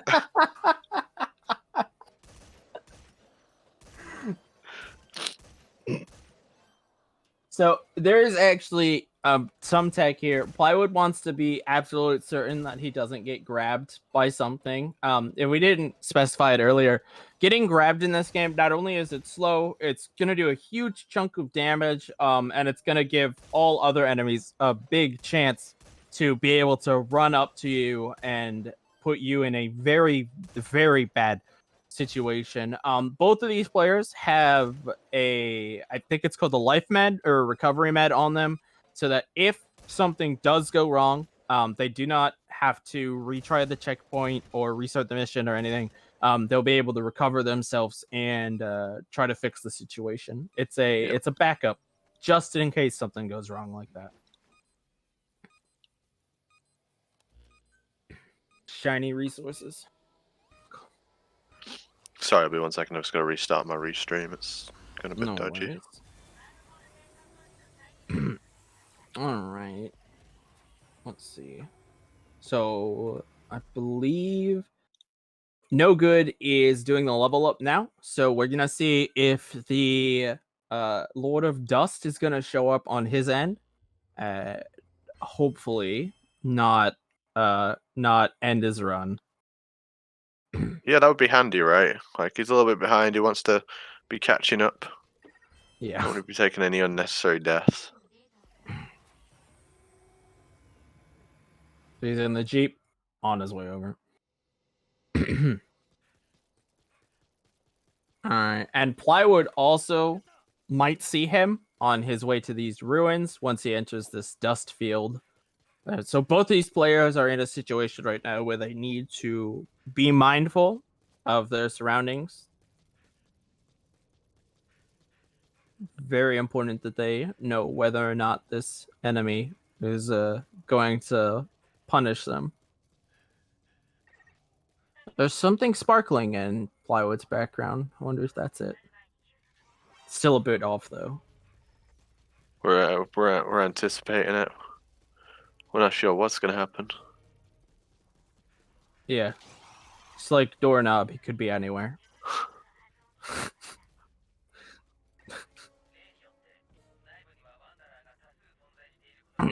Let's see here.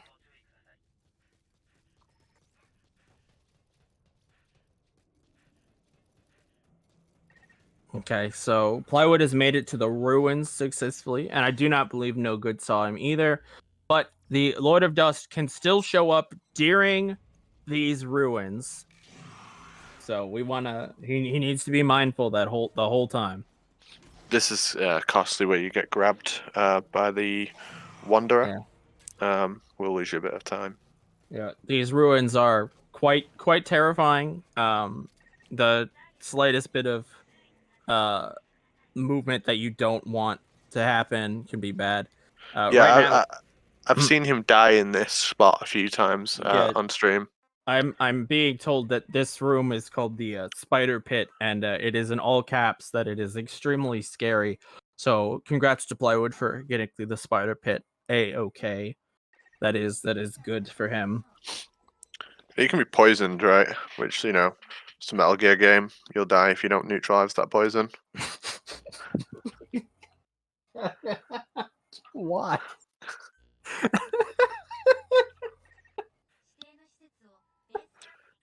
Apache, please. I'm being serious. I'm being serious.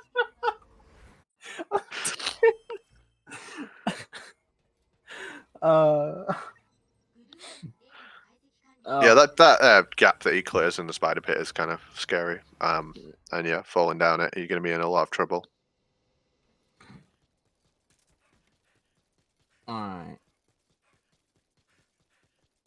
So now we're going to be building a tent. I don't believe the chapter ended. Did I miss that? I think he's just done it. Okay, yep. Something that Plywood does is he uses a controller whenever he's interacting with the building menu, because the mouse and keyboard controls are really bad for it. Yeah. Yep. Which means that you need to have a controller and an M&K plugged in so that you could do both for optimal menu management here. Absolutely. Just like Metal Gear Solid 1 on the PC, eh? So it is a Metal Gear game, definitely. We're seeing all the signs. No. I do MGS1 PC M&K only. I'm a purist. Alright, so this is another rescue. Huh. Alright, so Plywood is taking a very specific line here. This is one of the scariest missions in the game. We want to be very precise with our movement, because if something goes wrong here, it's going to be extremely punishing for him. So he's gonna take his time and be super safe. Make sure he doesn't mess up. Yeah, as I was saying with the earlier chapters, you're not really at risk during the defense, but this isn't like that at all. This is, you know, the complete opposite of that. Yeah. As we get deeper into the game, these sections become harder. The Wanderers are much higher level, so we're at a big risk of dying. When you're at a base, the game is set up really well for you being able to hold out at that base and defend yourself. But when you're out here in the open, one mistake, you don't have any backup or safety. So I think this might be where we see one of the players use the pill if something goes wrong. But again, nothing's gonna go wrong. These players are experts. Plywood just actually did a skip there, right? Yeah, he's using a fence to once again climb up on top of something a bit earlier than intended. Nice little time save there to get around.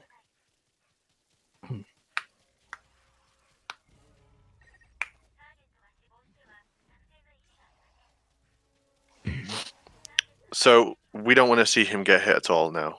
If he gets hit at all, he's in trouble. Yep. But he's going to take very careful lines to avoid that where possible. Plywood has really, really nice movement in Survive too. Oh, Yes, I he just does. cursed him saying that, right? No, he looks good. He looks good. Nah. Alright, so once again, we gotta set the transporter. Plywood's gonna set the guy we just rescued. Chris, I think his name was? Nicholas. Nicholas, Off yeah. to the side so he's completely safe. Plywood can completely defend him. And this is where I don't believe we've seen Plywood build fences yet. I think he's only used the natural structure. So now he's gonna build them so he can hold all these wanderers back. Or directly in their path, and I mean he's gonna clean up just like this because he needs to farm for one more level that's gonna be coming up later. Yeah, so as you saw, those structures that he built, those fences, were completely impenetrable. There was absolutely no way that the Wanderers could get past them. None. Certainly that I could see. And it also has the dual purpose, right? It stops them in the tracks, but it allows you to group them all up as well, to take them out really easily with its explosive weapons. I said one more. I meant the next. It's not just one more. It's an RPG. I know what you mean. You can never finish level. Everyone has to get max. Alright, so No Good is in the ruins now as well, so we're hoping no scary ruins, no grabs, no spider pits. These like big bottlenecks make it harder for No Good to catch up. Because we're just going to be bottlenecked here for a while, and then No Good's going to have the exact same bottleneck. It's really going to come down to Plywood making a mistake. See an opportunity for No Good to get back into this. Okay, he made it to the spider pit. Nice. That was clean. I'm gonna. Although I did kind of want to see it, like, you don't want to see someone fall into it, but just so you can see what it looks like, you really get mauled if you fall down there. They like group up and trap you in. It's great. Yeah, that was really clean movement to dodge all those spiders. I can only imagine what would have happened if he had gotten hit even once down in that pit.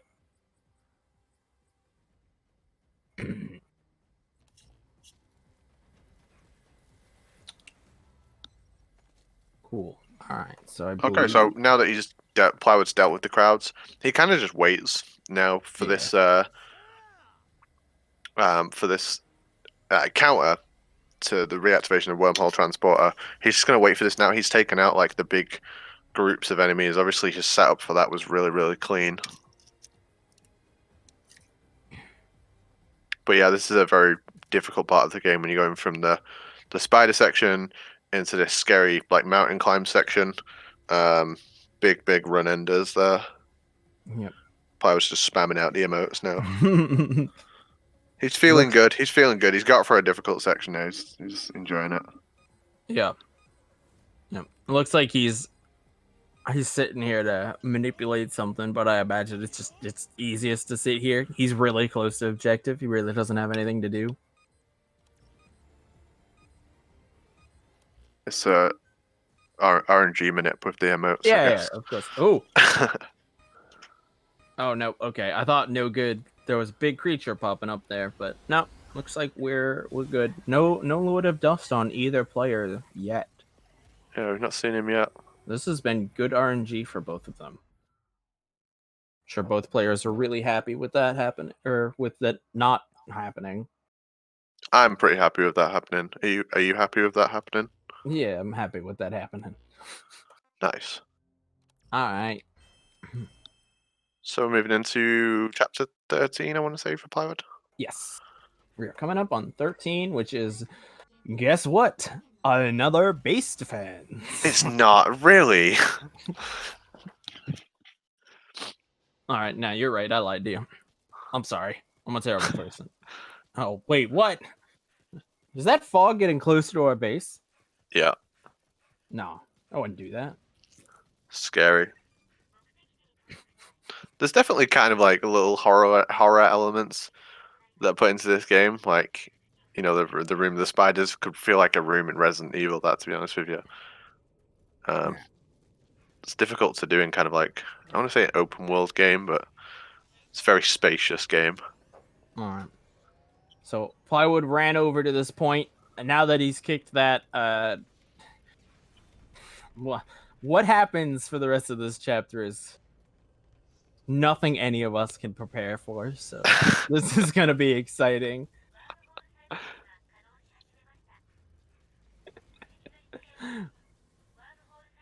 Yeah. I've seen him do this one a couple of times. He's gonna have fun with it.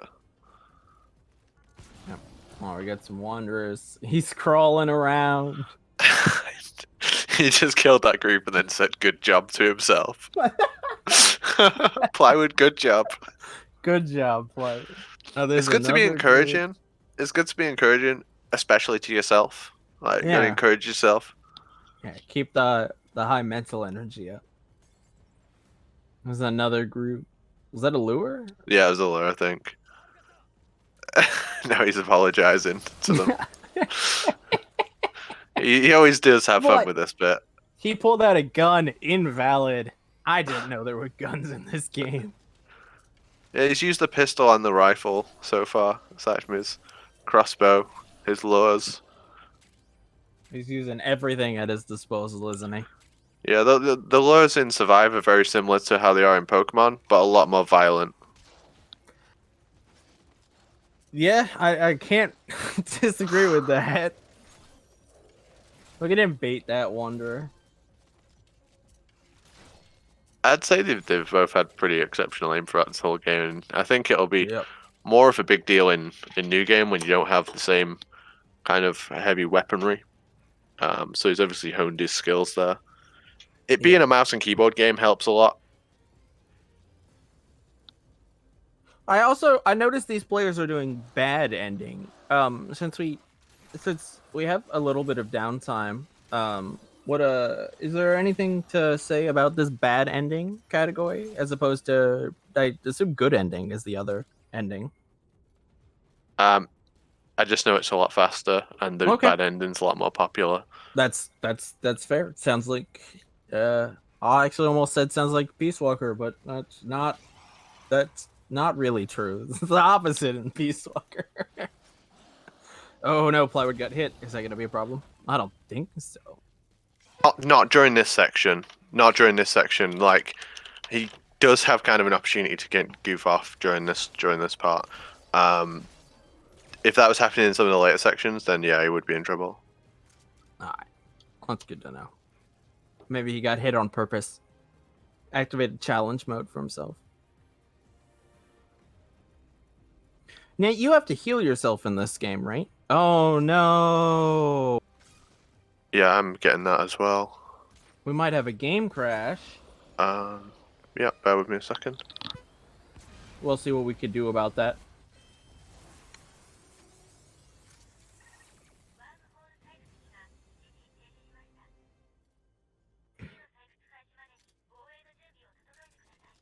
All right. I'm working on it behind the scenes. No worries. I'll keep it up. In the meantime, Plywood is still doing his memes. It looks like this is one of 3, so we'll have 2 more places where we can run to and then have some fun doing whatever we need. All right, it looks like Plywood has paused. I think we're gonna let him get back into this race. So how's everyone doing today? I'm doing pretty wonderful, to be honest with you. I don't think this is a common occurrence in Survive for it to hard lock out like this, but he's just going to relaunch back into it. I'll give the timer a little pause, I think. Yep. Yep. And Plywood is just Plywood is going to be sportsman about it. He's going to chill. Absolutely. Until the game's back up. I think the majority of people who compete in these events, no one wants to win because someone's game crashed. No one's there's nothing to a victory like that, right?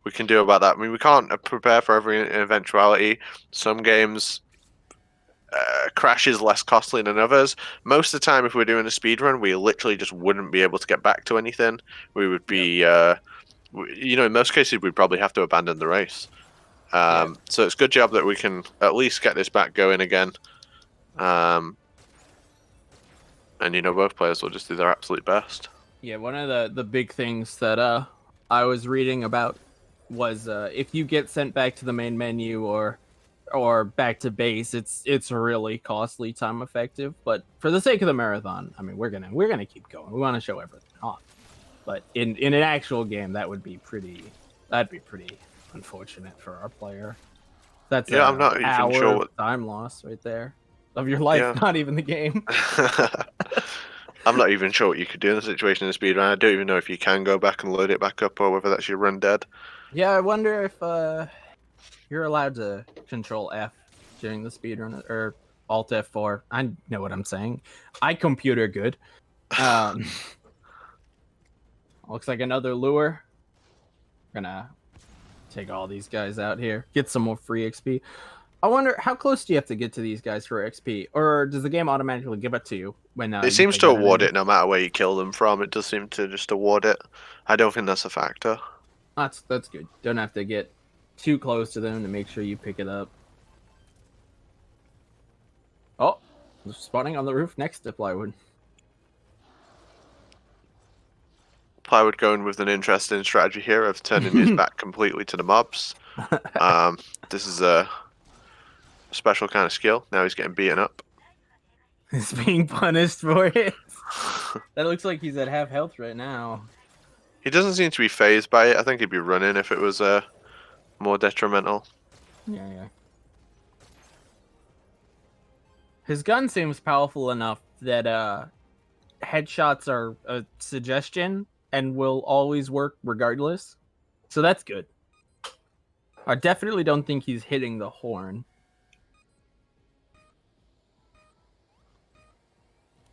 Oh man, I forgot we're still in chapter 13. This really is an auto-scroller. We got a few more of those to go yet. On the plus side, I do believe we're over halfway. Well, so that's cool. What do you mean on the plus side? We want more survive. More survive. We still have an hour. We got plenty more survive. This game's super end loaded. You didn't know? I know how we can make up for this. Let's have Plywood swap to good ending at this point and just keep the race going. We did see a huge swing in terms of time in the previous race. So every minute's really going to count. So Plywood's going to want to be sticking to the bad ending and trying to win by as much as possible. It really will matter.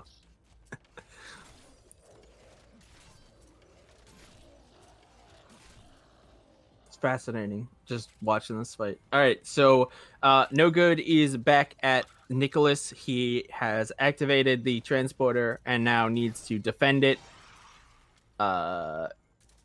He's putting those fences very close to the transporter. But okay, that's a okay strat. That's a good strat. I like that. Seeing what he's doing. I think he's playing it safe here. He doesn't want another explosion and his game crashing, since both players have confirmed that has happened before. It's gonna. Oh no. Oh no. I think he's okay. I think he's gonna recover this. He did damage his own transporter, but it has a lot of health. Yeah, it seems to be able to nuke it up, to be honest with you. Plywood, when he did this section earlier, it was really like front loaded in the wave. There was like a ton of enemies, and then he could stand there for like a minute. Yeah. Different usage of equipment by nogoodcitizen. Plywood just grouped them up and then used like bombs to kill them. No Good spawning a heavy machine gun. Yeah. Yeah. I think it's the Plywood fell off the building, but he got the kill. I think it was he's worried about the explosion being what caused the crash. I would be too after that. That looked like what happened. Don't want that happening again. Oh, we got plywood doing some more. Some more expert level survive. If you don't really understand what plywood's doing, it really is too complicated to explain. And this is when you become an expert level survive player, and you have a stat sheet like plywood, so you can do really high level plays like this. There's RNG manipulation, but then there's plywood levels of like it has nothing on RNG manip. This is insane.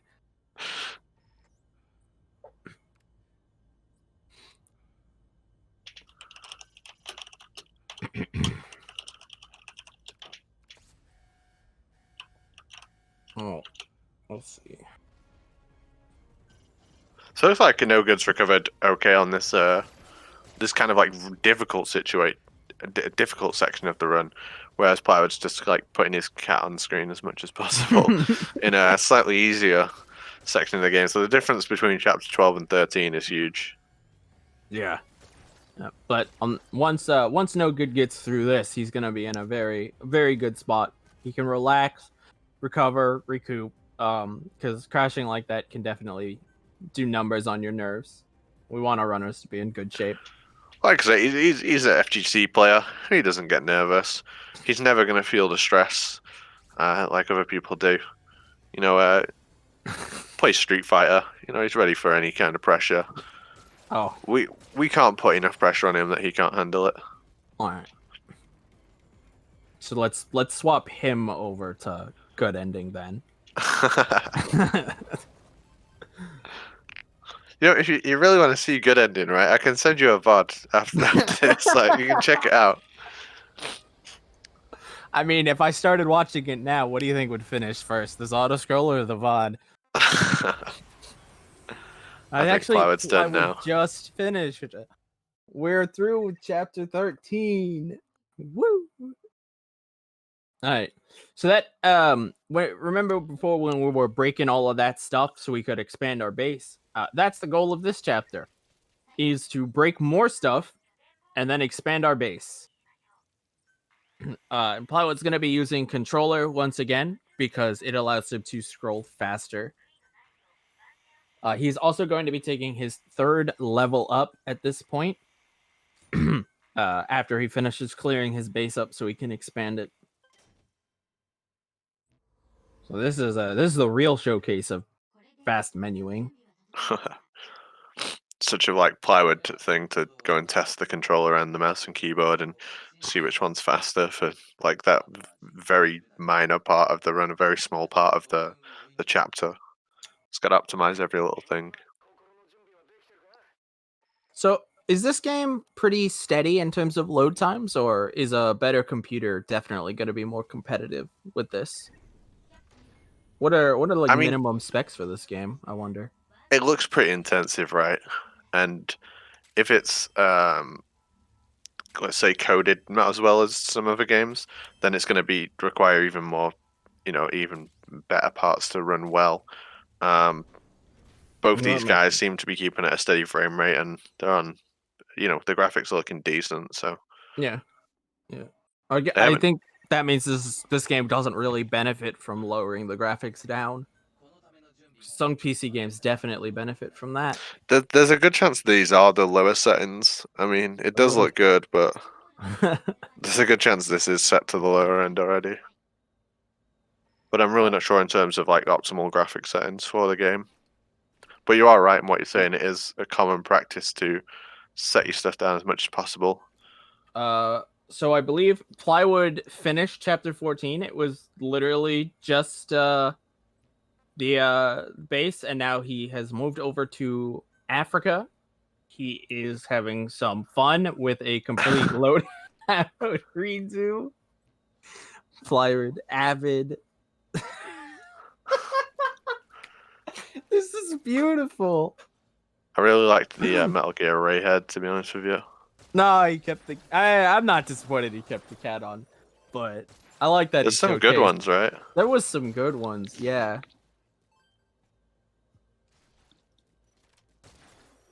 And it looks like the start of chapter 15 is a base defense, so we have that going for us. Everyone loves base defense. Yeah, I mean, when I think about this game, I enjoy the base defense sections. I just really don't think there's enough. Like, there's a good number, sure, but it just could benefit from some more. I hear that in online, base defense is a big component. Yo, that first-person reload was nice. It looked nice, right? It looked really cool. Yep. Also, the players equipped a shotgun, which is going to give them better anti-personnel. I like that reload. Can we have all reloads in first-person incentive? That's a dope animation. You remember? So, it's not really much going on. This is a bit side tangent. Do you remember the trailers for MGS4 when it was like, what is an FPS? First person shooter? And it would show like Snake moving in first person. I'm getting a lot of those vibes from that. It's really cool looking. I don't recall that. I think I've blocked that memory out. I mean, MGS4 doesn't exist, so that's justified. Yeah, I thought they'd stop making them after 3, but alright. Oh, we have survived. This is a genuine canon Metal Gear game. You got to give credit where it's due.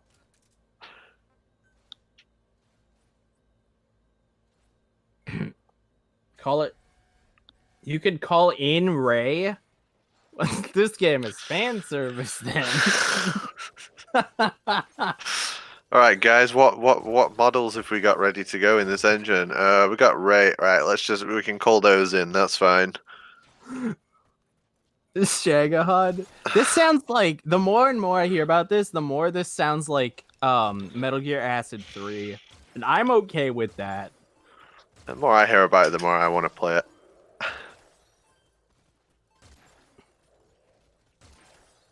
I love the science site view. Alright, alright, I'm gonna pick this game up and learn first person %. Right.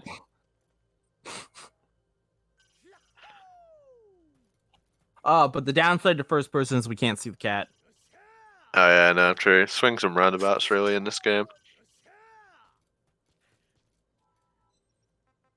And of course the Shagohod is in it as well, just what we need.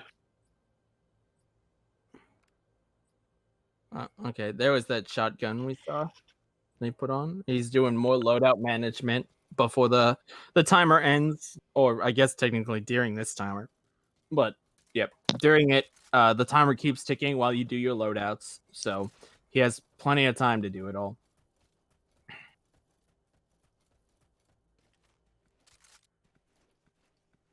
Also, the players need to be take care that their air tank didn't get unequipped by the game, because having no air tank means that you can't survive very long out in that dust, and the players do not want to go out there and then find out, oh wait, no air tank, that's not good, and have to go back to base. Yeah, it's gonna cost you some time for sure.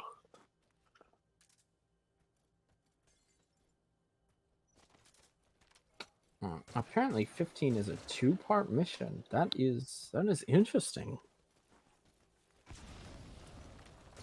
Yeah, because he's gonna wait for this time where he can really pick optimal places, and where to kill these wanderers, like with the least effort, I guess.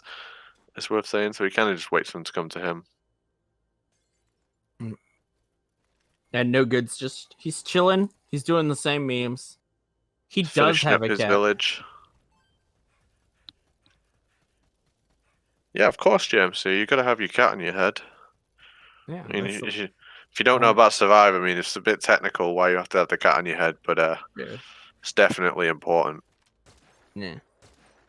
We really can't go into it. I mean, we did once, but unfortunately, we it's just too technical to explain again. We don't have time with how advanced and in depth these wave defenses are. So yeah, cat, it's fast. That's what you need to know.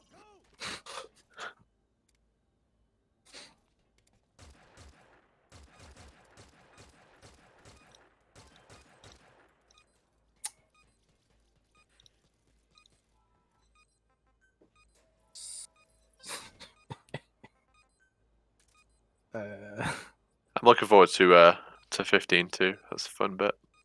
Is it? I'm excited. I hear we will finally be seeing the Lord of Saint Lord of what is that? Dust? Lord of Dust? Dust, yeah, Lord.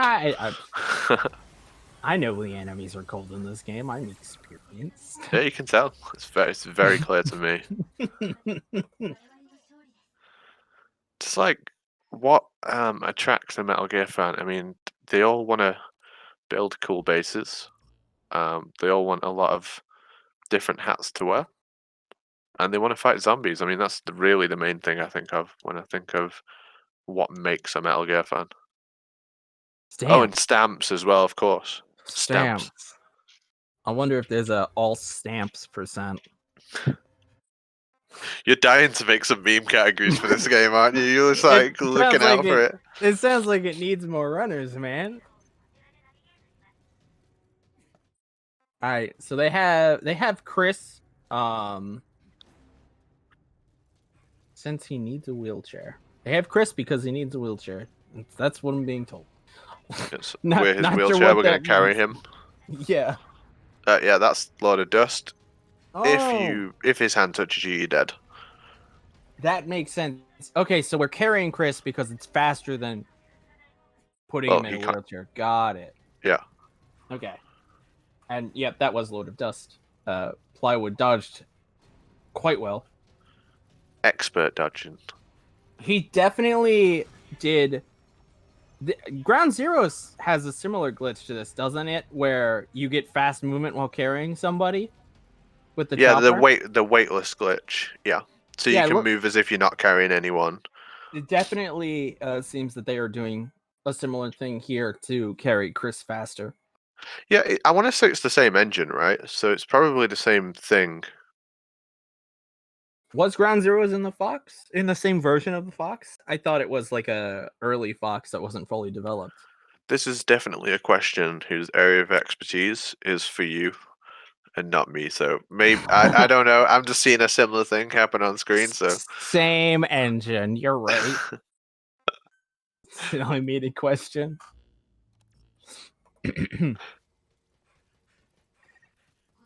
Oh, and you save him by carrying him, then he's back in his wheelchair. Nice. All right, so we're on to Africa. Now, this mission is another extremely challenging mission. There's going to be a new enemy here called the Grabber, and we want absolutely nothing to do them. Guess what they do? Kill you. Yeah, they'll kill you, run. That's for sure. Yeah. So we just saw one there. When they show up, we want to take them out immediately. They could grab for a long way away, and we really do not want that happening. And that looked like a lure, probably to get all the enemies out of Plywood's way, so that he can get through this. He does need to be stealthy to an extent here. If he goes into this just run and gunning, he will get swarmed and he will probably die.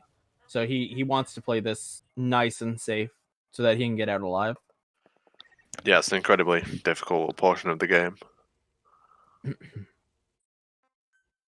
The curve's really all over the place, right? Like, yeah. In fact, the one of the big reasons he tossed that lure is because the enemies are actually random. So they could be anywhere in that room. So that's even more reason to be stealthy there. So congrats for getting through that safely. Congrats on being Plywood, I guess. Congrats on being Plywood. All right. Okay. We do have a donation, actually. So we were donated $50 by Underwater Smoking. And he's left a nice comment which says, "Here's to more MGSR." Right there with you, buddy. All donations during this event will be going to Pythonicus, and we appreciate everyone's support so far. Yes, definitely.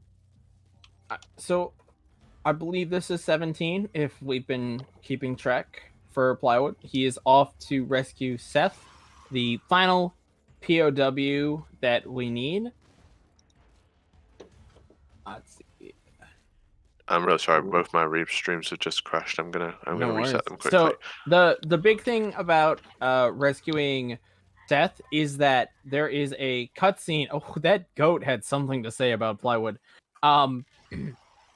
The big thing about this is that there's gonna be some enemies in the way, and plywood needs to make certain that none of these enemies are following him, so that he doesn't activate this cutscene with them. If he does get spotted, he has to take these enemies out. And then now that he has them, he has to do another transporter defense.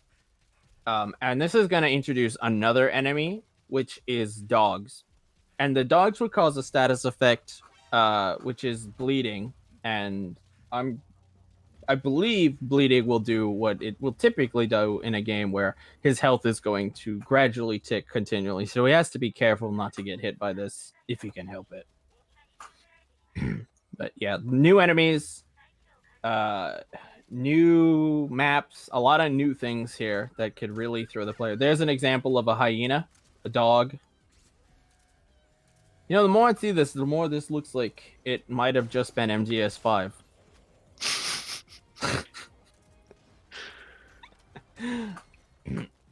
I assume the dogs are not random. There was one, plywood seemed to knew exactly where it would be.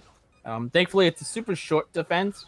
You just have to look out, make sure everything's safe. There's another dog tactically getting hit by that wanderer, so the dog does not hit him. Strong strats from plywood here. All right, we got Nugget taking his 3rd level up. Just gonna make sure he hits 15. I mean, plywood is kind of running away with it at this point, right? I know No Good had that unfortunate reset that did set him back some way. Yep. But plywood's definitely been building some ground on him. Yeah, if I know survive, and I know survive, I definitely agree with what you are saying.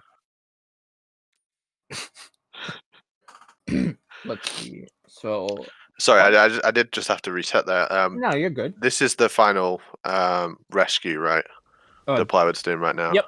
He just finished it. Yep, he's moving on to 18 now. So where? And of course, he's going to start whatever that word says. Search.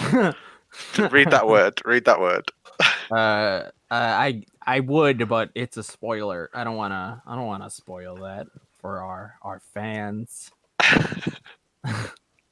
So plywood just did a strat there to slide down that rock. And he has a particular way to do that so that he doesn't end up hurting himself and having to lose time healing. So that was a nice slide down. He's heading to another walker gear right now, and what this is going to do is allow him to basically just skip a whole bunch of enemies and get straight to his target, which, as Apache has asked me to say, Sahelanthropus is the name of the game. Sahelanthropus. Yeah, of course it says that. Yeah. You might recognize that from movies such as MGS5 and MGS5. Also in MGS5. Yeah, they did have a brief cameo in MGS5. I do remember that. We like to have fun here on the channel. Yeah, MGSR is all about fun. Speedrunning, backseat to fun. It's been a while since we commentated together. I'm trying to think when the last thing we commentated together. Have we commentated together? Yeah, definitely, but I can't think what it is. We have. For sure we have. I'll trust you on that. It's gonna be like something relay race that we will commentate together. But yeah, it's always a pleasure, dude. Yeah, pleasure indeed. Where else are we gonna talk about MGS5 and Sahelanthropus? The game we're super qualified to talk about. That's why we were here. Why we are here.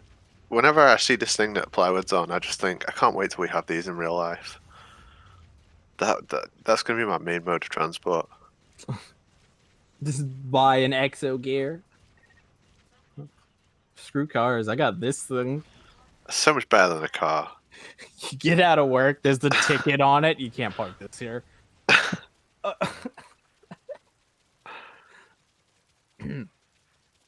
Yep. So that walker gear let Plywood skip a whole bunch of enemies. So now he's found the wreckage, and he just ran straight through it. That beautiful close up of that cat, right there. That's what we need. That's what the stream needs.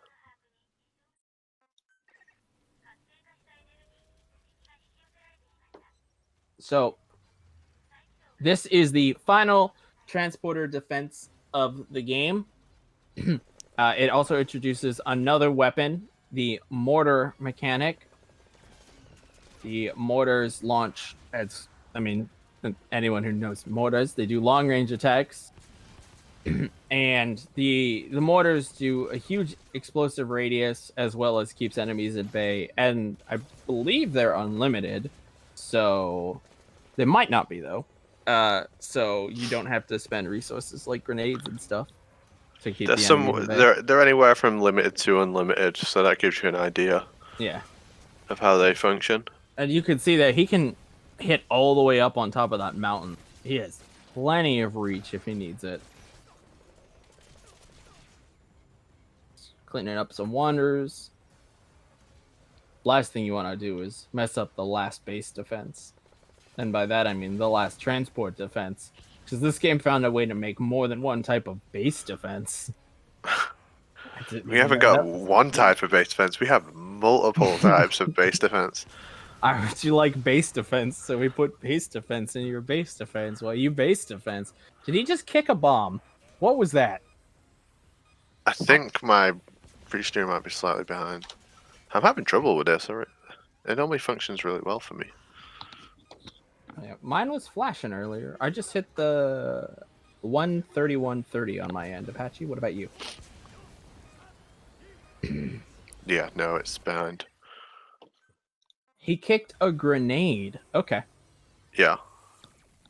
Slide kick them. Nice. Wow. I'm really seeing why they use the Fox engine for their FIFA games. Like, Snake has all the same moves as a professional soccer player. Or football player, I guess, coming from Konami. I apologize to everyone that just offended. Yes, I'm just so offended. You called football the wrong name. Sorry. Okay, everyone's confused to say this is the engine that Konami uses for their hand-aid games, and then no one knows what I'm talking about. Konami, of course, known for their gambling machines and their football simulation games. I would like to point out, if you look at the timer on Plywood's screen, you'll see a nice 15 there for this base defense. Buckle in. This is going to be a long one. Settle in, and I mean, we'll really see the difference between the two players when No Good starts his. And we'll see exactly what, how much that earlier reset cost him. So it's a long defense. It's extremely intensive, but there are a lot of strats that both runners know and have worked on. These runners in the river are significantly more scary than the ones that are spawning up above on the cliffs, because they are spawning in and immediately running towards our defenses, and they will do damage to them. The ones that are spawning above on the cliffs are thankfully falling off and damaging themselves, sometimes to the point of we don't even have to deal with them. But the ones in the river definitely need to be dealt with. So we're going to see our runners, using a lot of lures and a lot of grenades here to keep the enemies in check. If that lure starts taking too much damage, it's going to be an issue.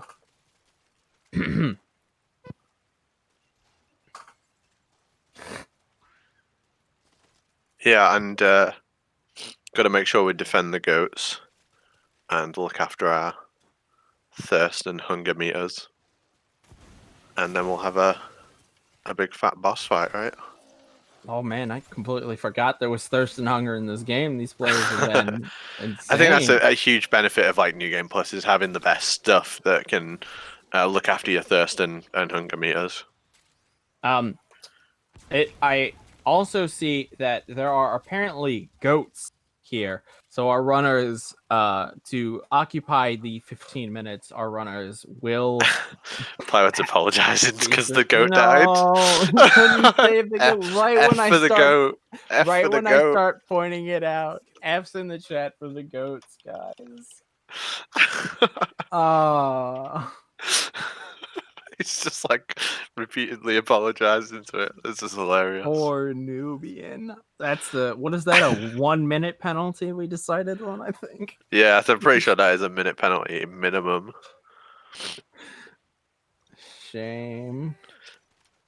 We'll let the chat decide your fate.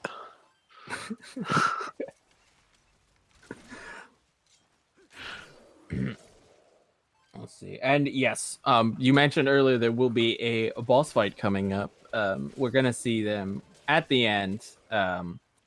They will be equipping the shotgun to get ready for the boss fight after this, but I don't need to equip that for a little bit. I see a big fat 12 on Plywood stream still, so I don't. We'll see how many more goats carelessly are killed due to Plywood's incompetence in this section.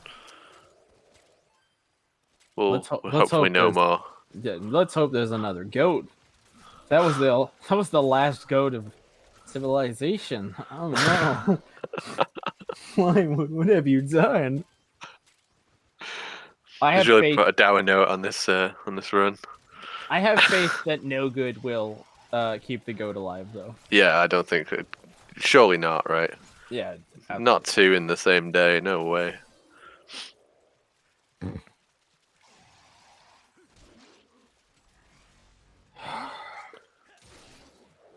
And Pirates are really just like running down the clock here, so we can use a lot of like melee attacks and things like that. And you know, there's no kind of urgency to deal with these wanderers. It's got to be a lot more calculated with the way you do it.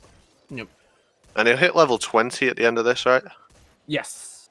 After this, they will be leveling up to 20, which will be the final level up of the game, so that they're prepared and ready for end game. So we've finished rescuing POWs. We've finished the beacon activation defenses, and then we'll be finishing the level ups. So you guys can imagine the content remaining for the rest of this run. Buckle in. It's a good one. It looks like Plywood has decided he wants to deal with these upper wanderers. They are probably about to drop in and start beating his thing up. So he wants to be super safe on them. Okay. So No Good has moved to Africa now, it looks like. I don't know if I missed him doing the mother base. Yeah, I think he finished that. So he did not get hit by the Lord of Dust, which is good on his part. He is doing the final rescue mission himself right now. Did I call him right? Is it Lord of Dust? Did I do that right? Yeah, you're right. You're right. Don't doubt yourself. You know what you're doing. Yeah, I mean, yeah, you're right. All right, so let's hope, or let's know No Game will be able to get through this room completely safe. He won't get followed by a bunch of enemies to the door.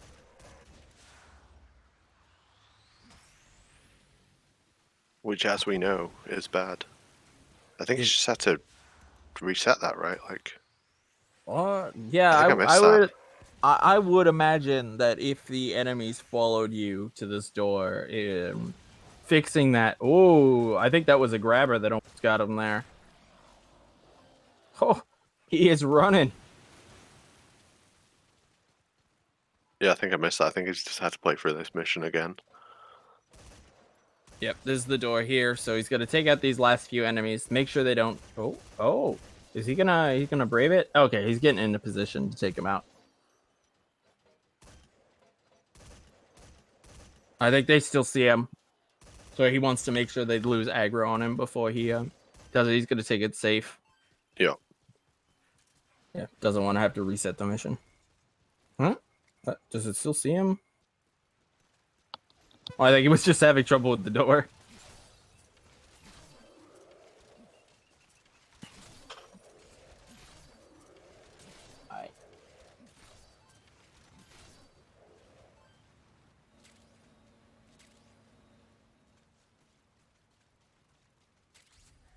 All right. So No Good is on the final transporter defense. And then he will be beginning Philanthropist, and we'll see we'll see our players in the same mission. Plywood still has another 7 minutes of this. I've not seen any more goats though, have you? No, I've certainly not seen any dead ones, and that's the positives. You're right, that is the positive. I'm curious what that black thing on the ground is, but I'm gonna assume it's not a goat. He shot the He just literally alt tabbed out to tell us that. Like, he just wanted to rub it in. Like, no. I think we need to institute some sort of time penalty for that. He literally alt tabbed out. I saw him stop and alt tab out to tell us that. Yeah, I was looking at that black thing on the ground. I was like, that's not a goat, is it? Oh, no. Why, Plywood? Why?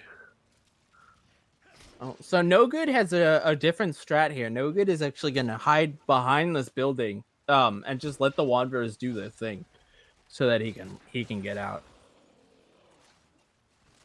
All right, and this is going to put No Good at the Now I said it wrong. Sahelanthropist search. And then he is going to begin his 15-minute auto scroller himself. It seems pretty clinical. Plywood's definitely had a handle on it. I mean, at one point he alt tabbed out to write that in the chat, so yeah, I'm sure No Good will be fine with it too. Yeah, I mean, just find another goat, alt tab again. It's all gonna add up. No game's gonna come back in. No Good is gonna come back into this. Clean victory. Predicting it now. Oh, No Good did the rock slide as well. Clean drop from him. Did not break his ankles. Ooh, missed that jump, unfortunately.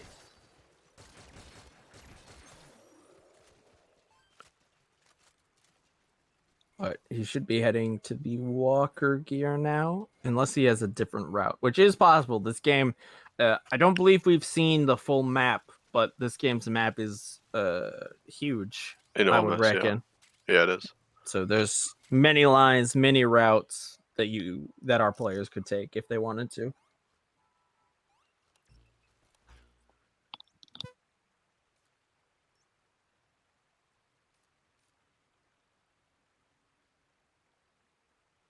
Oh, he's showing us the map. Yeah, that's a big map. That is a big map. Thank you, Plywood. No, the goat. Apologizing to the goat one more time.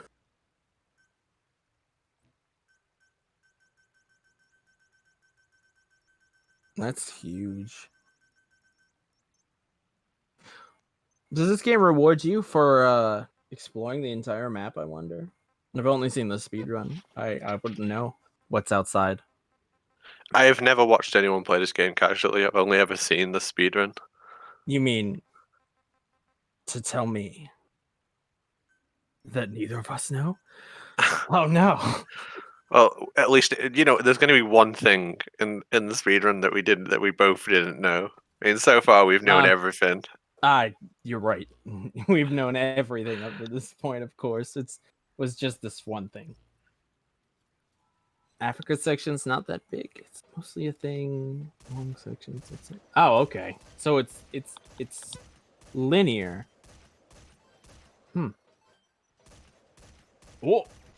Whoa! Did you see No Good just body that the wanderer that leaped at him? Yeah. That was excellent. I mean, I think we'll get a clear idea of the deficit from this, but it's 15 minutes plus at this point, I think. He's about to get into it. Oh no! I think there's another section, right? Yeah, his walker gear just blew up. I don't know if that was scripted or not. It looked like nothing hit him, but he did find Sahelanthropus, so he is going to be beginning this very shortly. My restream keeps bugging out, man. It's no worries. Take your time. Refresh all you need.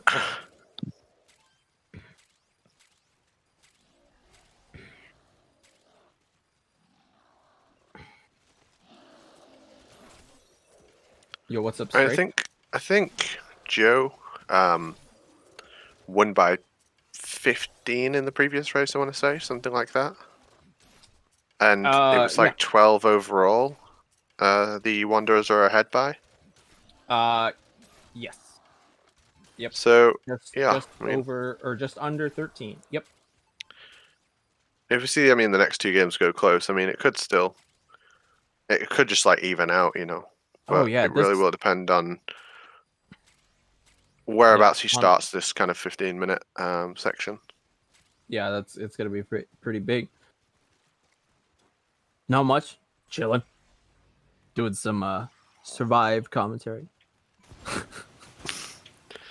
Yep. So this is the final, not final. This is another base defense, right? This isn't the final one before it, is it? Can't even remember. We literally just talked about it and I can't even remember.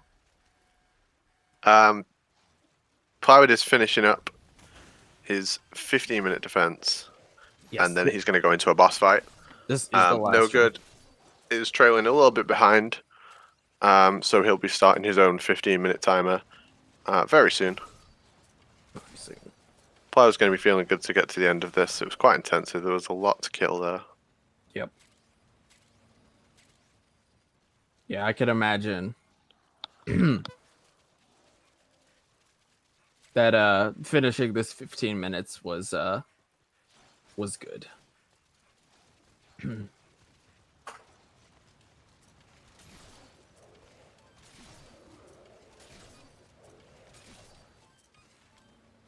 All right, and he's on his last 30 seconds. Looking good for him.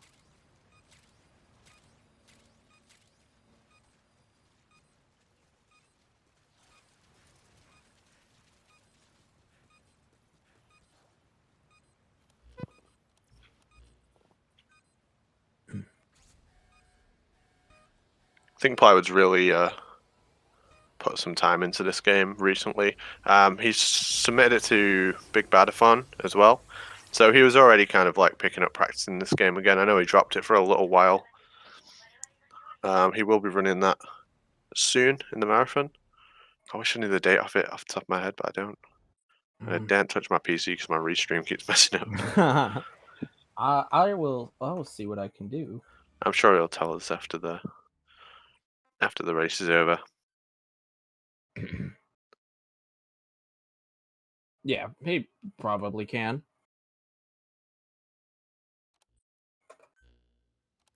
Okay, so it looks like these players, as Plywood finished, No Good started, so that gives us a pretty good pace. He will be running it Saturday, September 19th at 2 a.m. Eastern. That's next week. Next Sunday. If you feel like you haven't had your fill of Survive today, I will post that schedule for you guys so everyone knows what I'm talking about. Nope. Thank you, Metza. Oh no, that's the relay. Yeah, I think the schedule came up with the old relay. That's the Big Bad Gameathon schedule that I just posted for anyone who wants more No, Survive. it's deleted your link. Send it me, I'll post it. Oh, okay. I will do that. I didn't realize it would do that. There you go. Yeah, Okay, links are got you banned, I guys. think. Wow. I'm not allowed to post links in the MGSR channel. Ugh, sad.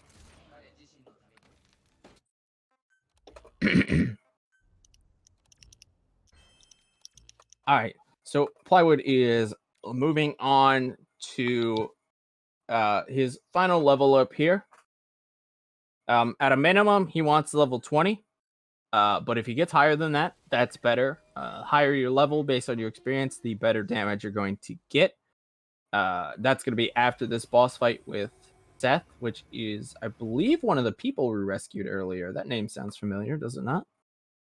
Yes, it is. We rescued him in 17.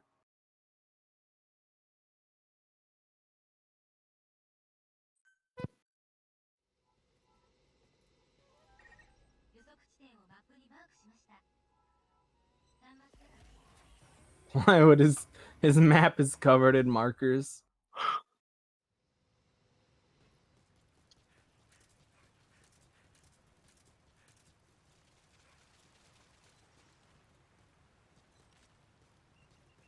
Gonna see some expert climbing.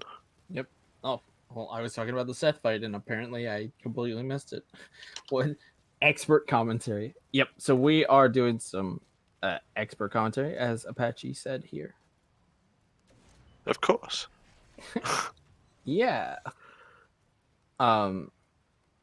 So there are intended ways to climb these cliffs, but we typically want to avoid them because with good parkour, it's going to be faster than the very slow animation that the game puts in by default. Yeah, when we say parkour, we mean running up a mountain incline like a horse in Skyrim or something. We'd use horses, but unfortunately, D-Horse did not make it into this game. And no idea why.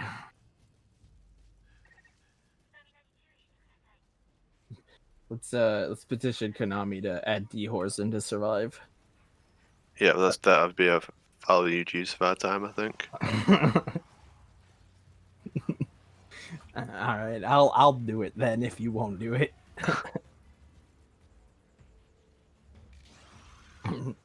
It's a pretty little scary area of the game, this. Yeah, there's a lot of enemies hiding out here, so we need to be careful not to accidentally run into them. It could be very detrimental to our health and time.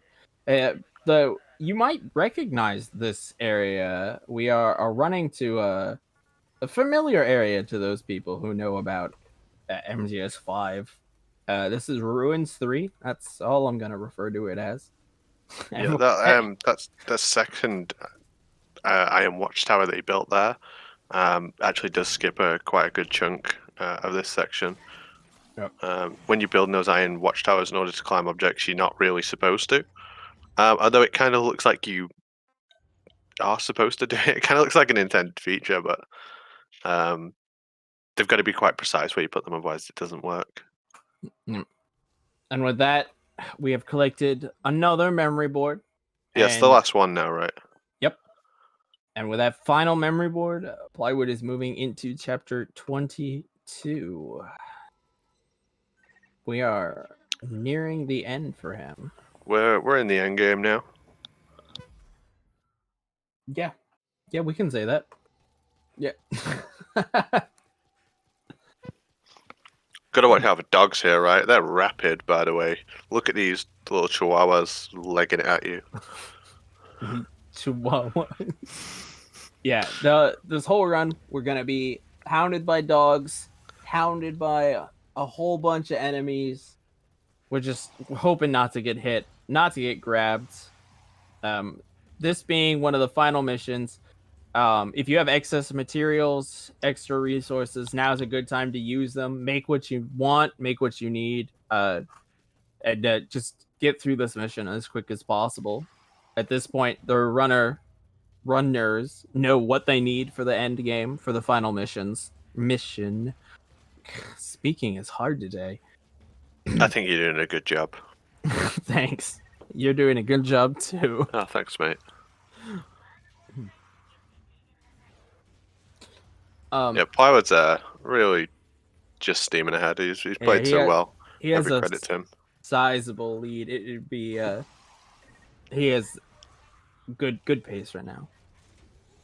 So that we might see explosive barrels as well on the way here. If we do see them, the runners will probably be hitting them, like Plywood did just there, to save on ammo when they can. Explosives, as we've seen plenty of times through this run, do a good amount of damage to enemies.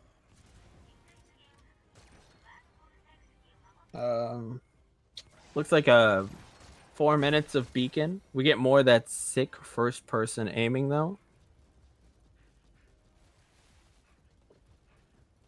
Also, that enemy definitely had a giant cannon for his arm. That's cool. I wanna go look up a wiki of all these enemy names now. I feel like they have to have great names. I mean, we've already seen the grabber. All right, let's see what we can find. What about was it African dog or something? Well, they're literally African hyenas, wild dog. but they could be that, yeah.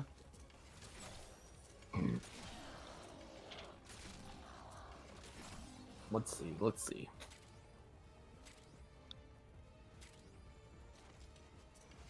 Alright, so we know about the Wanderers. We know about the Bombers. Something called a Watcher, which basically alerts all the enemies in the room. The Spiders were called Crawlers. There's an enemy called the Detonator, which is basically a bigger bomber, not something that we see. Grabbers are the insects in the dust. The Watcher must have been the bugs. Trackers, which are super wanderers. Mortars, that enemy that Plywood killed there with the cannon on his arms, called a mortar. And then there's armored versions. And then there's the Lord of Dust. There's actually not that many enemies in this game. And then there's obviously the special bosses. If you're a true 100%er, you'll go kill things like Big Mouth, but when's Big Mouth percent? There I go making categories again. You've added like so much to the boards already. So much work for the Survive runners to do now. Plywood needs a few more Survive records. He can handle it. That is quite the camera angle that Plywood has for us there. He's been saluting us a few times as well.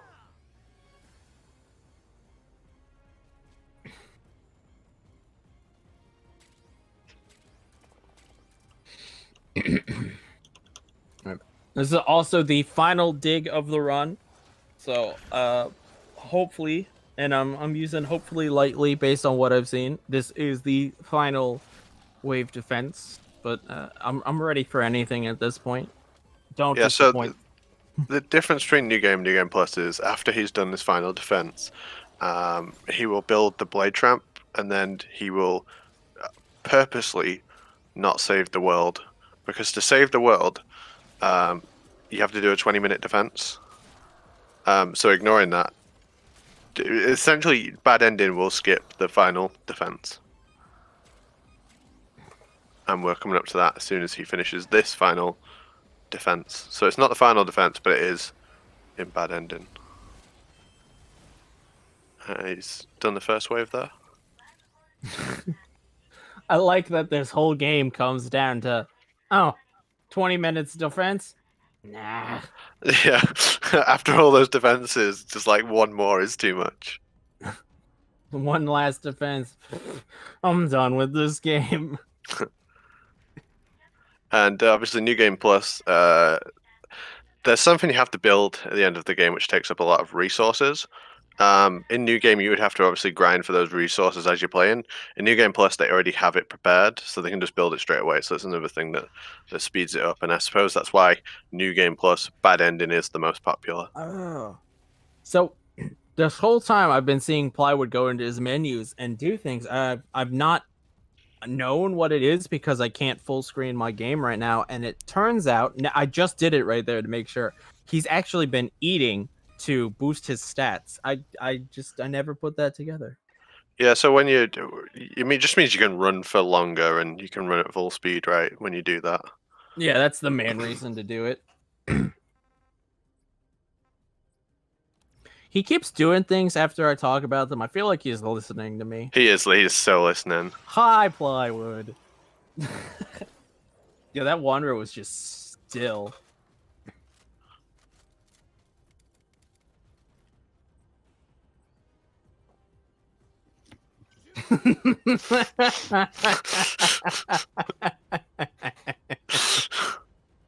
If you're wondering if you can hear us or not, there's your answer. Yeah, I think that confirmed it. Yeah.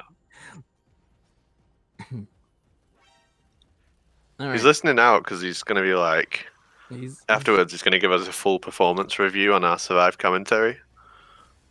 Yeah, I'm ready to be graded by the Survive masters here on how well we conveyed the game.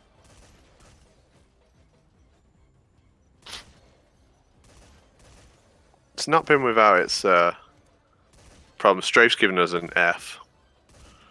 That's unfortunate. That is unfortunate.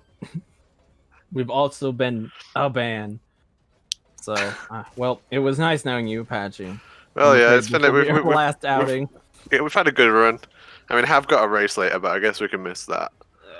I mean, we'll just take one off the schedule and we'll just give the win to survivors or something like that. How do you see Wanderer's chances of coming back into this race? Theoretically, so we've got a 15-16 minute deficit. That means we're down by 4 minutes.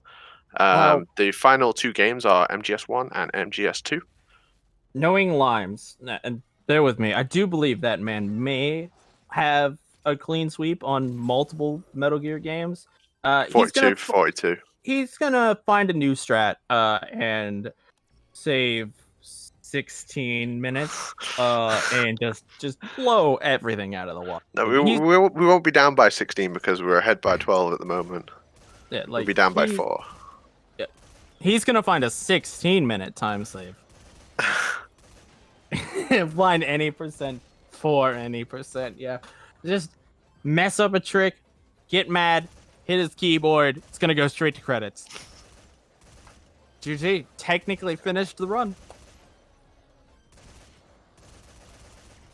I'd count it. It's MGS1 PC. There is a credit skip. You press escape.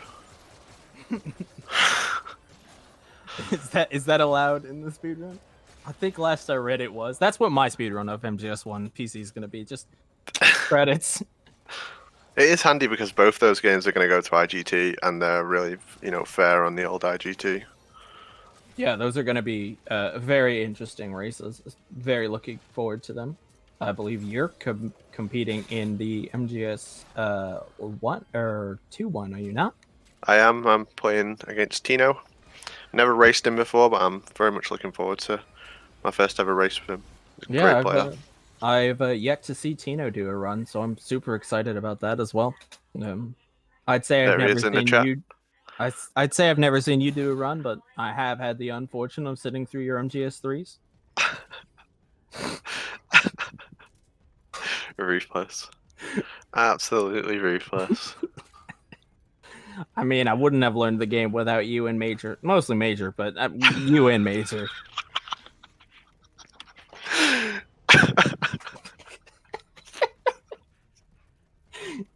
Speaking of ruthless, No Good is coming up on the end of his 15 minutes. So he is now in the final end game. Did you happen to catch, did he save 1 or more goats? I'm pretty sure No Good, being a wanderer, would never allow any harm to come to any goats. When you're a survivor, you're not really interested in the sanctity of a goat's life. So I believe we might be able to work something out then with that the punishment for losing the goats. That cat can't be comfortable. I keep looking at how it is in his eye.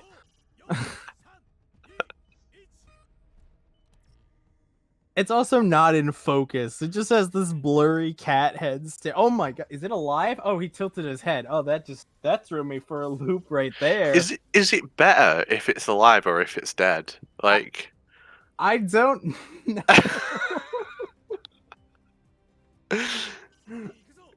Is it taxidermy or is it living? Like,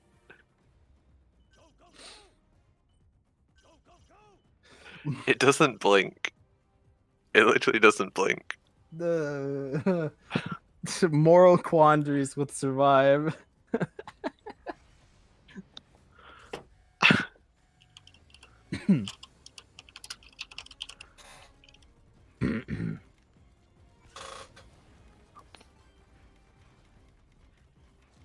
I think we're on wave 3 now. Yeah, yeah. Then He's after this, on this will push us those- very much into the end game. Yeah. So I actually kept the end game as a surprise for me in preparation for this. All I see is that they choose not to do the 20 minutes. I'm curious how exactly the time is. You're gonna have to surprise me with that one, Apache. Yeah, I'm ready for it. All right, and we do have No Good fighting Seth. This is the fight that I meant to talk about, and I was unfortunately distracted. Oh, he's just took a death, right? Oh no, that's gonna hurt. But thankfully it's just a restart of the mission, so all he has to do is start Seth over. That's nowhere near as punishing as if he had messed up that 15-minute auto scroller. Yeah, could you imagine? Oh man. So yeah, you just flank the boss and use the shotgun, right, to kill Seth. Yeah. Yep. It's Try and get around him. It's gonna do like crazy amount to your weapon's durability, but the shotgun was specifically routed in for this fight, so all they're gonna do is just unload on him. He does have to do the level up again. Yeah, that is quite costly. It's not 15 minutes cost though. Yeah. Oh god, I can only imagine dying in that 15 minutes. Like, how far are you in the run when that starts? An hour 50? Yeah. And then just 1 minute left and you kill the goat and you have to reset.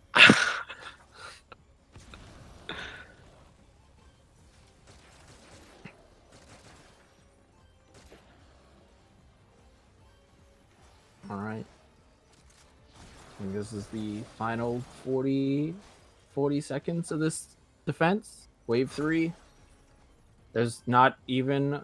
Oh, that's just the fence as a health bar. I thought that was a wanderer on it that was invisible for a second. Good cleanup. Good cleanup.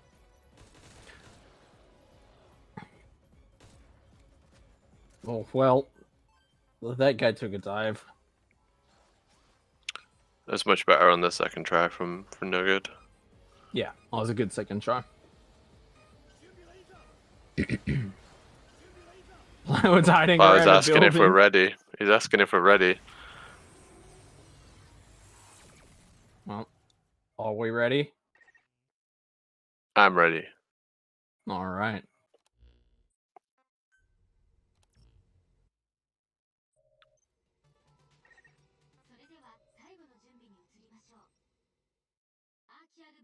And yeah, that's where he crafts the blade. Blade trap. Good craft. As I say, normally it obviously costs a lot of resources, but they already have them in New Game Plus.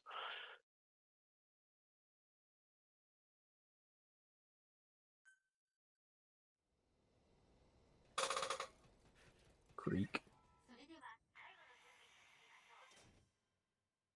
Move on to final preparations. All right, this is big. This is big.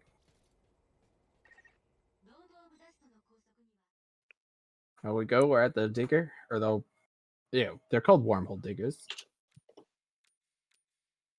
I'm just going to make sure I'm on my thing's not got behind it. Just do a quick refresh of it. Okay. We'll be coming up on time on Plywood very soon. I'm ready.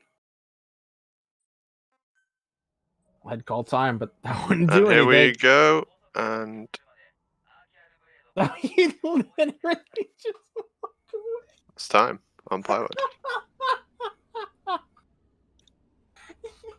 Literally just Absolutely walk away. GG. Oh god, GG plywood. That's the best way to end this speed run. You just get to the end and then, nah. Nah. I'm out of diet, boys. I don't have 20 minutes to save the world.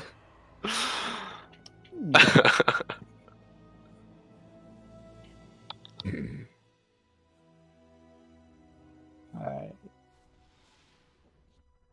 As the resident marathon bot, I will put my duties off while we let No Good finish here. Yeah, absolutely. He's had his setbacks, but he's played on really admirably. Obviously, that crash was unfortunate, and it really did set him back quite a lot. There's not much we could have done about that. Yeah. It's one of those things, right? Marathon luck and all that. Yep. That is the definition of marathon luck. Just sometimes the game's not having it. And they're only at marathons. And BiggoChief extending his congratulations to Platonic Guy in the chat. That was a great run by Platonic Guy. I'd agree to that. 209.14. There was a little bit time loss for that pause. Obviously, I stopped the timer a little bit late, so it's a little bit quicker than that as well. Really good run by Plywood. He's certainly prepared for his marathon run next weekend. Oh God.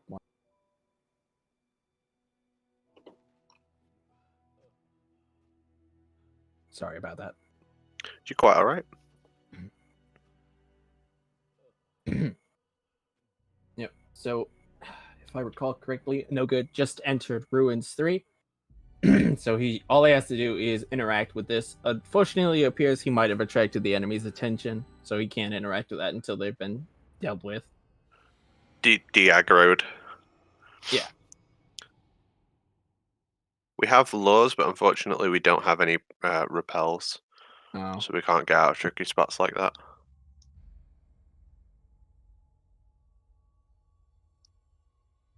That was a Pokemon joke. Did you get that one? No, I don't play Pokemon. Sorry. Sorry. Question in the chat, is Survive worth playing? These guys certainly think so. It's a very nice looking game. The combat seems like it's very satisfying. It doesn't look anywhere near as bad a game as I heard from all the reviews. If you like base defense. If you don't like base defense, I don't know. That's a much tougher situation. If there's typical elements you look for in a game, if you are like, I really want to play a Metal Gear game because I like these elements, then maybe it's not the right game for you. It's very different from everything else in the series, I think it's fair to say. But if you've not played many Metal Gear games, you can definitely jump into this one cold, and not having played other Metal Gear games won't really affect you in picking this up. I think the bow and the first-person mode really does it, and if you can first-person with a bow, that's gonna make it for me. I would love to see that first-person with a bow. Yeah, I wonder if it is possible. The guns looked amazing in first person. Absolutely.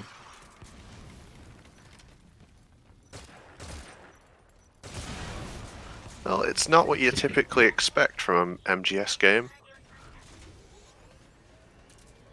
Alright. So, this is the final dig for No Good. Last 3 waves that he has to deal with on his end. Just needs to make sure not to get hit too much. Don't hit the dogs, or don't get hit by the dogs. Set up, and if he makes it through this alive, we're good. Hopefully nothing horrible happens. Definitely don't commentate or curse that.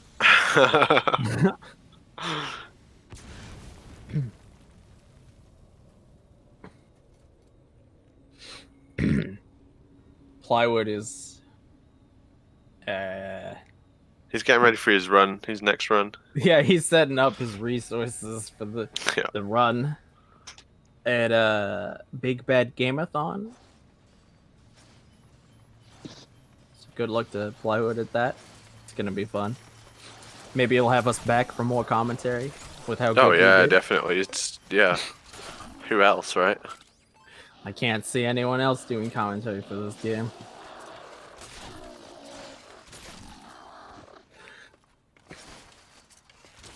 It was a big first. First time this has been on the MGSR channel. We spoke about it a little while ago, but that was like 2 hours ago now, so I'll say again. It's the first time we've ever seen Survive on the channel, not just in a race, but at all. And it's also No Good Citizen's first time on the channel as well. So it's been great having him with us. Definitely. Plywood's always here, but it's We have, good to see him again as well. Oh, we have quite a few newcomers. I think half the people in this race were new. Yeah. So Panzer was new. In fact, Panzer... BiggoChief was new. No Good in this race was new. Snow in MGS1 is new, and Tino in MGS2 is new. Yep. And I don't mean new players, I mean first time on the channel, new. Panzer literally is new. He's only been playing the game for like not even a month now. So shout outs to him for stepping up and doing this. It was a great race from him. Yeah, really well done. I think he's picked the game up so well. He looked really comfortable playing it. You know, he lost to you, but he PB'd. I don't think there's any shame in losing to you in Peace Walker. You've ran that game a long time, and you know, it's a big thing to jump on the channel, do your first race in front of people. Yeah. I mean, and even so, Peace Walker, I mean, that's not the topic right now, but it has so much RNG that, I mean, it's not really a loss because the next time you'll win. The RNG is just going to be in your favor. That's just how that game works. Yeah, I don't mean it's never been raced in general. I mean, it's the first time seeing it on the channel, not just in a race, but on the channel at all. Survive is so popular, it's definitely the first time it's ever been raced. Let's be real here. It's popping off.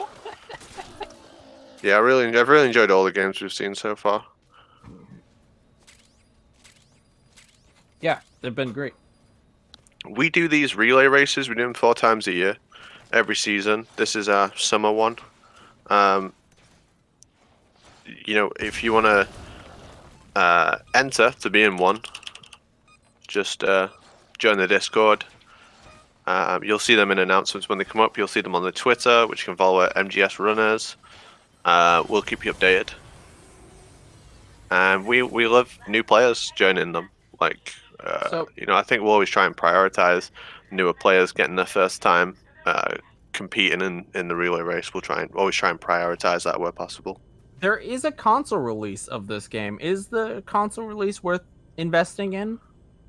I want to say it's on PS4. I'm curious if for anyone looking to run this game, if it's worth picking the PS4 version up of this to give it a go. I don't believe they're separated. But I'm not really sure about the differences in loads. I would assume that the PC loads faster, right? Surely. Yeah, I would be surprised if it didn't. Hey, no good. It happens to the best of us, man. We sometimes happens. Yeah. I like your trophies. There's Steam achievements, right? Oh yeah, Steam. Yeah, there'll be achievements on the Steam version. It's easy to find co-op partners on Steam group. Just ask Plywood. You can always just DM Plywood. Tell him to come help you level your Survive character. Get your resources up. Yeah, man. Plywood did so much flexing during that run of his different costumes. I'm sure he's down to help. One day he'll run around with a cat head and The next day he's gonna run around as Metal Gear Rex and. Which helmet would you wear? I would wear the Ray helmet. I like that one best. Oh man, I don't know. There's so much to choose from. I was really liking that cat, to be completely honest with you. Yeah, that's pretty cool. I might be a bit biased towards cats.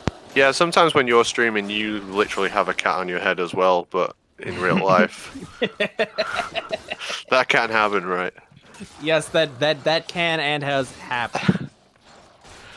So really, the game just took inspiration from your stream. Yeah. Yes. People literally put channel points in so that I will put a cat on my head. It happens. See, you're more than equipped to run this game. You should definitely pick it We're up. already ready. That's right. Hello, Plywood. Hello, Plywood. All right. How do you two feel? You got any questions? Sure you have questions. Oh yeah, it's so many questions. Welcome to the stream, by the way, Plywood. I'm actually a platonic guy. I'm legally Congratulations on being platonic guy, I guess. Thanks.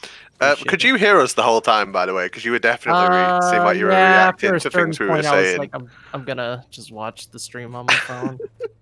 So I tried to react with the voice clips in game, but I feel like I needed more diversity for. The best bit was when you killed the goat and then started apologizing to it.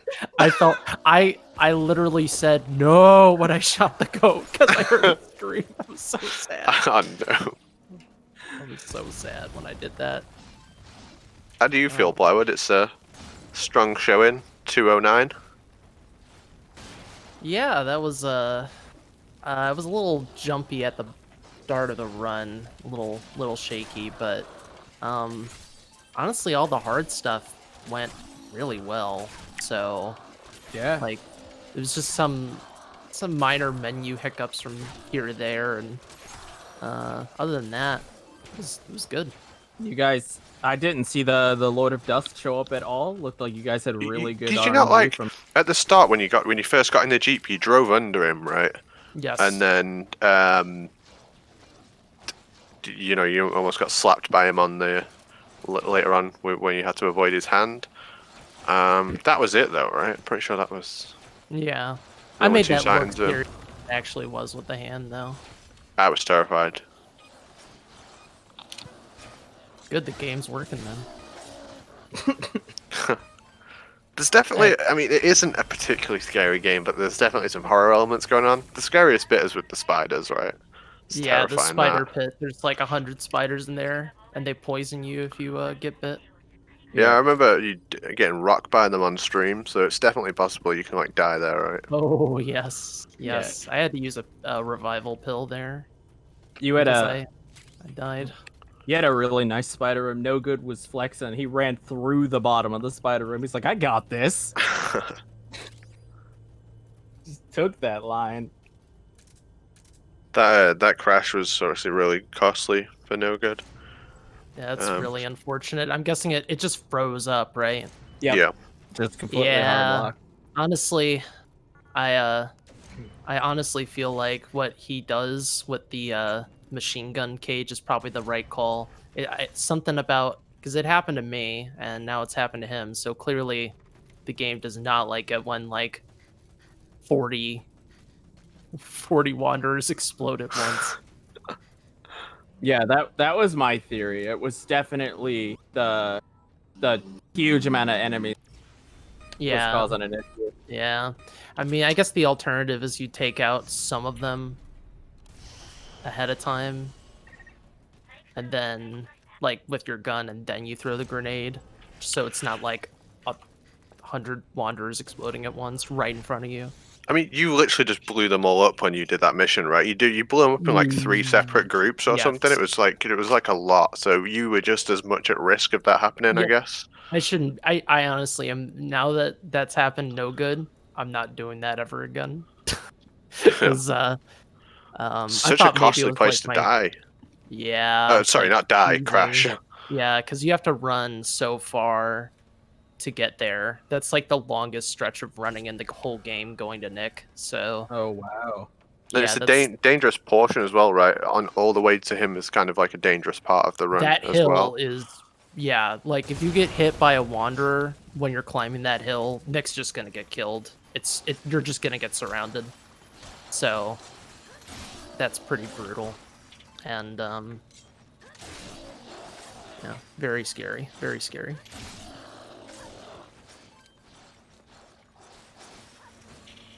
Yo, shoutouts to Jesus for the raid.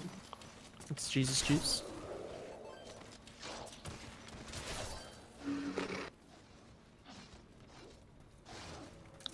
So, big first day for Survive on the MGSR channel. First race ever, yes. Been on the channel before, but never in a race because no one was crazy enough to actually come back to this game.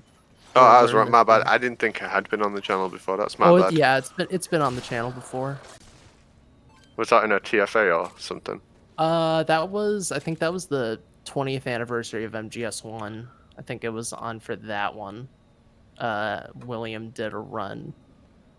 Actually gave away some swag at that run. There was Let's go, swag. Konami Karen Core, which is the group you captain, some shirts, hoodies. So that was cool. Yeah, decent. There's a big anniversary coming up soon, right? There's the MGS2 anniversary coming up. Yeah, November. That's the 19th, not the 20th. The 20th is gonna be a. It's gonna be a we're very old. I know. I don't even want you to say the year. Like, oh no.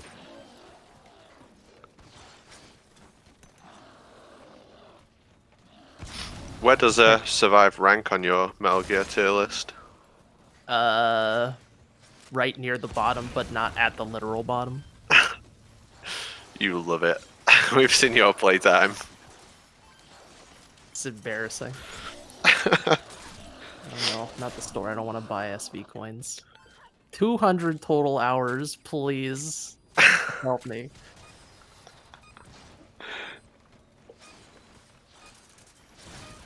Hey, speedrunning brings life into a game, okay? For sure, yeah.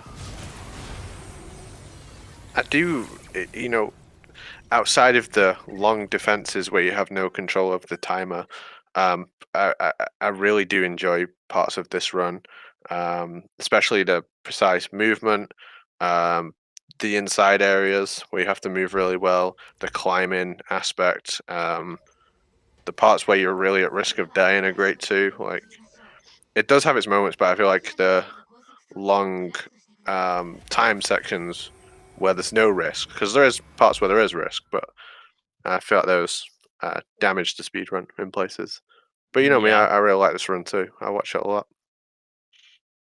It's a good chill run for the most part, and good time to meme it up and have fun in other ways when you're doing nothing.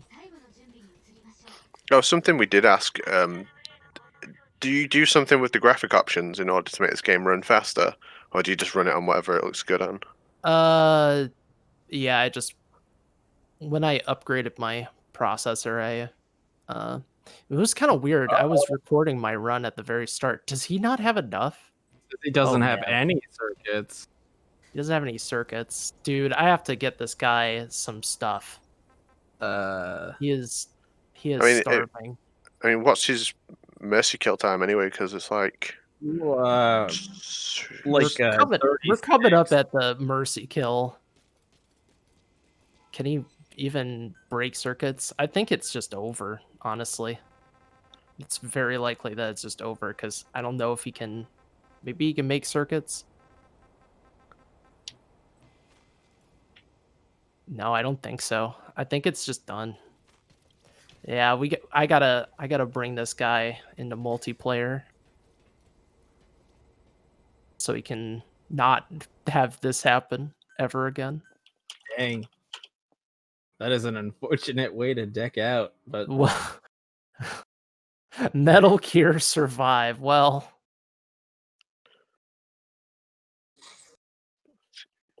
All right. Well, GG. GG to both. That run wasn't without its problems. I mean, we all learnt something for that section right in time for Plywood's marathon run next weekend. Big Badathon. if I could give him circuits, I would. But you can't trade in this game. It's really annoying. No trading, damn. Yeah, I know. If I could trade, I wouldn't really need to grind per se. You just have one person grinding. But GG, no good. Thank you for being a good sport about this whole thing, even though you had no circuits. I'm really happy we saw it on the channel as part of a race. Plywood's always trying to convince people to race him in this game, and a respect to No Good for taking him up on it. But yeah, follow both the runners. Plywood _ on Twitch, and No Good Citizen. Thanks for having me, Scoms. I appreciated that. I'm gonna hop out of here, let you guys get going. You all have a great marathon and a great relay. Good luck to both teams. Thanks, Sergeant. Thanks, Sergeant. Take care, guys. And with that, the next race will be Metal Gear Solid 1 Integral PC. Young Snow versus D Limes. That'll be coming up very soon. We're going to go back to a short intermission. Stay with us.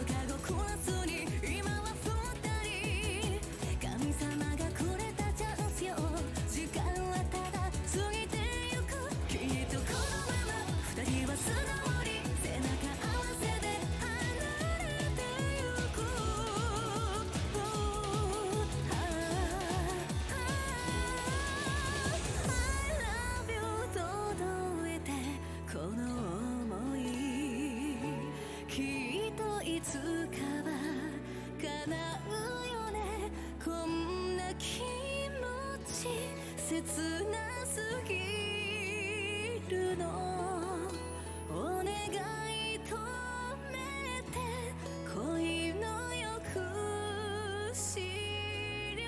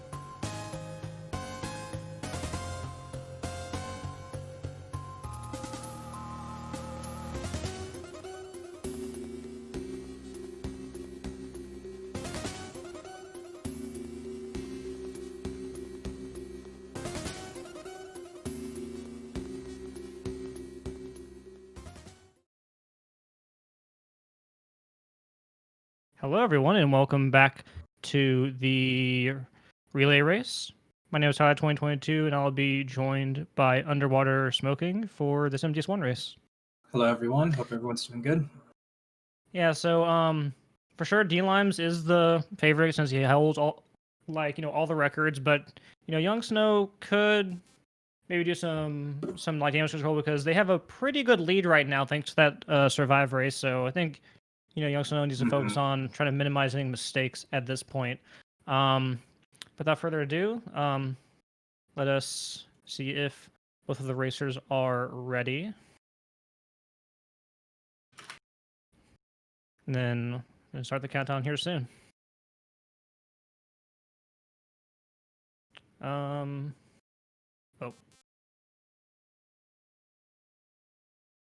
All right. And starting here soon.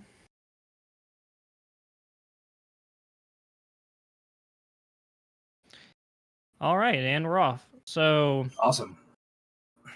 For those that have not seen an MGS1 speedrun before, especially for the Empress category, it can get quite hectic, especially for the PC port. It's kind of a different beast compared to console. You'll see a lot of glitches, and we're going to be skimming through the game.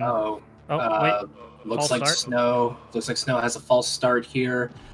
He probably didn't set up his control. Oh, what is this? Whoa. Oh. I have never seen this before. Media crash. We just got word that Snow's game just immediately crashed.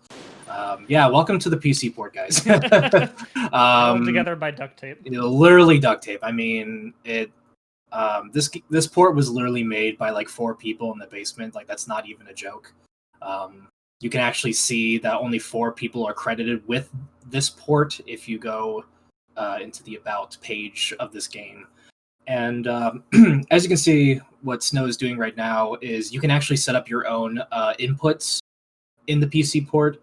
And because of this port being finicky, sometimes it'll sometimes delete all the inputs unless you do something special in DS4 Windows. So that's a great plus that the PC port has, and there's a bunch of other good pluses that this port has compared to console. And we're just waiting for them to get set up and wait for the go. Okay, so hopefully this time no crashes, no nothing. So try this again.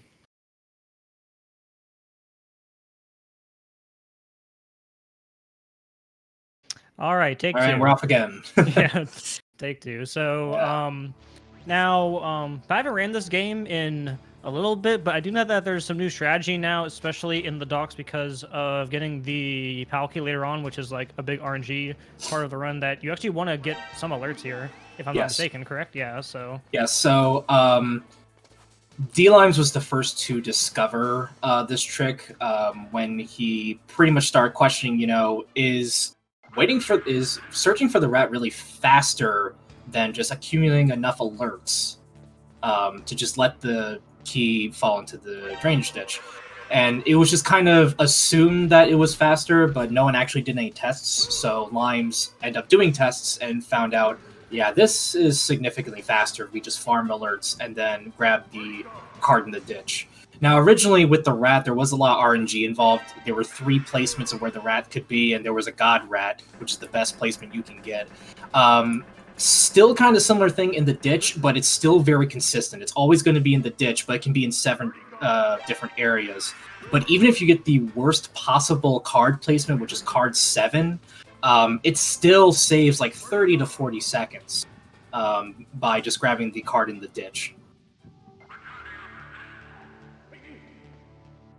Yeah, and that's really interesting though, because I remember that there was a lot of moments where, like, you know, mini streamers, like, they would just pretty much would only say, hey, I want to get to this part of the run, and if I have this certain kind of rat, then I'm gonna go with it, and if not, just reset. So it looks like we're calling another reset. Snow is actually on alternate round. All right. And that having alternate round would be a huge disadvantage. So we're gonna have to let Snow know that he, if someone can try to get in contact with him here.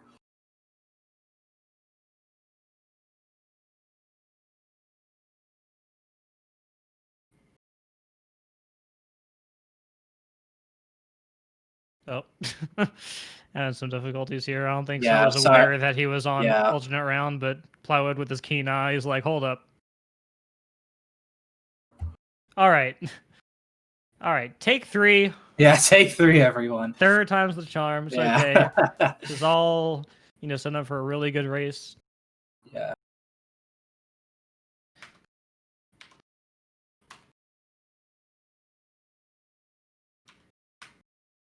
And we're off. Okay, so we're off again. Okay. Thankfully, the beginning of this run isn't too much going on. I mean, now there is some more stuff to do because of, you know, farming these alerts. But I mean, and I think Snow just crashed again. Oh no, he's fine. He's fine. Okay. Great. Oof, man, that was a little scary. But anyway, yeah, like you said, in Docs, there's not much going on. If there's going to be problems with this game, it's best to just have it right away on Docs, because literally nothing happens here except for accumulating alerts. Yeah.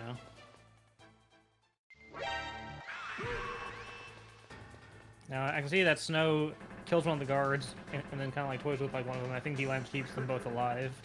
I mean, it doesn't really matter here as long as like you get alerts, and I believe I had like asked Plywood a couple days ago, you know, how many you can get, and I think he said about 5 to 7, maybe somewhere around that range, and that's quite a bit. Yeah, you need to shoot for 7 or more. If you can get more, that would be much easier. But shoot for 5 here. The reason why you want 5 is because you get two or 3 that are already forced and already given to you, and that will eventually lead to a number of around 9 or 10. You need around 9 or 10 to activate the card to be in the drainage ditch. Yeah. But if you can get more than 5, that just makes it a lot easier. If you only get 5 here, you would have to intentionally get a alert in the cell room. Make sure Johnny spots you, and then you clear the alert. But like I said, if you get more than 5 here, you don't have to do that. So it's really just a matter of convenience. There's no faster way to get alerts that we know of so far. I think after that, Jeremy Blaustein, or no, the military advisor, we're going to be coming up on the elevator coming up here, so... So when you see Jeremy Blaustein's name pop up, you should really stop farming alerts. Because that just won't give you enough time to go out and do another one. Yeah. Alright. Everyone's playing around with the camera a little bit. Yeah. Alright, so classic little strat here. Just knock, move over, and get into the elevator. Yeah, so right here, we're going to be tanking one more alert, because there's going to be, you know, like just darting straight across. And also one thing to also mention is that skipping through codex you can do with just one press of the escape key, so, or the start button, so it makes things really easier. Yes. In terms of like actually, you know, skipping codex. And Snow does get shot here, unfortunately, so I'll slow him down a little bit. Very clean heliport by Snow. Yep. Yeah, aside from that first time getting shot, that was like the only downside from it. But Yeah, there's actually a certain movement you can do to not get shot, but it only saves frames at that point. So yeah, there are a lot of benefits to this port. We just all wish it wasn't held together by duct tape. The biggest ones that really affect the pace of this run is the use of hotkeys. All the weapons are assigned to different hotkeys, and the biggest one we're going to be seeing is 0 and 9. 0 being the sniper rifle and 9 being the chaff grenade. So later on in the run, we're definitely going to be seeing those used because that's actually the most vital part of the run. Yeah, and we'll be there very soon because as you'll see here coming up, we're going to be skipping a pretty large portion of the game. We're going to be essentially just going straight into mid-game here after we get through this room here. And they're both opting for the chaff strats. Yep. And you gotta be kind of careful here because if you do it incorrectly, they can actually see you, and then you have to restart the room. Yes. But they both made it through, so it's fine.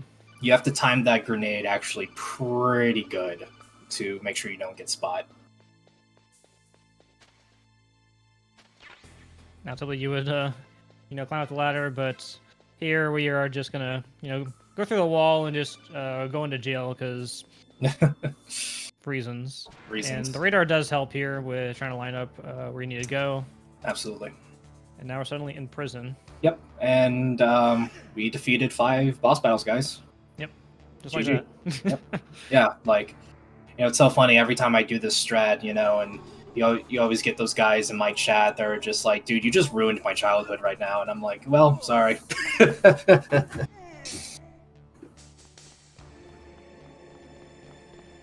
And while we do have some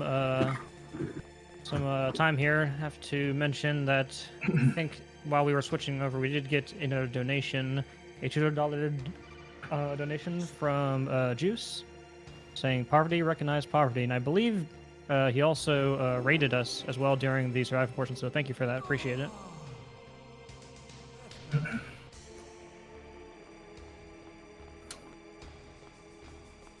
Anyway, John, we just have to keep on waiting around here until he goes. Yep. And then once he comes back, you have to poke out, and then he'll be alerted, because if you don't do that, then he'll start to fall asleep, and you'll lose quite a bit of time. Actually, if you don't do what they just did, it actually wastes 30 seconds, because then Johnny would fall asleep. Yeah, a lot of time. We definitely don't want that. And then coming up here, now the only reason why this entire sequence skip works is because while you are here, you actually have Audicon give you a level 5 card, I believe. Yes. And that makes pretty much this entire thing possible, because if he didn't give that to you, then we could have just maybe been like hard stuck here because we couldn't get out, or we couldn't progress further because of that. So thankfully Audicon does do that. Yes. You win. And of course, the fastest way to complete the run is by killing Meryl. And Snow actually just got a frame perfect skip right there. When you see that certain angle, yeah. I mean, that's a very good angle. That's what you want. I hope you can still look at yourself. Now just wait around a little bit more, and then our friend Audicon is going to help us get out of jail, and then we'll be on to the more interesting parts of the run, because sitting in the docks and they have to sit around here, but right after this though, it pretty much picks up immediately, and we're going to start doing a lot of glitches and a lot of different tricks here. Yeah. That's the interesting thing about this category in particular with PC, is that even though in the first 8 or 9 minutes you're really not doing much, but the moment you get out of the cell is when stuff really hits the fan, Yeah.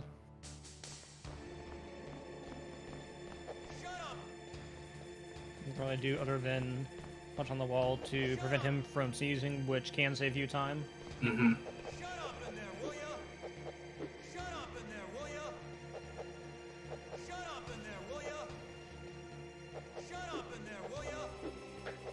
And Limes is actually showing off another interesting quirk about the PC port, is that you can, if you really wanted to, you can play the entire game in first-person view. Now, why you would want to do this, I don't know, but it is a thing in the PC port, and it's actually very helpful for all bosses. Using the first-person view can actually be very helpful when you do all bosses PC. For sure. And I think you can do just about anything except for like interact with like doors and like ladders, and you cannot switch weapons, maybe. But yeah, it's pretty interesting how you can do that on the PC version. Yeah, very interesting addition that they add on. Amongst other things, which we'll see here, because a yeah. byproduct of what they added on for the hotkeys is going to be breaking this game wide open. So Yeah, it's definitely an oversight. We'll say that. So talk to Ocelot and lay out the catch-up, the old catch-up trick. And then, Ocelot. So you want to get an alert here though, because as we were saying before, is that you want to be farming alerts. So getting one here is good, and I think getting one here means that like you like get up really early as opposed to getting up later. So you actually want the alert, and that's actually like good in that regard. The moment you hear the door click, you want to be standing up and getting ready to choke. And so there he goes. Oh, they both got it. Snow just got it from the skin of his teeth though. Yeah, he had to delay that a little bit. Yeah. Limes was very good. Very good timing there. I mean, he is a numbers guy. He talks about it all the time. So, I always joke around, and I always call Limes the human task because he truly is. His mind works like a computer. We're definitely from Limes. We're definitely going to be seeing a lot of good movement, a lot of just clean cut.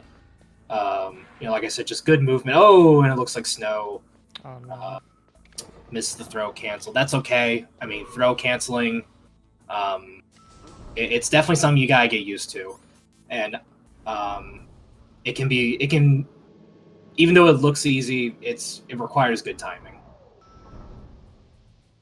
So while that was going on, so you'll like see like Snow is actually grabbed the PSG1, and it says full, but that's because to the game, we haven't unlocked it yet, so it's not usable. But as long as we touch it, it'll go to our inventory, which will be important for later. And for Lime's screen, as you can see, there is no tank. We're just gonna just go on by. Just gonna casually go on by and pick up these grenades here. We'll be needing them later. Absolutely. For the Raven fight. Absolutely. And I was just going to mention as well, Snow has only been running this category for not that long, actually, and he's been getting some very good, respectable times right off the gate. So who knows? I mean, I'm definitely excited for what we can see from the master and the apprentice kind of thing.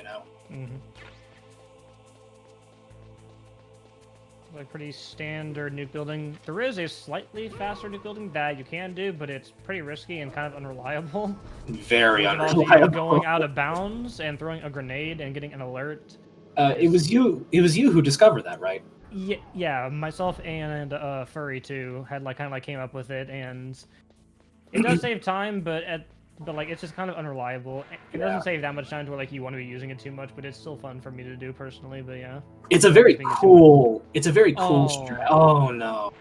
And unfortunately, in nuke building, when you get caught, it's an instant death because there's no way to escape the gas. Oh no! And by knocking those guys over, we actually wasted more time even. So yeah. Unfortunate from Young Snow. So if you look at D-Limes right now, he is out of bounds, and the reason how he's doing that is because he pressed 0 and 9 in a galloping fashion and was able to step out. So this was a major oversight from the developers of the PC port. And Tyler, if you want to get a little more into the scientifics of it, of how it works.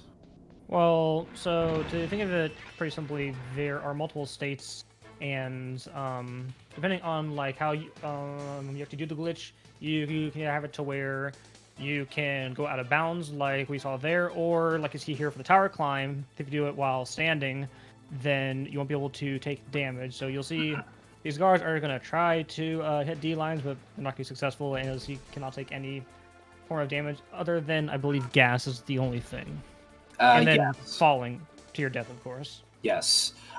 So pretty much to put it in the most basic terms, we call this God mode, but what's really happening is that Snake has infinite iframes as he walks, and those iframes do reset them. They do reset when you go into the next room. Yes, you have to reset it every time that you change rooms. Yes. And you also cannot interact with doors or like climb up ladders, so you actually see D-Limes go to first-person view, unless you did it beforehand, which I Yes. could have missed, but yeah. So you have to go in like first-person view once, and then you can interact Yeah. with objects. Before you know you're going to interact with something while you're in God mode, you always want to make sure you go into first-person view. That's how you break out of it.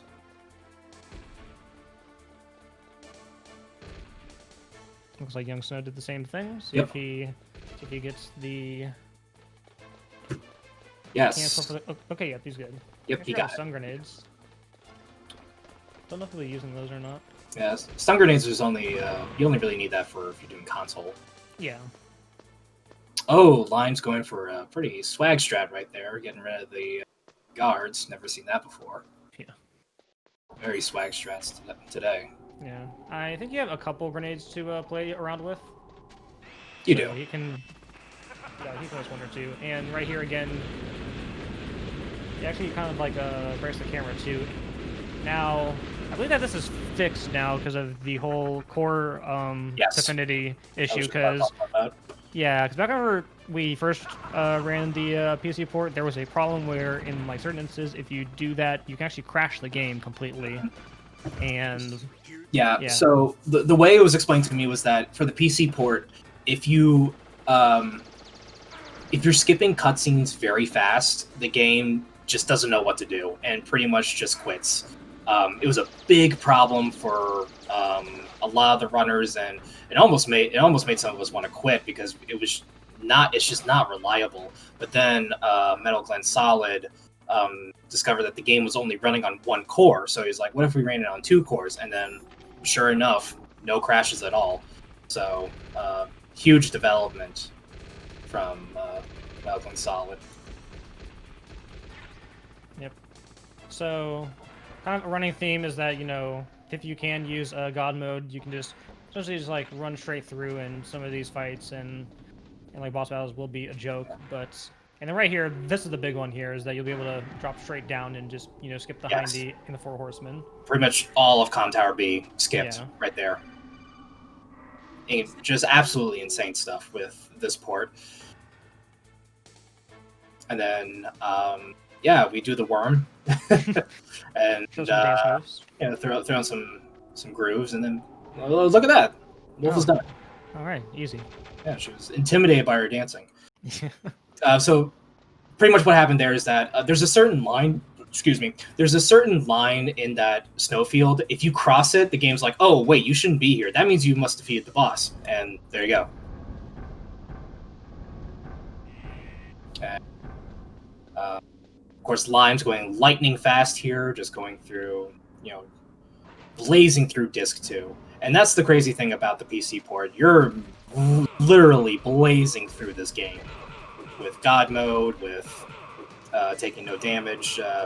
Don't blink, and you're missing a lot of stuff. Unfortunately, oh no. No. Yeah, that does She's happen. gonna choke him out. Yeah, that does happen from time to time. Yeah, so Disc 1 only took about 15.5 minutes, so that's pretty fast, all things considered, especially like whenever you would see console runs of this too. Like, it's just crazy. That's actually very good time, very good Disc 1. You want your Disc 1 to really shine because there's a lot of backtracking in Disc 2, and the thing about Disc 2 is that a lot of it is just movement based. And there's also the final suite of boss fights that will also take time. Yep. Snow finally defeating Wolf. And he's going to be making his way into Disc 2 as well. Yeah, so he's not too far behind. He's really not. But, those couple of screw-ups in the armory and in the new building did hurt him quite a bit. Because I think he'd be much closer, maybe right behind Lines. Yeah, definitely. Just small little mistakes like that really can kill your run when it comes to this game. I always say the running Metal Gear games, like, they do require perfection sometimes. Now, luckily for Snow, Very clean yeah. cargo fight there. Yeah, very good. Now for Snow though, he is on the survivors, and they have a pretty sizable lead at this point thanks to the survive game. So, you know, taking it forward to kind of mess up here a little bit and also be okay for his team. Eli was just trying to just shorten that gap just a little bit. And as you see here, oh, he missed a that was mistimed. Does he have enough? Yes. Barely enough. Barely enough. Yeah, barely. Oof. Yeah, he needs to be careful. Ooh. Okay, yeah, he's good. He's good. Okay, he's good. Okay. You gotta time out. You really gotta time out those grenades for Raven. Because if you're out of ammo and you can't kill him, you've pretty much soft locked the game.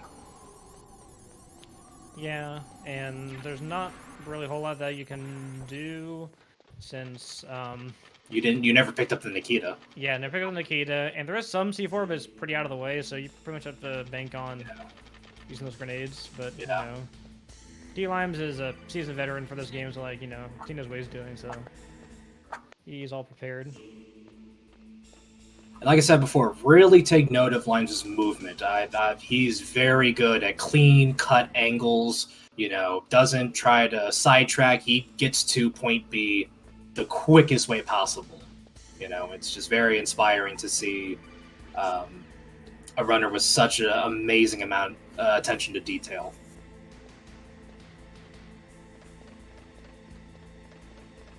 You see Snow here attempting to beat Raven. So far, so good. From So the far, looks of it. very good. Yep. There is a time to Raven. You know, as long as you kind of time it 2 seconds after you throw the grenade, that's typically good. How you want to time is completely up to you, but as long as there's you get like an internal clock going with it. All right, so moment of truth for Limes over here. We're going to see which card he got, which card placement.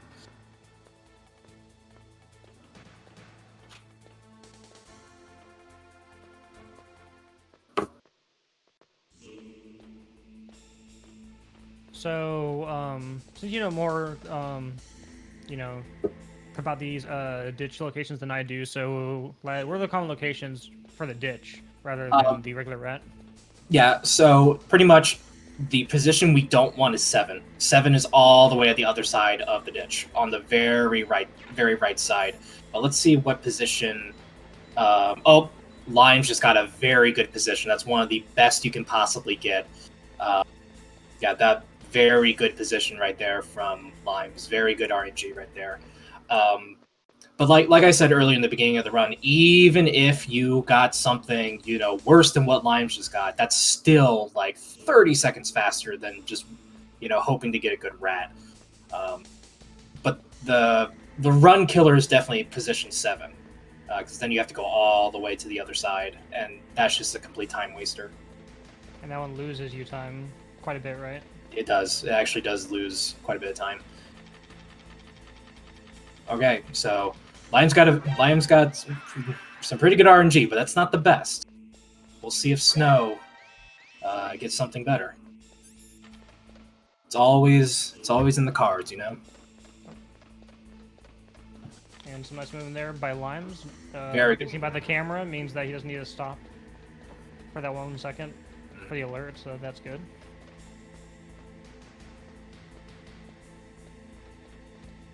Yeah, hopefully it's not at the far side. That would be. Oh yeah, yeah. Oof. All right, so let's see. Let's see Snow's position. All right. He's checking around. Oh, I don't think he. Oh, he's got the bomb. The bomb. Yeah, he's got to throw that out. He didn't search deep enough. Oh, so you're saying like he made it like pass it up? Yeah, he didn't search under the bridge fast enough. He needs to go up. Oh no. Unless he got card 7.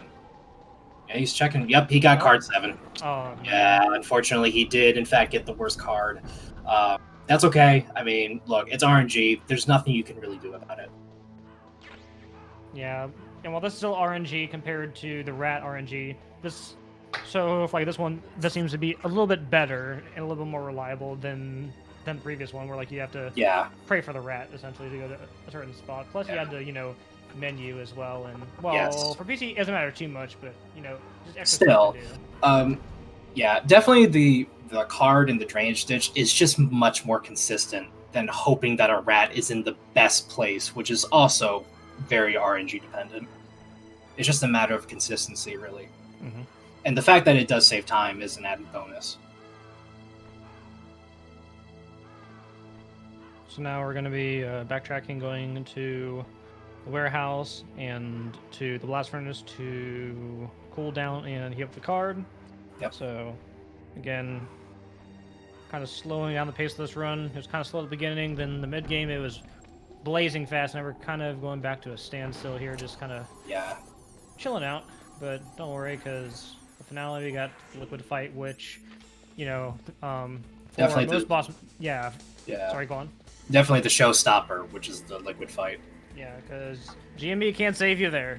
Oh no, we wish. Yeah, it's just you gotta execute the fight well. So yes, can't make the excuse. Oh, I'm just gonna use GME for this fight. Oh, yeah, easy.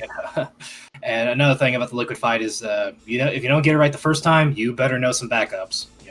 Oh yeah, and I believe D-Limes knows a lot of the backups for Liquid. I'd have to assume. Young Snow, not too sure. I haven't watched him too much personally, so I can't have any information on that. So yeah, Snow was actually very similar to me when I first started running this game a year ago. The Liquid Fight would just kick my ass. It was just terrible. And I was like, man, do I even want to run this game anymore? It's just such a barrier. But the more you practice, the more you persevere, the more you say, you know what, this is my goal and I want to get it done. The Liquid Fight is just now second nature to me. It really does require a lot of perseverance.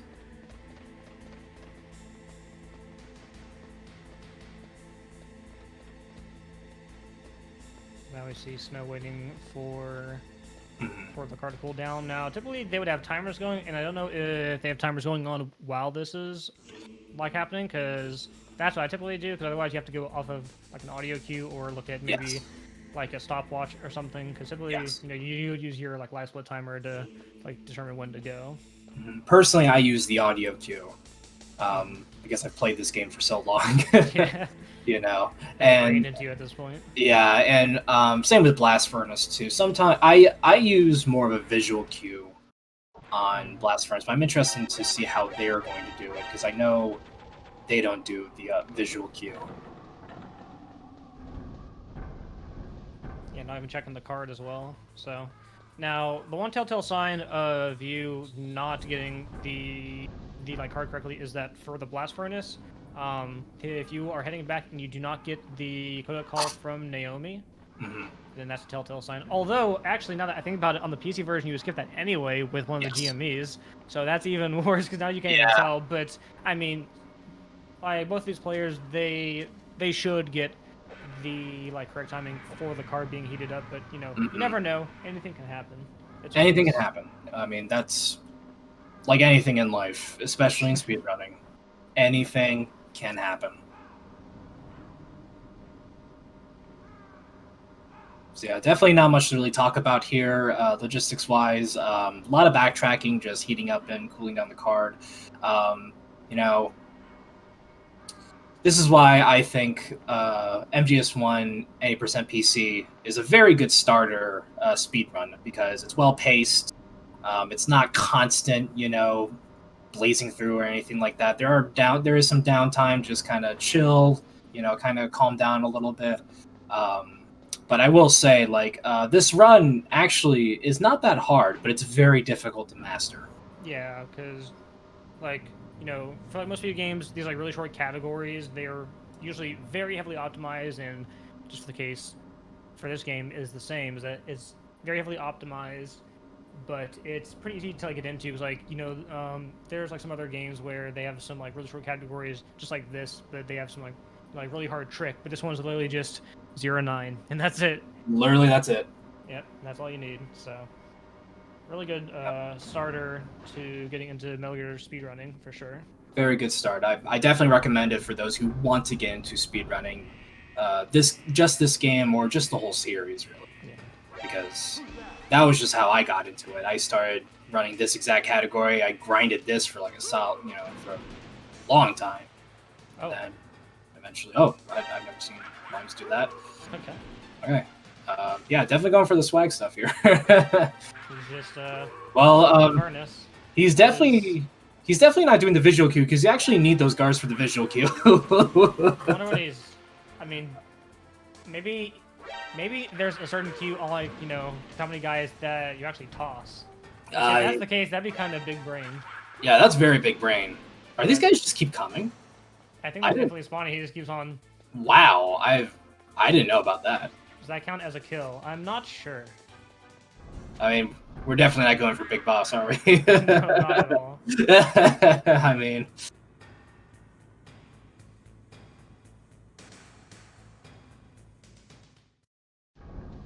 can't say I've ever seen that before, so no. Definitely a first. Definitely first, but if it works, it works. Yep. Like, do what you need to do. Do what makes you comfortable. Snow about to head up to the blast furnace as well. I'm sure he's going to be using the audio cue. Yeah. Or at least looking at if he has his own timer. Mm-hmm. Definitely the most reliable way to do it is with a personal timer. That's what I always do. Even if I were like racing, I'd set up. Excuse me. Like a timer on my phone, or just have light split going on at the same time, and I'll just do that personally. Yeah, I use the visual cue because I don't know. I don't like relying too much on a timer, and it's just something that I'm comfortable with because I'm a very visual person. I'm definitely not a math person. So, Snow grabbing some stun grenades. Interesting. Join the lava. Oh wait, he's gonna go for the ration. Oh, please don't go for the ration. Please. Please. I always do that. I always just go for it, and I would like have like 1 foot off the edge. Yeah, I know. Nothing. In the view. Nothing good comes out of trying to grab that ration. Just passing time. Yeah, but I think he's definitely going for timer here. Yep. Almost far up enough to lie down. Will we hit the load zone? I think it's a crawl up a little bit. We'll see. Yeah, the load zone is somewhere past that line. Yeah.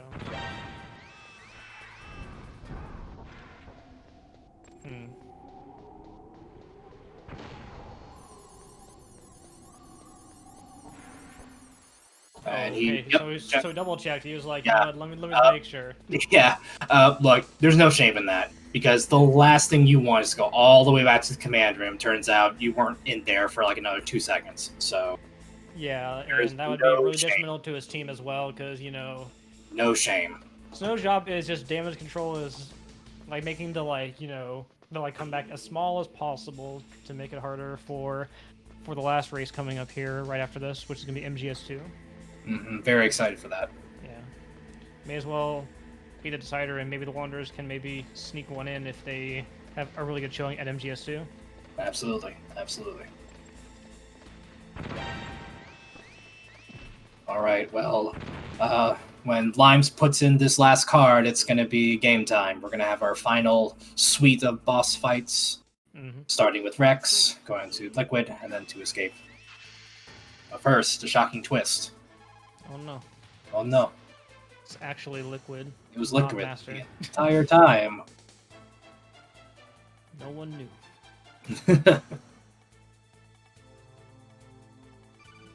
Very interesting view here. Yeah, I know. The angles in these games are very beautiful. Yeah, like Kojima was not, he was very creative with all these different angles in all these different rooms. Like he wasn't being conservative at all. He was just like going full at it. Yeah. Especially one of my favorite facts about the development of Metal Gear Solid is that they planned out all the rooms with Legos. Oh yeah. Yeah.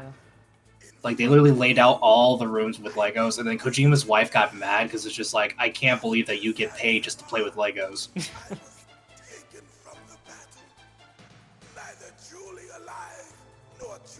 And a very interesting little glitch in the PC. Is, you're not supposed to change weapons typically, but because of the weapon hockeys, we can, and it just forces us out of the forced first-person views. We're able to kind of just see Snake do a little tilt. And of course, with Rex, all you do 0-9, and then just keep shooting. Yep. And if you're close enough, he'll just keep on doing this, where he'll just Yeah.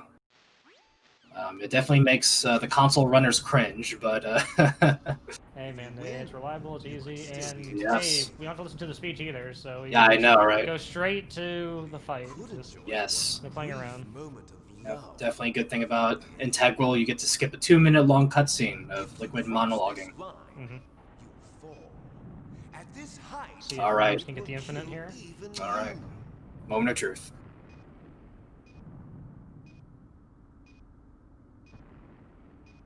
Have at you, Snake. So you see here at the beginning, though, Tito's going to be tossing him to kind of set him up for the infinite. And then moving it a certain way, toss him one more time. Doing the 2-throw. Oh, he's got the pocket. This is good. Yeah. Once you get the pocket, it's just a matter of keeping the time. And I think I'm pretty sure he's got it, yeah. Cause Lime's guy clean, very clean. Very good. Liquid Ladies and gentlemen, that is hard. That is one of the hardest strats in this game. Now D-Limes gets ready for the escape. See Snow here fighting Rex, so like you're not too far behind. Yeah. But, and we'll see if Snow can maybe get the Liquid Infinite as well. Snow's gonna get a very respectful time. Respectful time going up against someone like Limes. Yeah. I mean, favorite going in, so the fact that he's not too far behind is really good. Very good, and he should really be proud of how respectful his times are right now, for someone that literally just picked up the game not too long ago.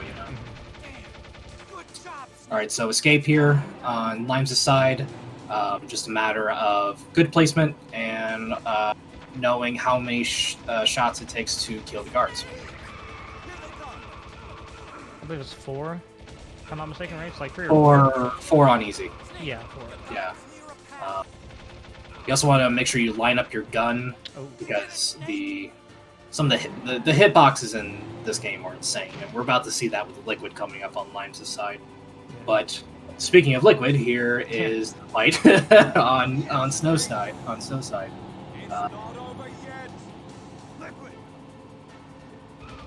So let's see how Snow handles it.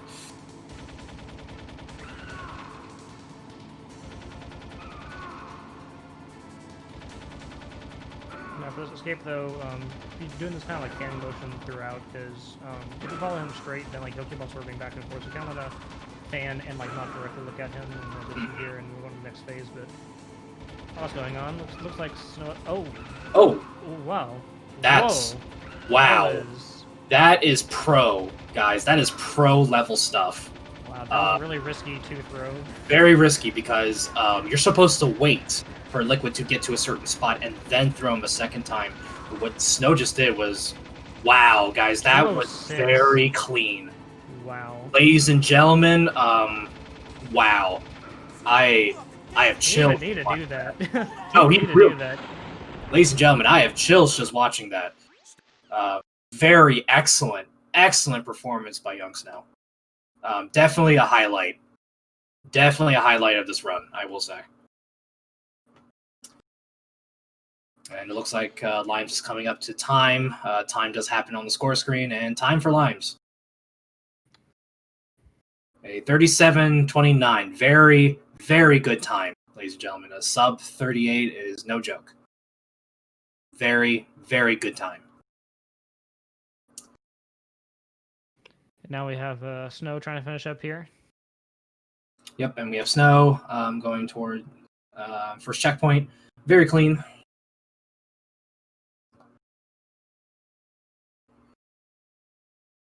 Yeah, so it looks like Wanderers are going to gain a little bit more time here. Mm-hmm. So I'll come down to MGS2, see if the Wanderers can wander the way back into the dub. And can the survivor survive? Oh, man. All right, very clean checkpoints from Snow. Now it's all a matter of Liquid. Yeah, so while we were watching the Liquid fight, I didn't talk too much about it. So yeah, like does he here want to be kind of fanning back and forth, and you want to be like directly following him? Otherwise, he'll start swerving out of controls. So yes, and Liquid does have iframes. You can see him blinking in and out. Those iframes are no joke. Also, his hitbox, no matter the difficulty in this game, is atrocious. You really got to find the sweet spot. And it looks like Snow has very good time. He's getting a lot of good sweet spots. Couldn't get the transition shot. It's perfectly fine. Let's see if he finds the sweet spot here. This is the little difficult part. Yep, he found it right there. And it looks like Snow is also coming up on time. All right. Again, great thing about PC port, we don't have to sit through credits. Even though I do love the ending song, we're gonna be skipping all that. Yeah, probably the best part about this game is that you can just do these runs back to back to back because you don't have to go through all the credits. So Yeah, that's why I hate about MGS2. And let's look at Snow's final time. 39:48. Folks, that is very respectable. That's very respectable. So GG to both runners. Yeah, good job to both of them. And so with that, Survivors still have the lead, and D-Lime's managed to knock it down a little bit. But coming up next, though, we have Metal Gear Solid 2 Substance on PC. Very easy between Tino and Apache, so be sure to stick around for that. And the commentators for that will be Mayu-chan and Makarov. So we're going to take a small break here and get ready for the finale. Do appreciate you all for watching. Thank you for commentating with me underwater. Of course, anytime. See y'all in a couple minutes.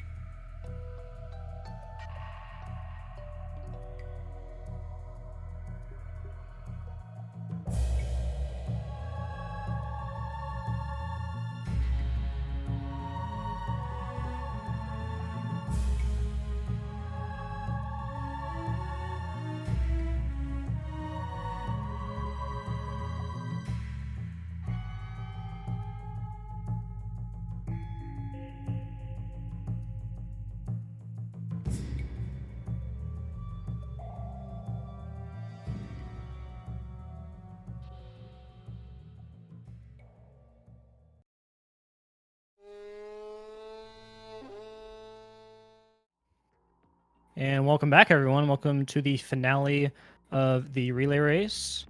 This will be Metal Gear Solid 2 on PC between Apache and Tino. And while I will not be commentating for this particular race, we are joined today by Mayu, Chan, and Makarov, who will be commentating. So without further ado, take it away. Hello, my hello. name is You go first. Hello, my name is Macro360, and today I will co-commentate this race with Mayu. Yeah, hi, I'm Mayu. I'm really looking forward to the race, to be fair.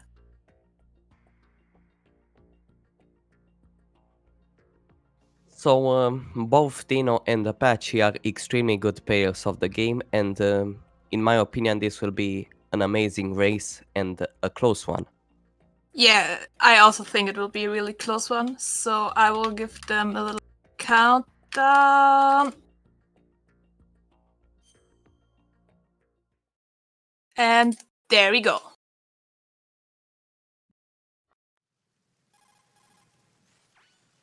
So Already. even if this category is called very easy, the game itself is not very easy, and you will see a lot of different strats, especially from Tino during this race.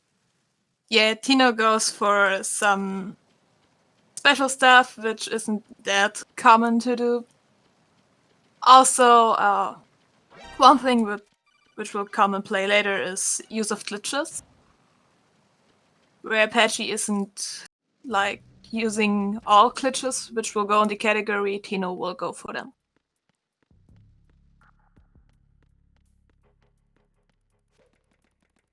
Right now, they are just running through the ship. So even though the tanker is quite a short part of the game, it is extremely difficult and it's quite precise and difficult in general. It's quite hard even as an IL, and you will see a lot of interesting strats, especially during the 2 boss fights of the tanker. Yeah, and speaking of boss fights, we are coming to the first boss of the run, which is Olga. Now, Olga can go into two directions, left or right. It's faster on very easy if she goes right, and the runners want her to go right. So we will see what Apache and Tino get. So Apache got the left Olga, which is normally slower because Apache did a loop, which is faster, but it's not. It's kind of RNG if you can hold the loop or not. While Tino got the normal right Olga, which means she goes into a cutscene, which makes the side a bit slower. But both got through the fight pretty good.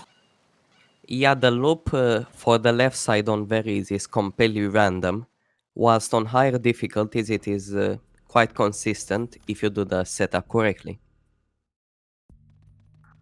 And now they are just going back down. The only reason why you have to fight Olga is to get the USP, because without the USP you can't progress any further. So currently the race is quite close, which is to be expected during the tanker. The big differences will come during the plant. Right. And there we saw both doing a seemingly random shot, but the shot is to alert the guard so we can run past him.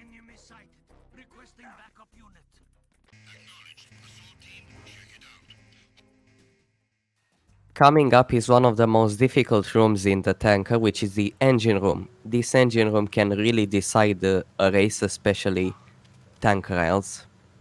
Yeah, and we see both go for the safest strat, I would say. There's another strat you can go for where you fall directly onto the guard and shoot his radio. It skips a cutscene which is coming up shortly, but both are going for the normal tranking the guard. On very easy, if you hit a guard with the tranquilizing gun, he will instantly get knocked out, while at higher difficulties you have to hit the head, or trank them and roll into them afterwards. Yeah, fast engine room is really not viable for full game runs, and it's usually done only in ILs.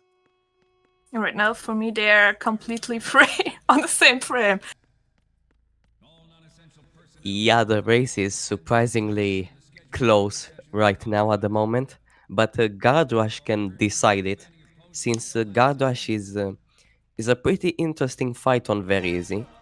We use the USP on very easy, and it's a fast fight. It's a short one, but there is one guard Tino which got is the alert one. there. Hopefully, Yeah, getting an he alert did not. is slower, so he's behind Apache at the moment.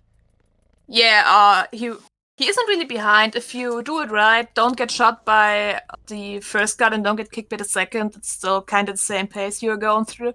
If Tino would have gotten kicked by the guard, which was sleeping for Apache, could have been...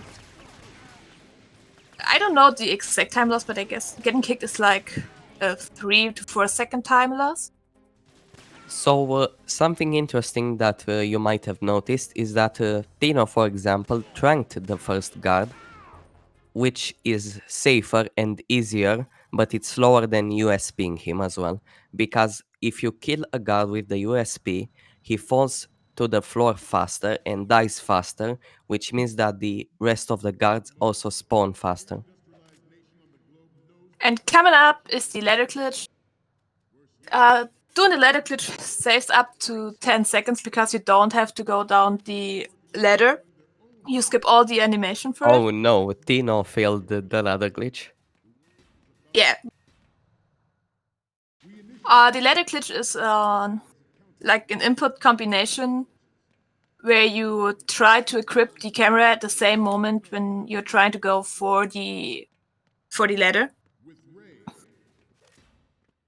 So Apache did a beautiful hold up strat, whilst Tino doesn't go for the hold up strat and goes for the riskier but faster domino effect.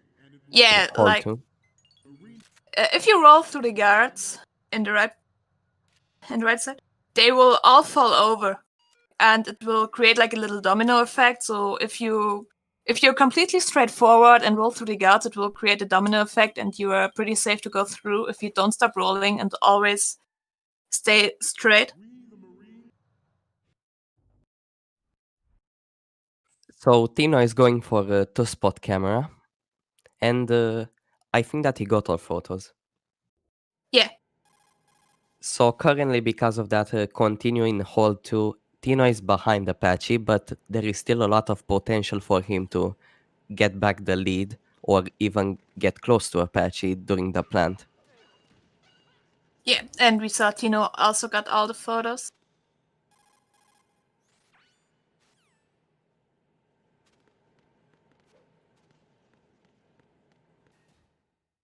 Now, the plant section of the game is where the biggest part of the game takes place. And this first area, the strat A, is pretty easy to do at the beginning of the plant. You just have to pretty much wait for an elevator and get to the rooftop. And there was a strat which was used for a long time, the caution strat, but it's not faster. Everybody just does it, or at least I do it. Yeah, I also go for the caution strat. So the beginning of plant also is like a little tutorial section because you can also just go for plant without going through the tanker first. So at the beginning of plant you have a lot of explanation, what your weapons are doing, and all of that. Also a little fun fact, Apache is playing on German. I don't know why he has a fable for going through random subtitles for every run he's doing. I think that I know why German. Nah, he basically really just changes it for every run he's doing. Also, a difference you saw here, Apache was going for the caution strat and was just raiding in the room with the elevator, while Tino was going back to get the M9. Which just changes is Apache is picking up the M9 on the roof, and if you have the M9 already, you will find M9 ammo up there. And an interesting optimization, which actually starts at the end of tanker, is that it's faster to end the tanker on the USP, because as soon as you skip the Stillman cutscene, you will already have the M9 equipped. Tino having struggle going under the fence there, but no. And another thing that you must keep in mind is that both of them are playing on New Game or New Game Plus, because there is a cutscene called the Stillman cutscene. Nobody knows how long it is, but it's long, and It's like we 5 want minutes. to skip it. Yeah, it's like 7 minutes, even 11, I've heard. I have no clue about the complete time for it, but at least 5 minutes. And on New Nobody Game Plus, knows. you can skip this cutscene, while on New Game you can't. There are also some other tricks between New Game and New Game Plus. One of them is the Aims RNG coming up later. But we will get to this as soon as we're at part. So you can see that Apache is quite a lot in front of Tino, But again, Tino has a lot of potential, and given that the strats that he does, he really has a chance of being a lot in front of Apache.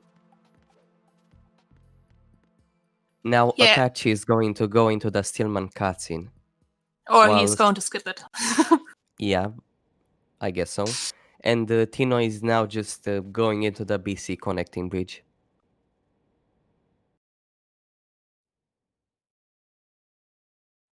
So lots of cutscenes to skip.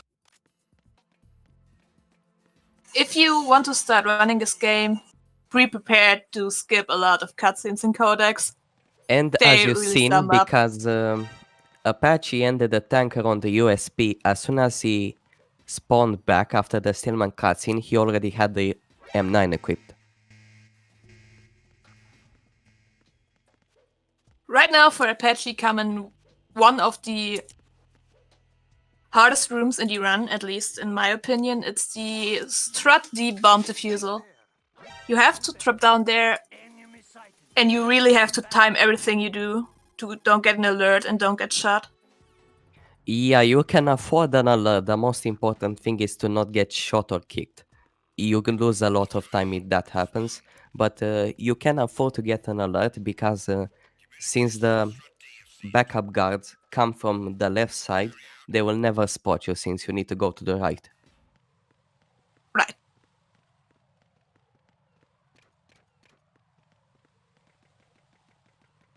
Tino is now defusing the Strat D bomb, and something to keep in mind here is that they will try to go for fast bombs, which means that they will have to stand in specific spots, which will allow them to defuse the bomb faster.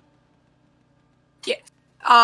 For this bomb, to get a fast bomb, you have to crouch in front of it to get a fast bomb.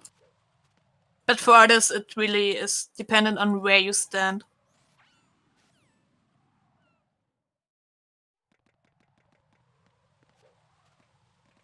Now the Strat E bomb, you have to roll to prone, which is what most people do, in a specific spot, which will allow you to reach the bomb.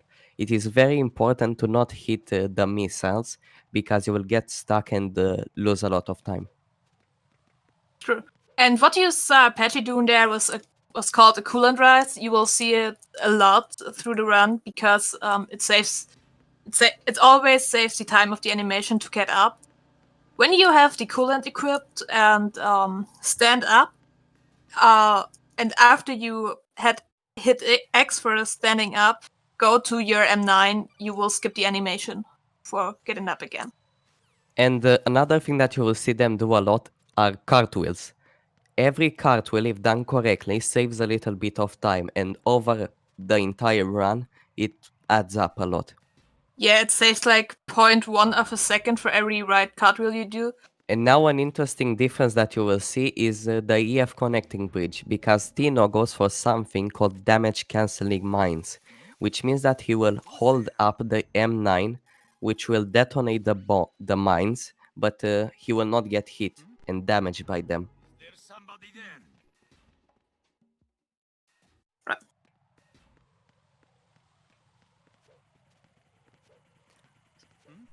Apache has done a perfect job with the game and really didn't have any major mistakes, while Tino was struggling a bit with the tanker, but he's slowly catching up. Yeah.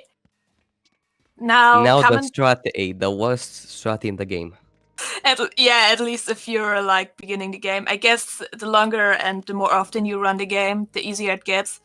This whole room only comes down to your position, and you really have to know in what position in order to freeze this bomb. It can really be a struggle to get this position sometimes. Yeah, but the more and more you run the game, you get used to where you have to stand and how you get to that certain position.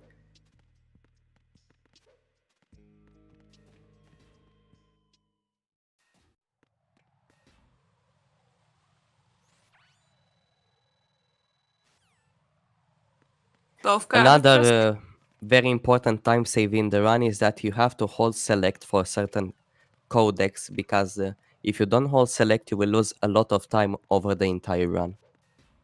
Yeah, it can really sum up. It doesn't seem like much if you miss one. It doesn't seem like much, but if you miss them all, it can sum up to several seconds.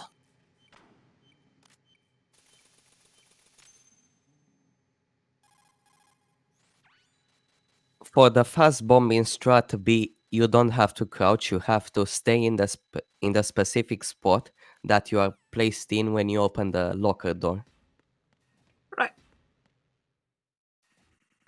And the Apache is now going to strat C to pick up the sensor B.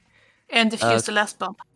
Yes, and an optimization recently discovered is that it's faster to defuse the bomb first and then pick up the sensor, because like, I don't know how much time ago everybody went to pick up the sensor first and then defuse the bomb.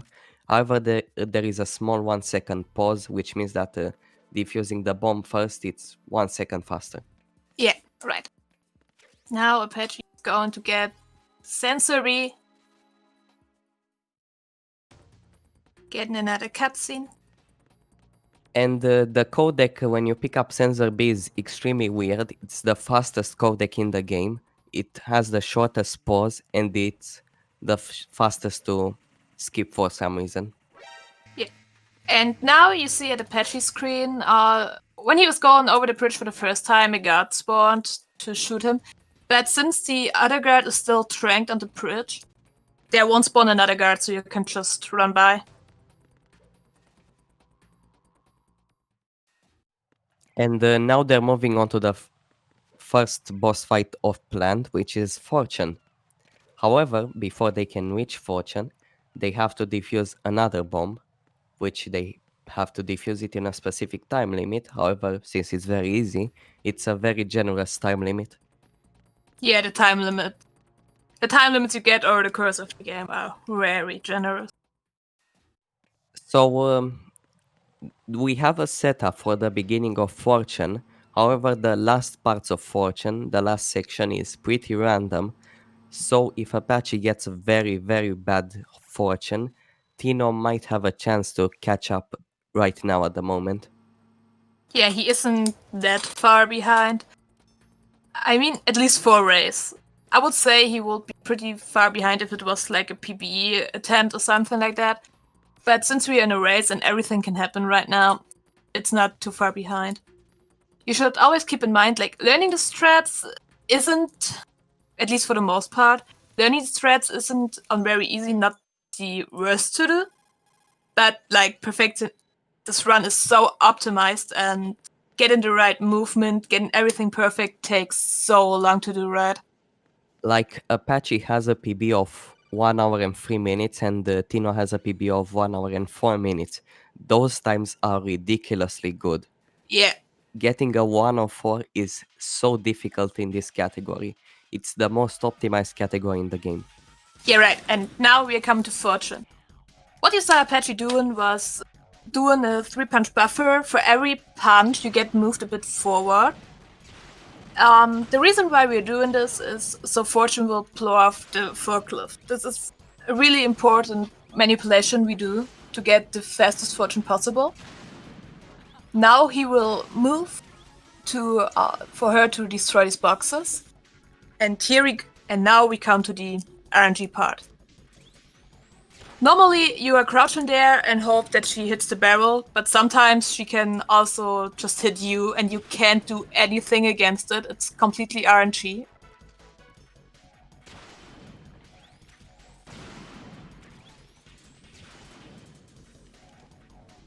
The elevator cutscene was a good indicator for that the fight is almost over.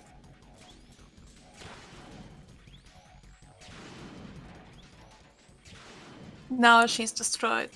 Second barrel, and we're simply just waiting for her to go completely insane, destroy this whole room down here. And coming up is one of the hardest codecs to hit first frame. But Apache what just I did do it. is, yeah, that was some skill right there. So what I do is I use a visual cue, which are the two pieces of the two rocks that fall down, because almost immediately as soon as they fall down, the codec will begin. Right. And what you saw Apache doing there, it looked like really dodgy movement, but you have to pick up the chef grenades on the top of the roof for later rooms. Sadly, there are some claymores planted around it. Because why Speaking shouldn't of you put... claymores, Tino Why? will now do damage cancel mines. Yeah, Again. funny enough. Oh no, he missed the trap. He missed the trap. And didn't get the damage cancel while Apache got the damage cancel on the roof. That's He didn't unlucky, want to but risk it can it. happen. Can happen sometimes, sadly. The movement is really strange and precise to do. Now we're moving on to one of the hardest fights in the whole game, even though it doesn't look like it, which is Fatman. Fatman is also an RNG heavy boss because he can move into 3 directions. And, And- something that Tino will do right now is roll to prone to pick up a claymore mine, which will pretty much clear the path for later in the game. No, since Apache did it, he was picking up the mine there because it wasn't cleared. Tino didn't have to pick up the mine anymore because he did this damage cancel at first. And now Fatman. This is a difficult fight. So since both of them are going to do lethal Fatman, they will go for the right bomb first and the USP Fatman. It's technically faster to do non-lethal Fatman, which involves defusing the left bomb first and then performing a hard, difficult series of inputs to shoot a lot of M9 shots into his head as fast as you can. So Apache had a pretty good Fatman, I would say. Not the best possible RNG, but it was a good fight. It was the best RNG. If he's gone south, it's the best RNG. He went south, so that means that it was good. Yeah, I thought that he went to the right. No, he went south for both, so they both got good RNG on Fatman. So this means that it's even closer, and since pretty much what holds back Tino is that continuing hold 2. Yeah. However, there is a fight later on that will decide all of this. Oh, Harrier, our dear friend. High damage or low damage? Yeah, I really hope that both get high damage, and because Harrier is also... It's an RNG fight. We will come to this later.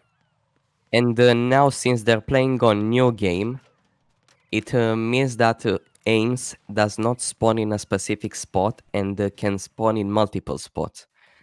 We have a spot which is in the northeast, which is called God Ames, and it's the fastest known Ames. However, there is another controversial strat, which is pause buffering, in which you just pause, and in case you get the worst possible Ames, it's actually one of the best. But yeah, I don't think they will go for it in the race. Nobody uses it. It's like it's cheating. A mutual agreement. We don't cheat. We are fair and nice speedrunners. We don't cheat. And something that you will see a lot is that people, Apache and Tino in this case, will double press triangle to call the elevator twice. That makes it come up faster. Right. Now Apache is picking up the directional mic. We needed to interact with Ames. Because it's story relevant. They are going to tell you, yeah, he has a problem with his heart, and use the directional mic to hear who he is. gesture things. We don't need it because we know how he looks like, but we can't interact with him without the directional mic. So. Yeah. So Coming now up, Apache will do something. He will knock on the wall, which will pretty much aggro a guard, which will make him come, and it's faster in this case, and he will use the retina scanner much faster. Yeah. what you also see Apache do is it's just a little optimization. He was getting rid of the BDU, which is the uniform he was wearing before. It saves. I don't know. Oh, he got the old lady spawn. So Apache this means that all of the people in the hall are all ladies except for Ames. So it's very easy to see him. Yeah.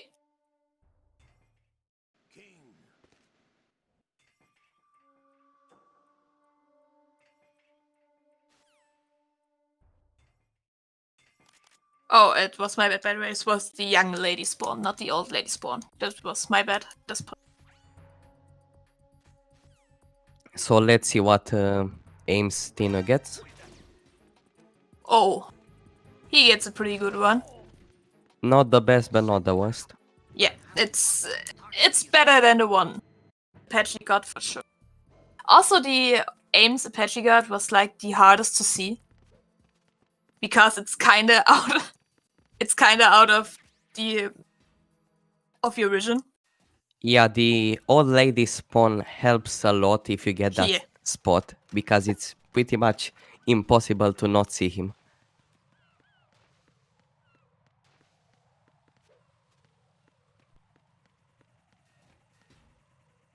And now we are pretty much approaching the pivotal point of the run, which is Harrier.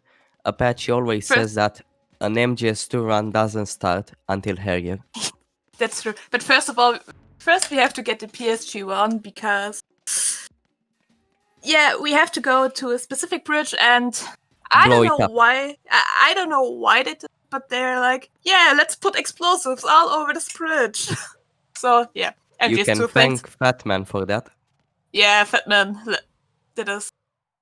Fatman gave us his last gift.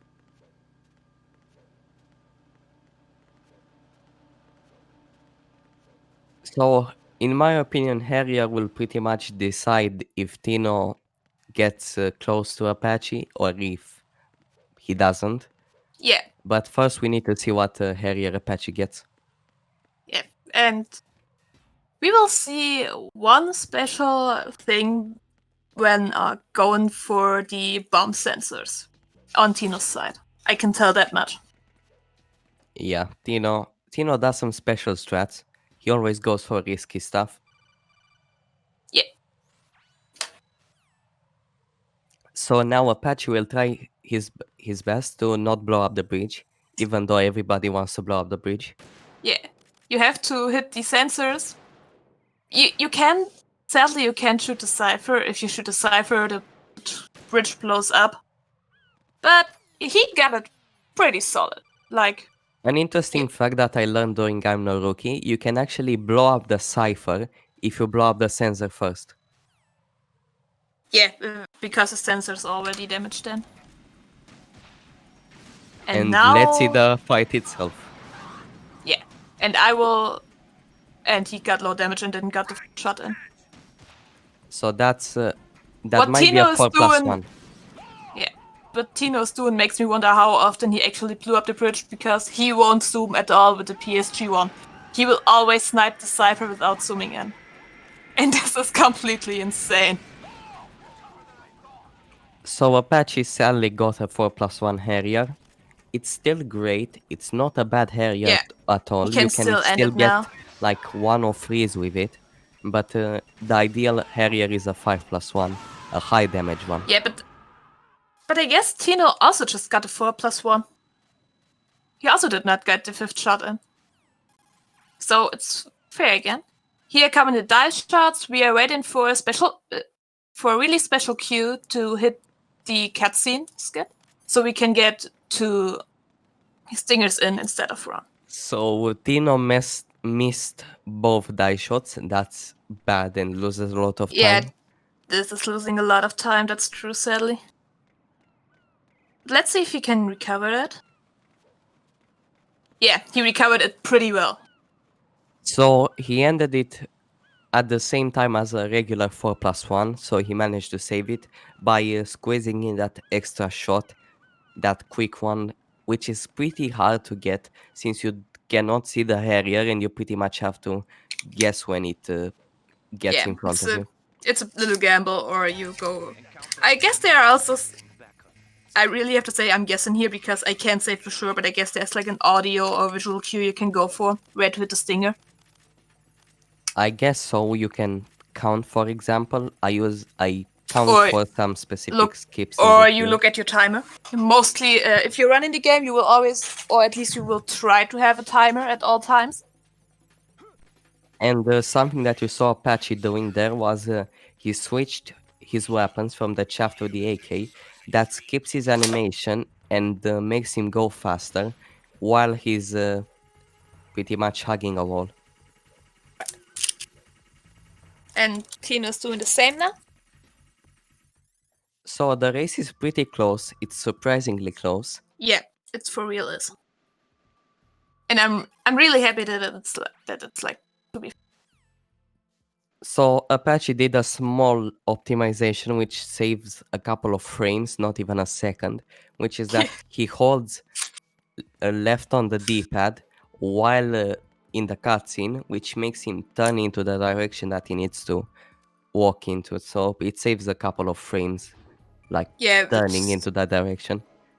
I guess we didn't, because I just saw it, there is a little chance to get a fast elevator, but we didn't get one here so far in this run, if I'm not mistaken. Right now there was no fast elevator. Right now we have to go swimming for the first time to pick up the Nikita. First they are going to tell us how to swim. Because, yeah. And normally we need to avoid after drowning. normally after you pick up the Nikita, you can go for a quick turn underwater. You do this by pressing down on the right analog stick. But the problem for Apache is sometimes his controller won't recognize it right, and he will just lose time, so he's gone for a normal swim. So as you saw there, the elevators are perfectly in sync. So it gives you an idea of how far behind Tino is. He's exactly one room behind. Yeah. And now Apache has to avoid killing the president, even though he dies anyways. You spoiled the game, how could you? Maybe we have people who don't know the game. Yeah, but this time he wasn't running in front of his Nikita. Fun fact, Apache blew one of his BBs by killing the president. Which is pretty funny thinking about it, because you have to hit him twice, but he was running in front of his Nikita twice.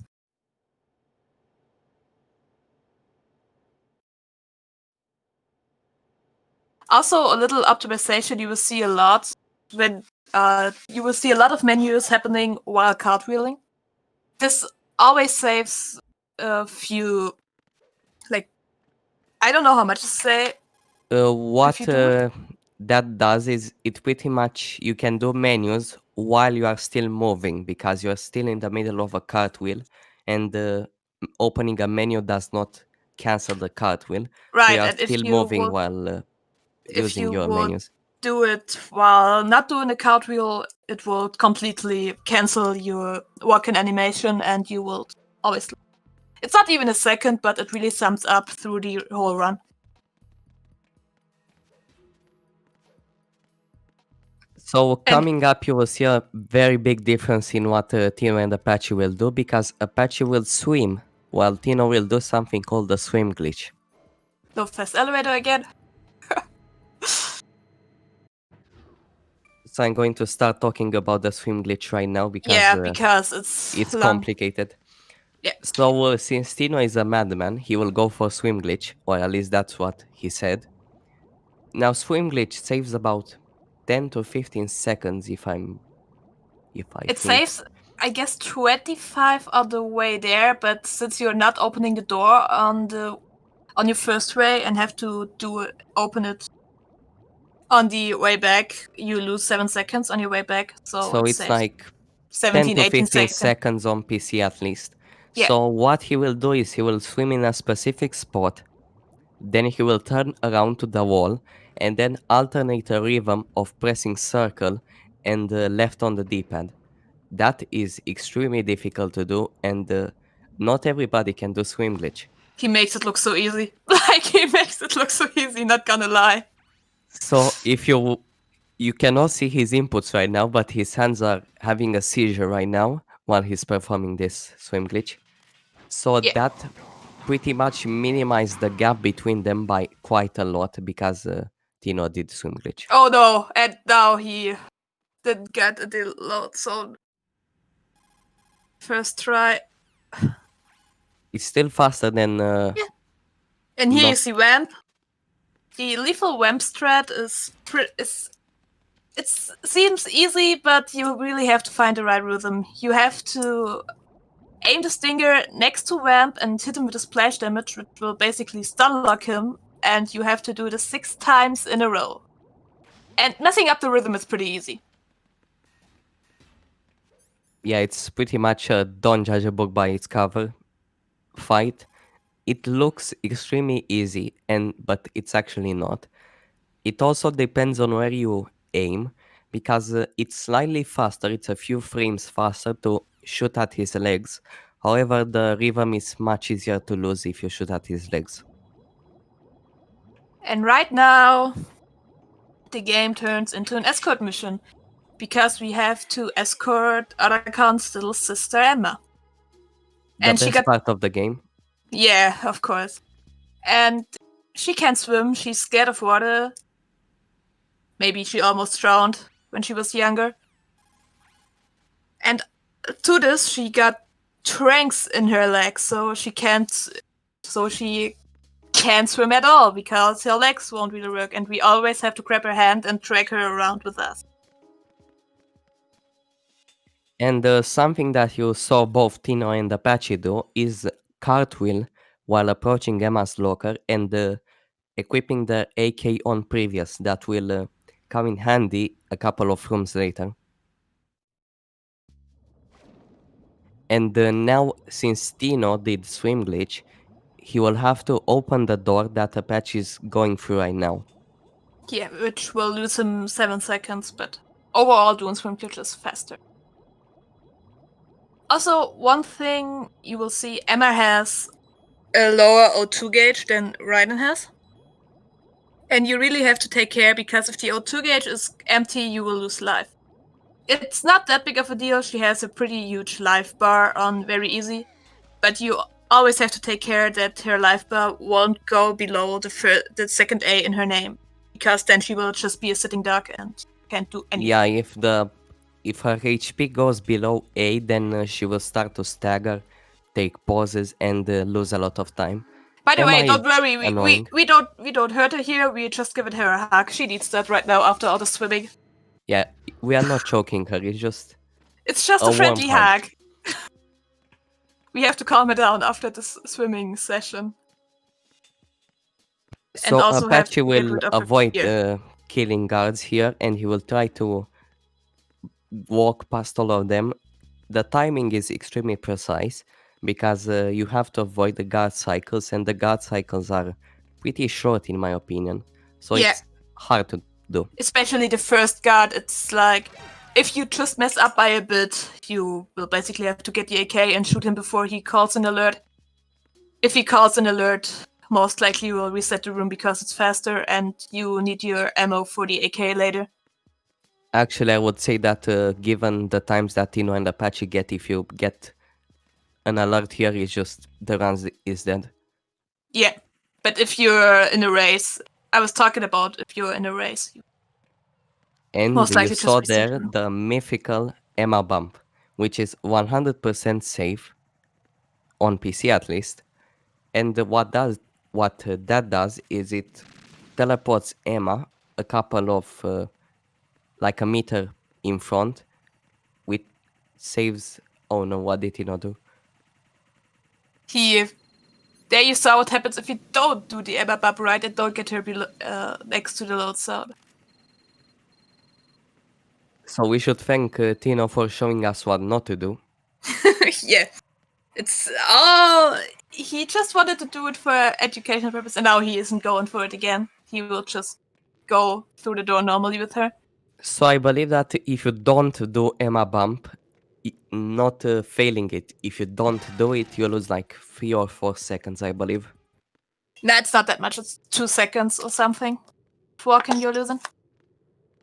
Yeah, because you walk very slowly when you hold her hand, and you pretty much want to hold her hand as little as possible. That's true because movement gets really slow. And I don't Apache has reached the actual best part of the game, which is sniping. If you're a fan of sitting there looking out for someone who can't take care of himself, have fun with this part. You will really love it. Now, Tino also showed how cartwheels can lose you time. Yes. No, but it wasn't the cartwheel itself. He didn't drag Emma far enough.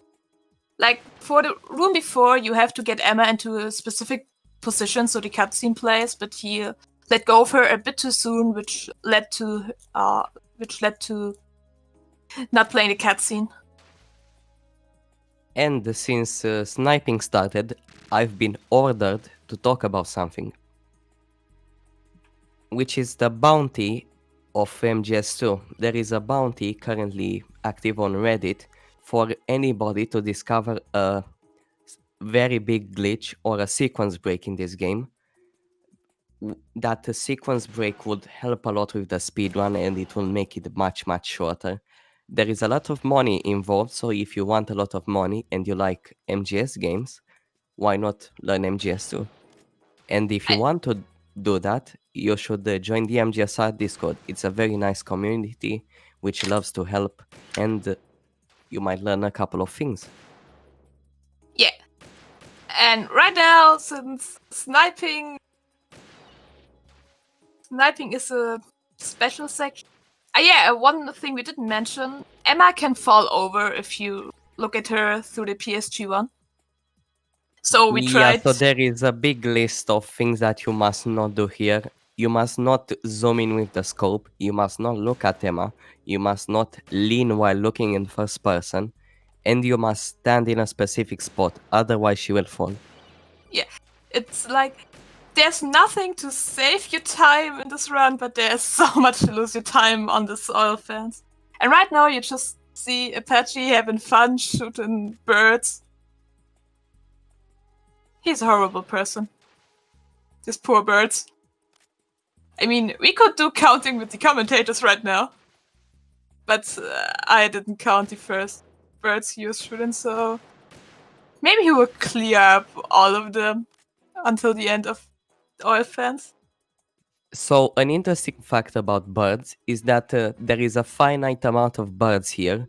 So that means that you can actually do a birds percent speedrun in which you have to kill all of the birds here, since they don't respawn. And we've tried to contact the moderators to add such a category, but they don't want to for some reason. Sadly.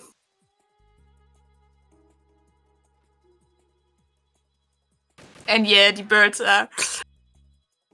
It didn't happen just one time to a runner that a bird screwed over a run.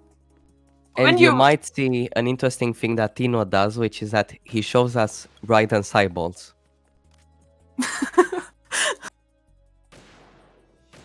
Yeah, but with the birds, on the bridge where you have the sensors, it can happen that the bird is flying in front of a sensor, which can be especially annoying if you are trying to shoot the cipher sensor.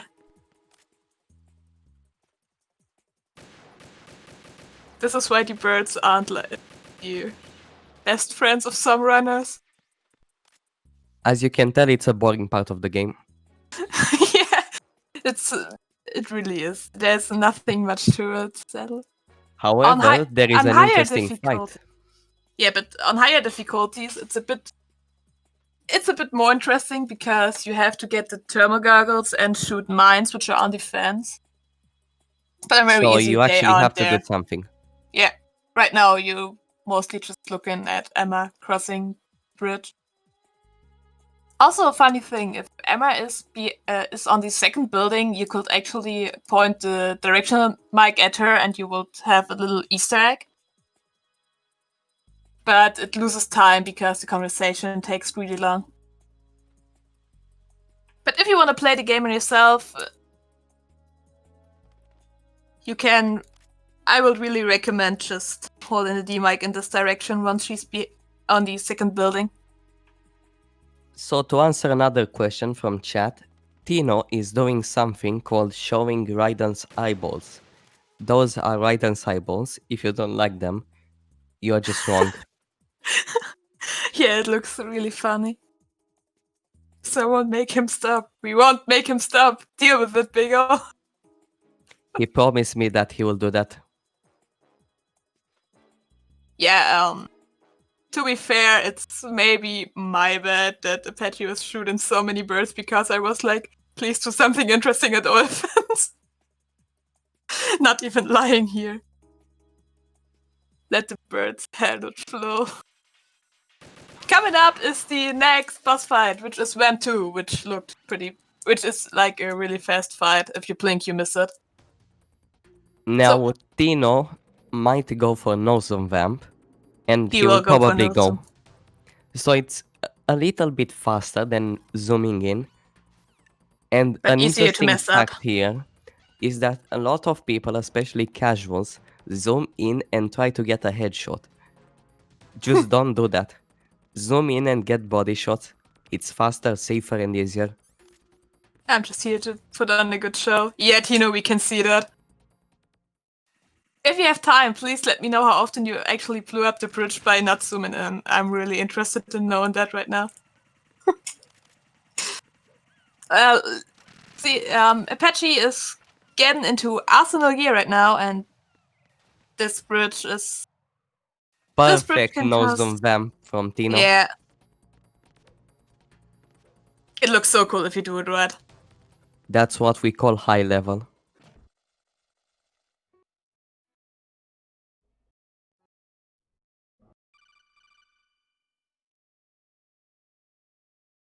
Now, many people hate Arsenal gear, including me. It's a Same. bad part of the game. Platinum. PTSD. Oh, Tino was trying to go for a cartwheel and... Yep.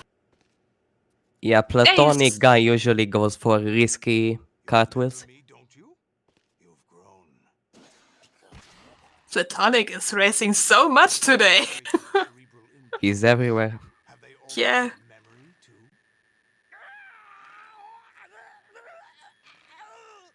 Yeah, right So now we the are getting only choked.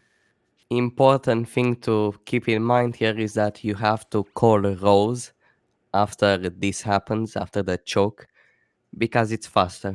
That's all that I Yeah. have to say about this.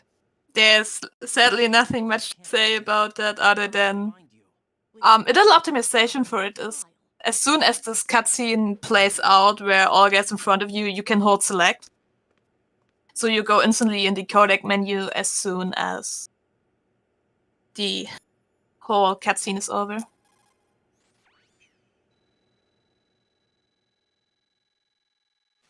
So this saves quite a lot of time compared to just waiting for Rose to call you.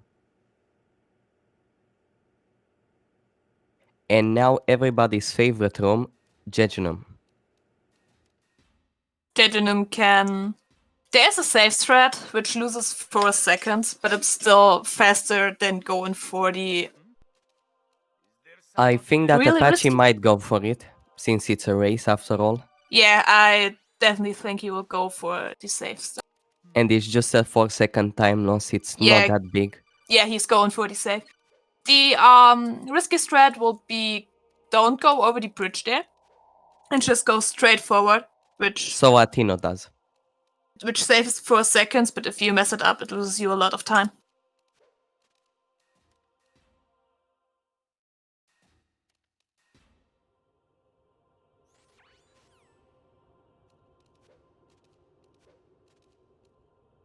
Right now, we're at a part where codecs will come in at different times, which basically is 2 punch kicks is like the time when the codecs come in. And if you hold select after the 5th codec, which is coming in, you will instantly get a call from Rose.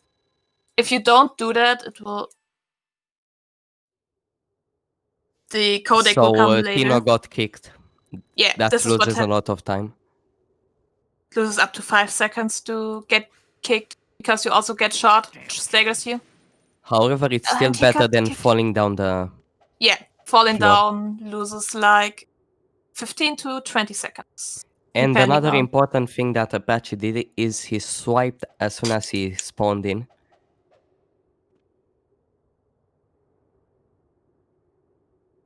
Yeah, because you have to wait you have to wait 45 seconds after you got the plate, but the timer only starts if you swing your plate and don't go behind Snake. If you go behind Snake, the timer also won't go any further. For some reason, nobody knows. Just stay north. Basically, yeah. And of course, we need Caesar 61.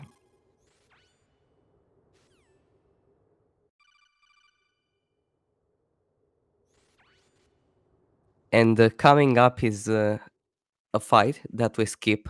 This is actually one of the only skips in the game, which is Tengu 1 skip. Saves a lot of time. Yeah, the fight is still short since it's very easy, but it's long compared to skipping it. So what Apache will do is he will go up against the door with the USP equipped, punch, punch, kick, and while he's kicking, he will turn back and clip into the door and move itself into the next area, pretty much. Yeah, and meanwhile, Tino is breaking the game. He likes to do that. Coming up is Tengu 2, which is like basically Tengu 2 is Snake is doing the work while you are shooting stingers up there. You will try to time you don't really want to go for the Tengus itself. You want to hit the roof in this little door up there. And the splash damage will kill the Tengus for you. And an interesting fact is that it's not that slow to just let Snake do everything. It's still extremely fast.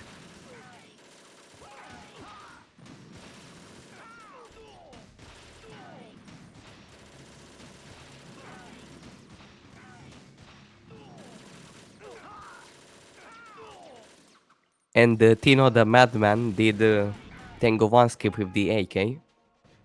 Yeah, it's easier to do with the Soul comic.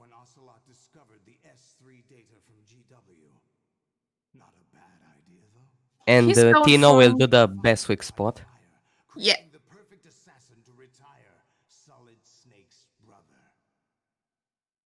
S3 stands for Solid Snake Simulation.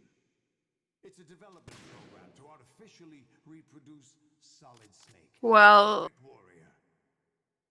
Tino is going for the best weak Tengu 2. We see Apache standing around, listening to Solidus, talking some stuff about VR. An interesting fact about that section that Apache is currently in is that it's impossible to skip that section because it's based on the dialogue that Solidus speaks. So that section ends when Solidus stops speaking. You cannot skip it otherwise. So the only theoretical way to skip it would be to replace the audio file with something shorter. So yeah, guys, if you want a bounty, this will be one of the sequence breaks we are looking for. Or bomb diffuser skip. That also works. Or Orphan/MS code skip. Pretty much everything that saves minutes is accepted.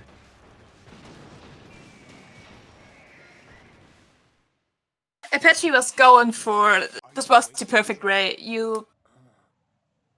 The Ray fight is as soon as the talking ends and you're in the fight, you will instantly equip your stinger, which you will put on previous, either in Tengus or in the whole talking sequence. You will swap to your stinger, instantly shoot the middle Ray, go to the left Ray after, shoot him, and then you have to move away because the right Ray will jump onto the stage. And this Ray is a little bit different because you have to hit his leg first in order for it to open its mouth. And then you can shoot the mouth, and this is the perfect Ray fight. And the recent optimization that was discovered is that it's faster to shoot the right ray first before the left ray. However, it's much harder to perform.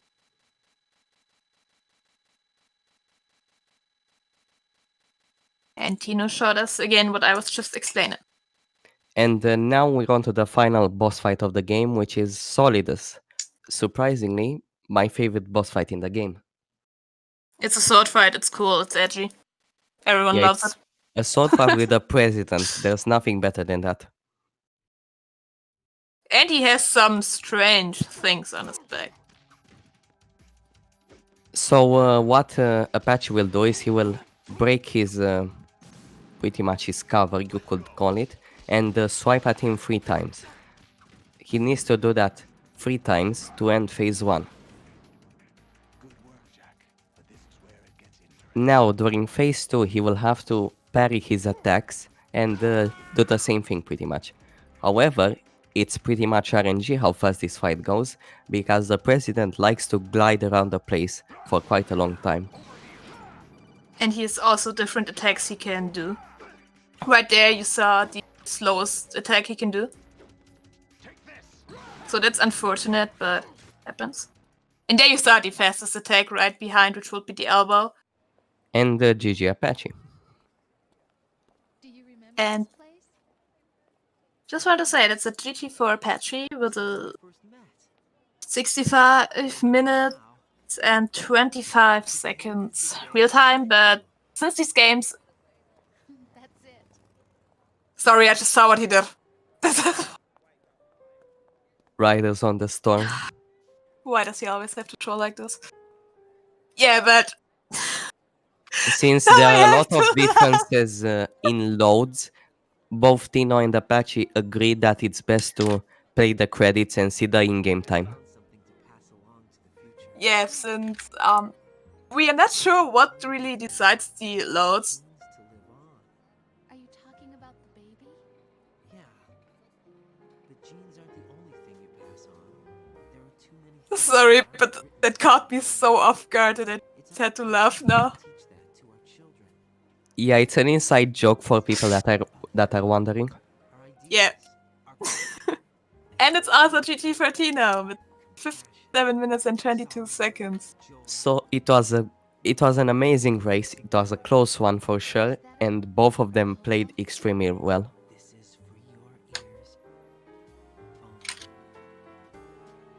And now we will just listen to some jazz for 8 minutes and see the score screen.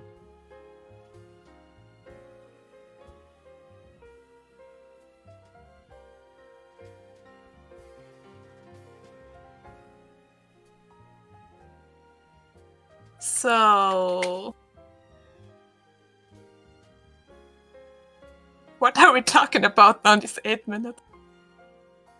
I don't know, it's just credits.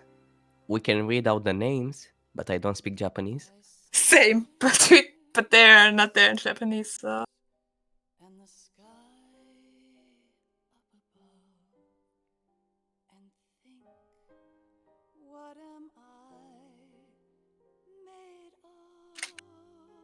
I guess I could say rest in peace, John Saigon, the voice of the president himself, Solidus.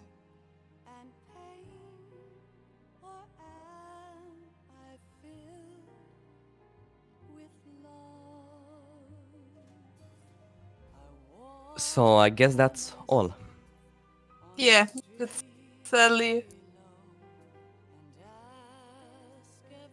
not too much to say anymore. I mean, I guess we're allowed to since the last... The whole event was really nice for me to watch. It was the first time I saw a real MGSR relay race. And it was so nice to commentate on it. I was really nervous at the beginning, but just going through this race went way better. So to answer a question from chat, how easy is it to learn? Very easy. Well, both of us are newer runners, actually quite new ones, and I can We are say running that for 1 month each. it's it's easy to learn, but extremely difficult to master. I managed to learn the game in 2 hours, but to master it, it's extremely difficult. You have to do some very precise movement, and to keep it up for that long, it's a very hard game to master, but very easy to learn. Yeah, so again for me, I had I had 3 sessions where I learned the whole game. I was going with Tanker first, which took like 2 hours. Tanker is pretty fast to learn in general. Then I had like a 3-hour session where I learned Plant up to Harrier. And then I had another like 2.5-hour session to learn everything after Harrier. So learning it in general isn't that hard. The really hard part is getting your first run done. This is for real, like, this was the hardest for me to actually go and be like, okay, I learned the rooms, I'm gonna do a run now. And really stick to it, perfect your movement, get the strats right. So learning isn't too hard, mastering it is the really hard part, especially getting on the level of Tino or Apache. Like, And I for also me, want to say something else quickly. Yeah? And please follow Apache at ApacheSmash on Twitter. Did he tell you to do that, or did you do that on your own? I wanted to do that. I waited for this moment. But yeah, like Macro said, go follow Apache on Twitter at ApacheSmash. This is really important. Also follow Metal Gear Speedrunners on Twitter. But yeah, the race was really nice to see. And both of these guys run these games for a long time. So it isn't done in one day, or a week, or a month.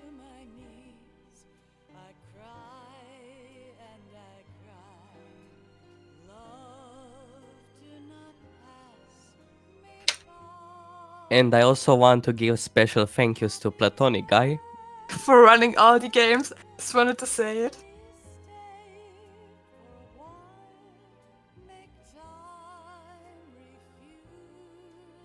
But seriously now, Platonic Guy really is a master of this game, and discovered a lot of recent strats, including a cartwheel up the stairs of strat A and a risky parkour strat F.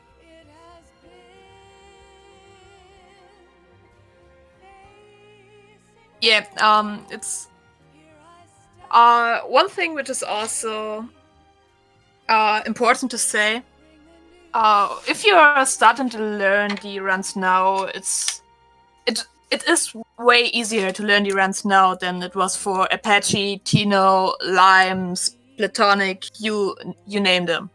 Because all these guys found strats, optimized everything, and now they can give all the knowledge to us, while they had to figure out all on themselves. So, to all of the guys and all I forgot, I'm sorry, I don't know all of you. That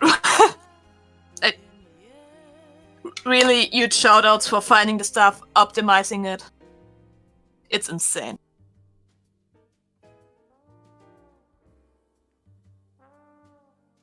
So yeah, if you're interested in learning any game which got run or any other game which got Metal Gear in the name, just join the Discord.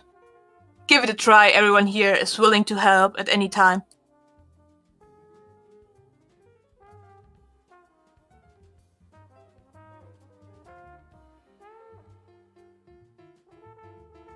So, guess I said everything I could say because I have no clue anymore what else to say. I can add to what Green Saber said in chat. If you want to learn dog tags, get in contact with Tyler or BMN. They just love dog tags. And for VR missions, Platonic Guy and D-Limes. Yeah. And for all other games, we have channels for every game which got Metal Gear in its name. So, if you're like, oh, I want to learn Metal Gear Solid 3, or I want to learn I want to learn Ghost Babel, or I want to learn Portable Ops Plus. Portable Ops Plus. I want to learn 2, whatever. What about Survive? That's just also named, a good game. Yeah, I just named a few games with high plywood. And I also mentioned like all the games which got run before, so I tried. I Ground just tried Zeroes to is name also some fun, names. to respond to Joe. Yeah. Ground Zeroes is fun. I gave it a try. It's difficult. I gave up. But it was fun. It's extremely fun. Yeah, and one thing I have to say, here everyone here is very welcoming to new runners. Like, I guess Apache said it in the Survive run, that we had a lot of new runners who weren't in a relay or something before, and everyone here just loves seeing new players run the games, getting better at it. Yeah, how did you two feel about commentating for this race? I know both of you have not commentated on the channel before. You go first. Well, I feel like I did a great job, and I feel good in general. That's some good confidence there, Makarov. Okay, for me, I have to say I was freaking out before the run. Like when I saw, okay, Metal Gear 1 has come to an end, I was so nervous and everything, but it got away pretty fast. I just had fun doing it. It was really nice, explain everything. And it was also nice to see, I guess this is like at least for me, the biggest achievement on this commentary was to see, okay, yeah, I know and understand this run. Like, doing a commentary really shows you how much you actually know about something. And if you never did it before, try it out. It's really fun to do. And I have to say, even if I was freaking out before, I'm really proud at the job Meg and I did. Nice. Good job. Good job. I'm glad we we had a lot of fresh faces for this relay race, and it's a good thing to have new people doing commentary, new people on the races, regardless of how it goes. Everyone has to have their first time, and sometimes that can be a little bit shaky, but even so, it's always a pleasure to see new people, and I think we got our time. So 105.09 for Tino and 104.07 for Apache. Riders on the Storm. Riders on the Storm. I wanted to explain why we are going to IGT. Suddenly, this Riders on the Storm popped off, and I'm like, okay, nope, I'm out. I can't explain it now. I have to laugh. Sometimes I hate you. I hope you know that. If you lost the race, were you still gonna put up Riders on the Storm? Oh no, I had a Riders on the Storm with a sad face at the end. For real? I was so Show prepared. it. I don't believe you. Show it. Prove it. Ooh, called out. He's typing now. He muted himself. He's typing now. Oh, he removed it. Oh. He's typing now.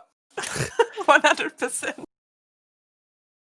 Yeah, and again, this is like a little insider which started because of a music bot. Yeah. It's a great song. You should listen to it. Yeah, you should really listen to it. we can't listen to it on this stream, but we can but only once. And then there'll be no more events. No. Yeah, it'd be a problem. Okay, Apache. This is the main event, or rather the main event after the main event. We have some announcements for all of you people out there in internet land. Apache, what do we have to tell everyone as we close this out?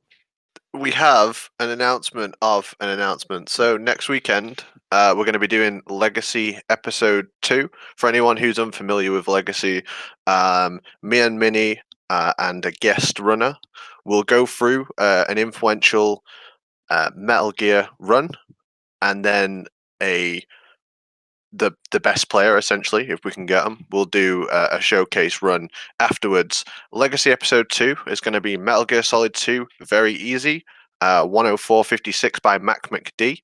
We're not only going to go through that run, but I'm going to go into great detail about how every single improvement of this run came around in the past over the past 2 years.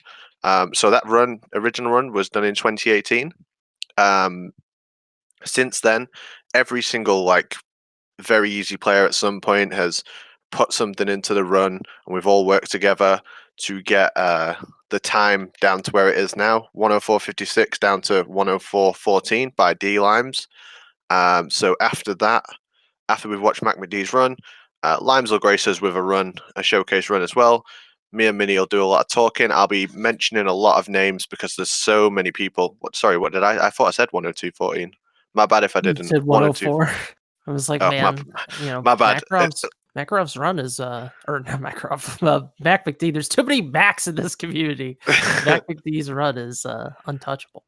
Yeah, absolutely. And there's going to be a lot of interesting discussion to go through there. Obviously, the guest will be DLM's 13. We hope you'll all enjoy it. After that episode of Legacy, we'll have an even bigger announcement, which a few of the involved runners know about already, but I'll go into it next Saturday. So that will be next Saturday, the 19th, and it will be announced on the Twitter and the Discord exactly for times once we know. Probably tomorrow. Nice. So yeah, Legacy episode 2 coming down the pipe for all of you, and I think it's fair for us to talk about the other thing, yeah? Oh, we're going to announce it now? I will. I don't mind. Yeah, I thought we were. You're like, oh, oh, okay. we're gonna go I was next going to week. announce it next week. I was keeping it a secret for another week, but I'll tell everyone now. Yeah. So next week we'll be looking at the past of Metal Gear Solid 2 Very Easy and the present of Metal Gear Solid 2 Very Easy. But the future of it will be from October 1st, we're starting a Metal Gear Solid 2 Very Easy League. I've spoken to a lot of the players already who will most likely be in it, and their numbers are pretty high. So a league works, everyone plays everyone, and you score points for each one of your games. So everyone will play everyone once. And there'll be a league table, and it'll be done over a number of weeks. Heading up to Christmas, we'll miss Thanksgiving, obviously. We'll take a break then. We'll take a break for Christmas. Based on the number of players, the league should be finished up by Christmas, and then we'll do a playoff in the new year as well. There will be a stream every Thursday on the MGSR channel, which will show league games of that week. We may not be able to get every league game in during the week, but at least 2 will be shown with commentary. And then if there's other days when people can play on and it becomes obvious there's another day that people play on, we'll probably do league broadcasts on our own stream as well. But we will try and show as much of it as possible to you. I'm personally insanely looking forward to it. Something I've wanted to do for a long time. I'm just so happy that like the VE runners, everyone I've spoken to, even the people I thought would say no, are like, hell yeah, VE League, let's do it. So yeah, a lot of MGS2 VE is popping off. Apache, that's all stupendous. I mean, we just MGS2 VE down the line, but there's another secret that we didn't mention. Oh crap! Was that not the secret I was supposed to tell everyone about? That was not the secret you're supposed to tell, but the cat's out of the bag on that one. All right. Well, a lot of people knew. A lot of people, players and stuff, knew already. We'll go into a lot more detail about it next weekend, but nevertheless, I'm glad because I just wanted to talk about that constantly. So I'm so glad that I got to. I really feel like a weight's been lifted off me. But Plywood, you can let the other secret out then.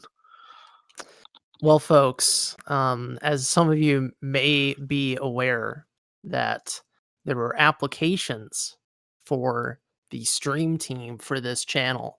I know people have been asking, why doesn't this channel broadcast more? Well, that's going to change because we have several people signed up to do their own time slot. several days throughout the week. So I know Apache, you have your own day. I have my own day. Joseph has his own day. Limes has his own day. Barty Spotty. has his own day. Am I forgetting anyone? I I think think Tyler. that's everyone at the moment, but other people are definitely gonna want to do it as well. Yeah, sorry, Tyler's got a spot as well. Yes. So there's the storm's brewing. The big I'm gonna storm. be. Wow, Oh, I just noticed the storm. I didn't realize what that meant until it happened. Yeah, I'm going to be streaming every Wednesday on the channel from 12 p.m. Pacific. I'm going to be doing Metal Gear Solid 3, a mixture of European Extreme, Tuxedo, Keratan, and Cigar. Maybe sometimes all at the same time if someone can talk me into doing it. But yeah, we're going to be streaming on this channel a lot. That's right. So keep your eyes peeled for the full schedule release. We're going to be having, especially once October rolls around, between the VE League and people scheduled to be on this channel. I do want to express once again that if you're interested in applying, you can find that in the general channel of the Discord. The schedule itself should be released tomorrow. So very, very soon. We'll tweet it out and post it in the Discord. And once again, if you're interested in joining the stream team, please send in an application.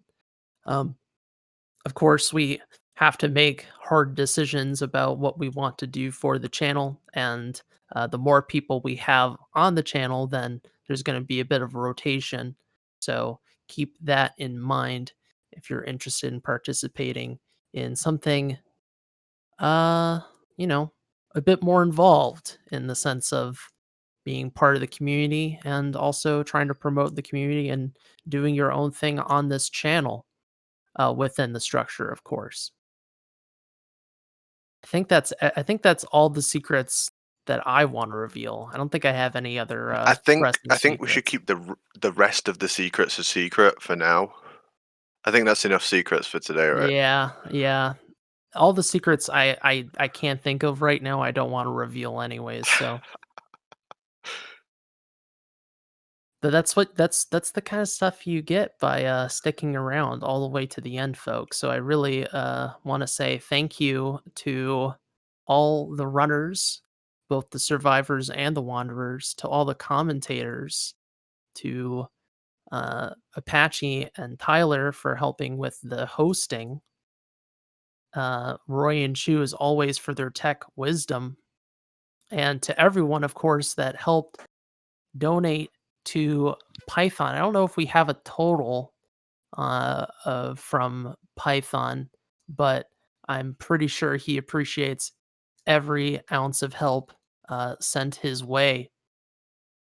Very much so. So thank you all so much for watching and supporting and enjoying this Summer Relay 2020 presented by MGSR.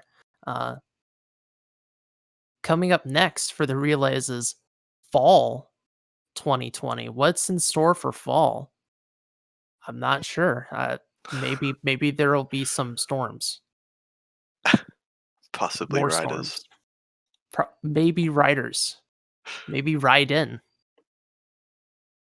the storm. There you go. And with that, folks, we are going to send it over to someone learning MGS3, DJ Fatso. So thank you once again for coming out to this relay race. We will see you next time. Soon. Hashtag very soon.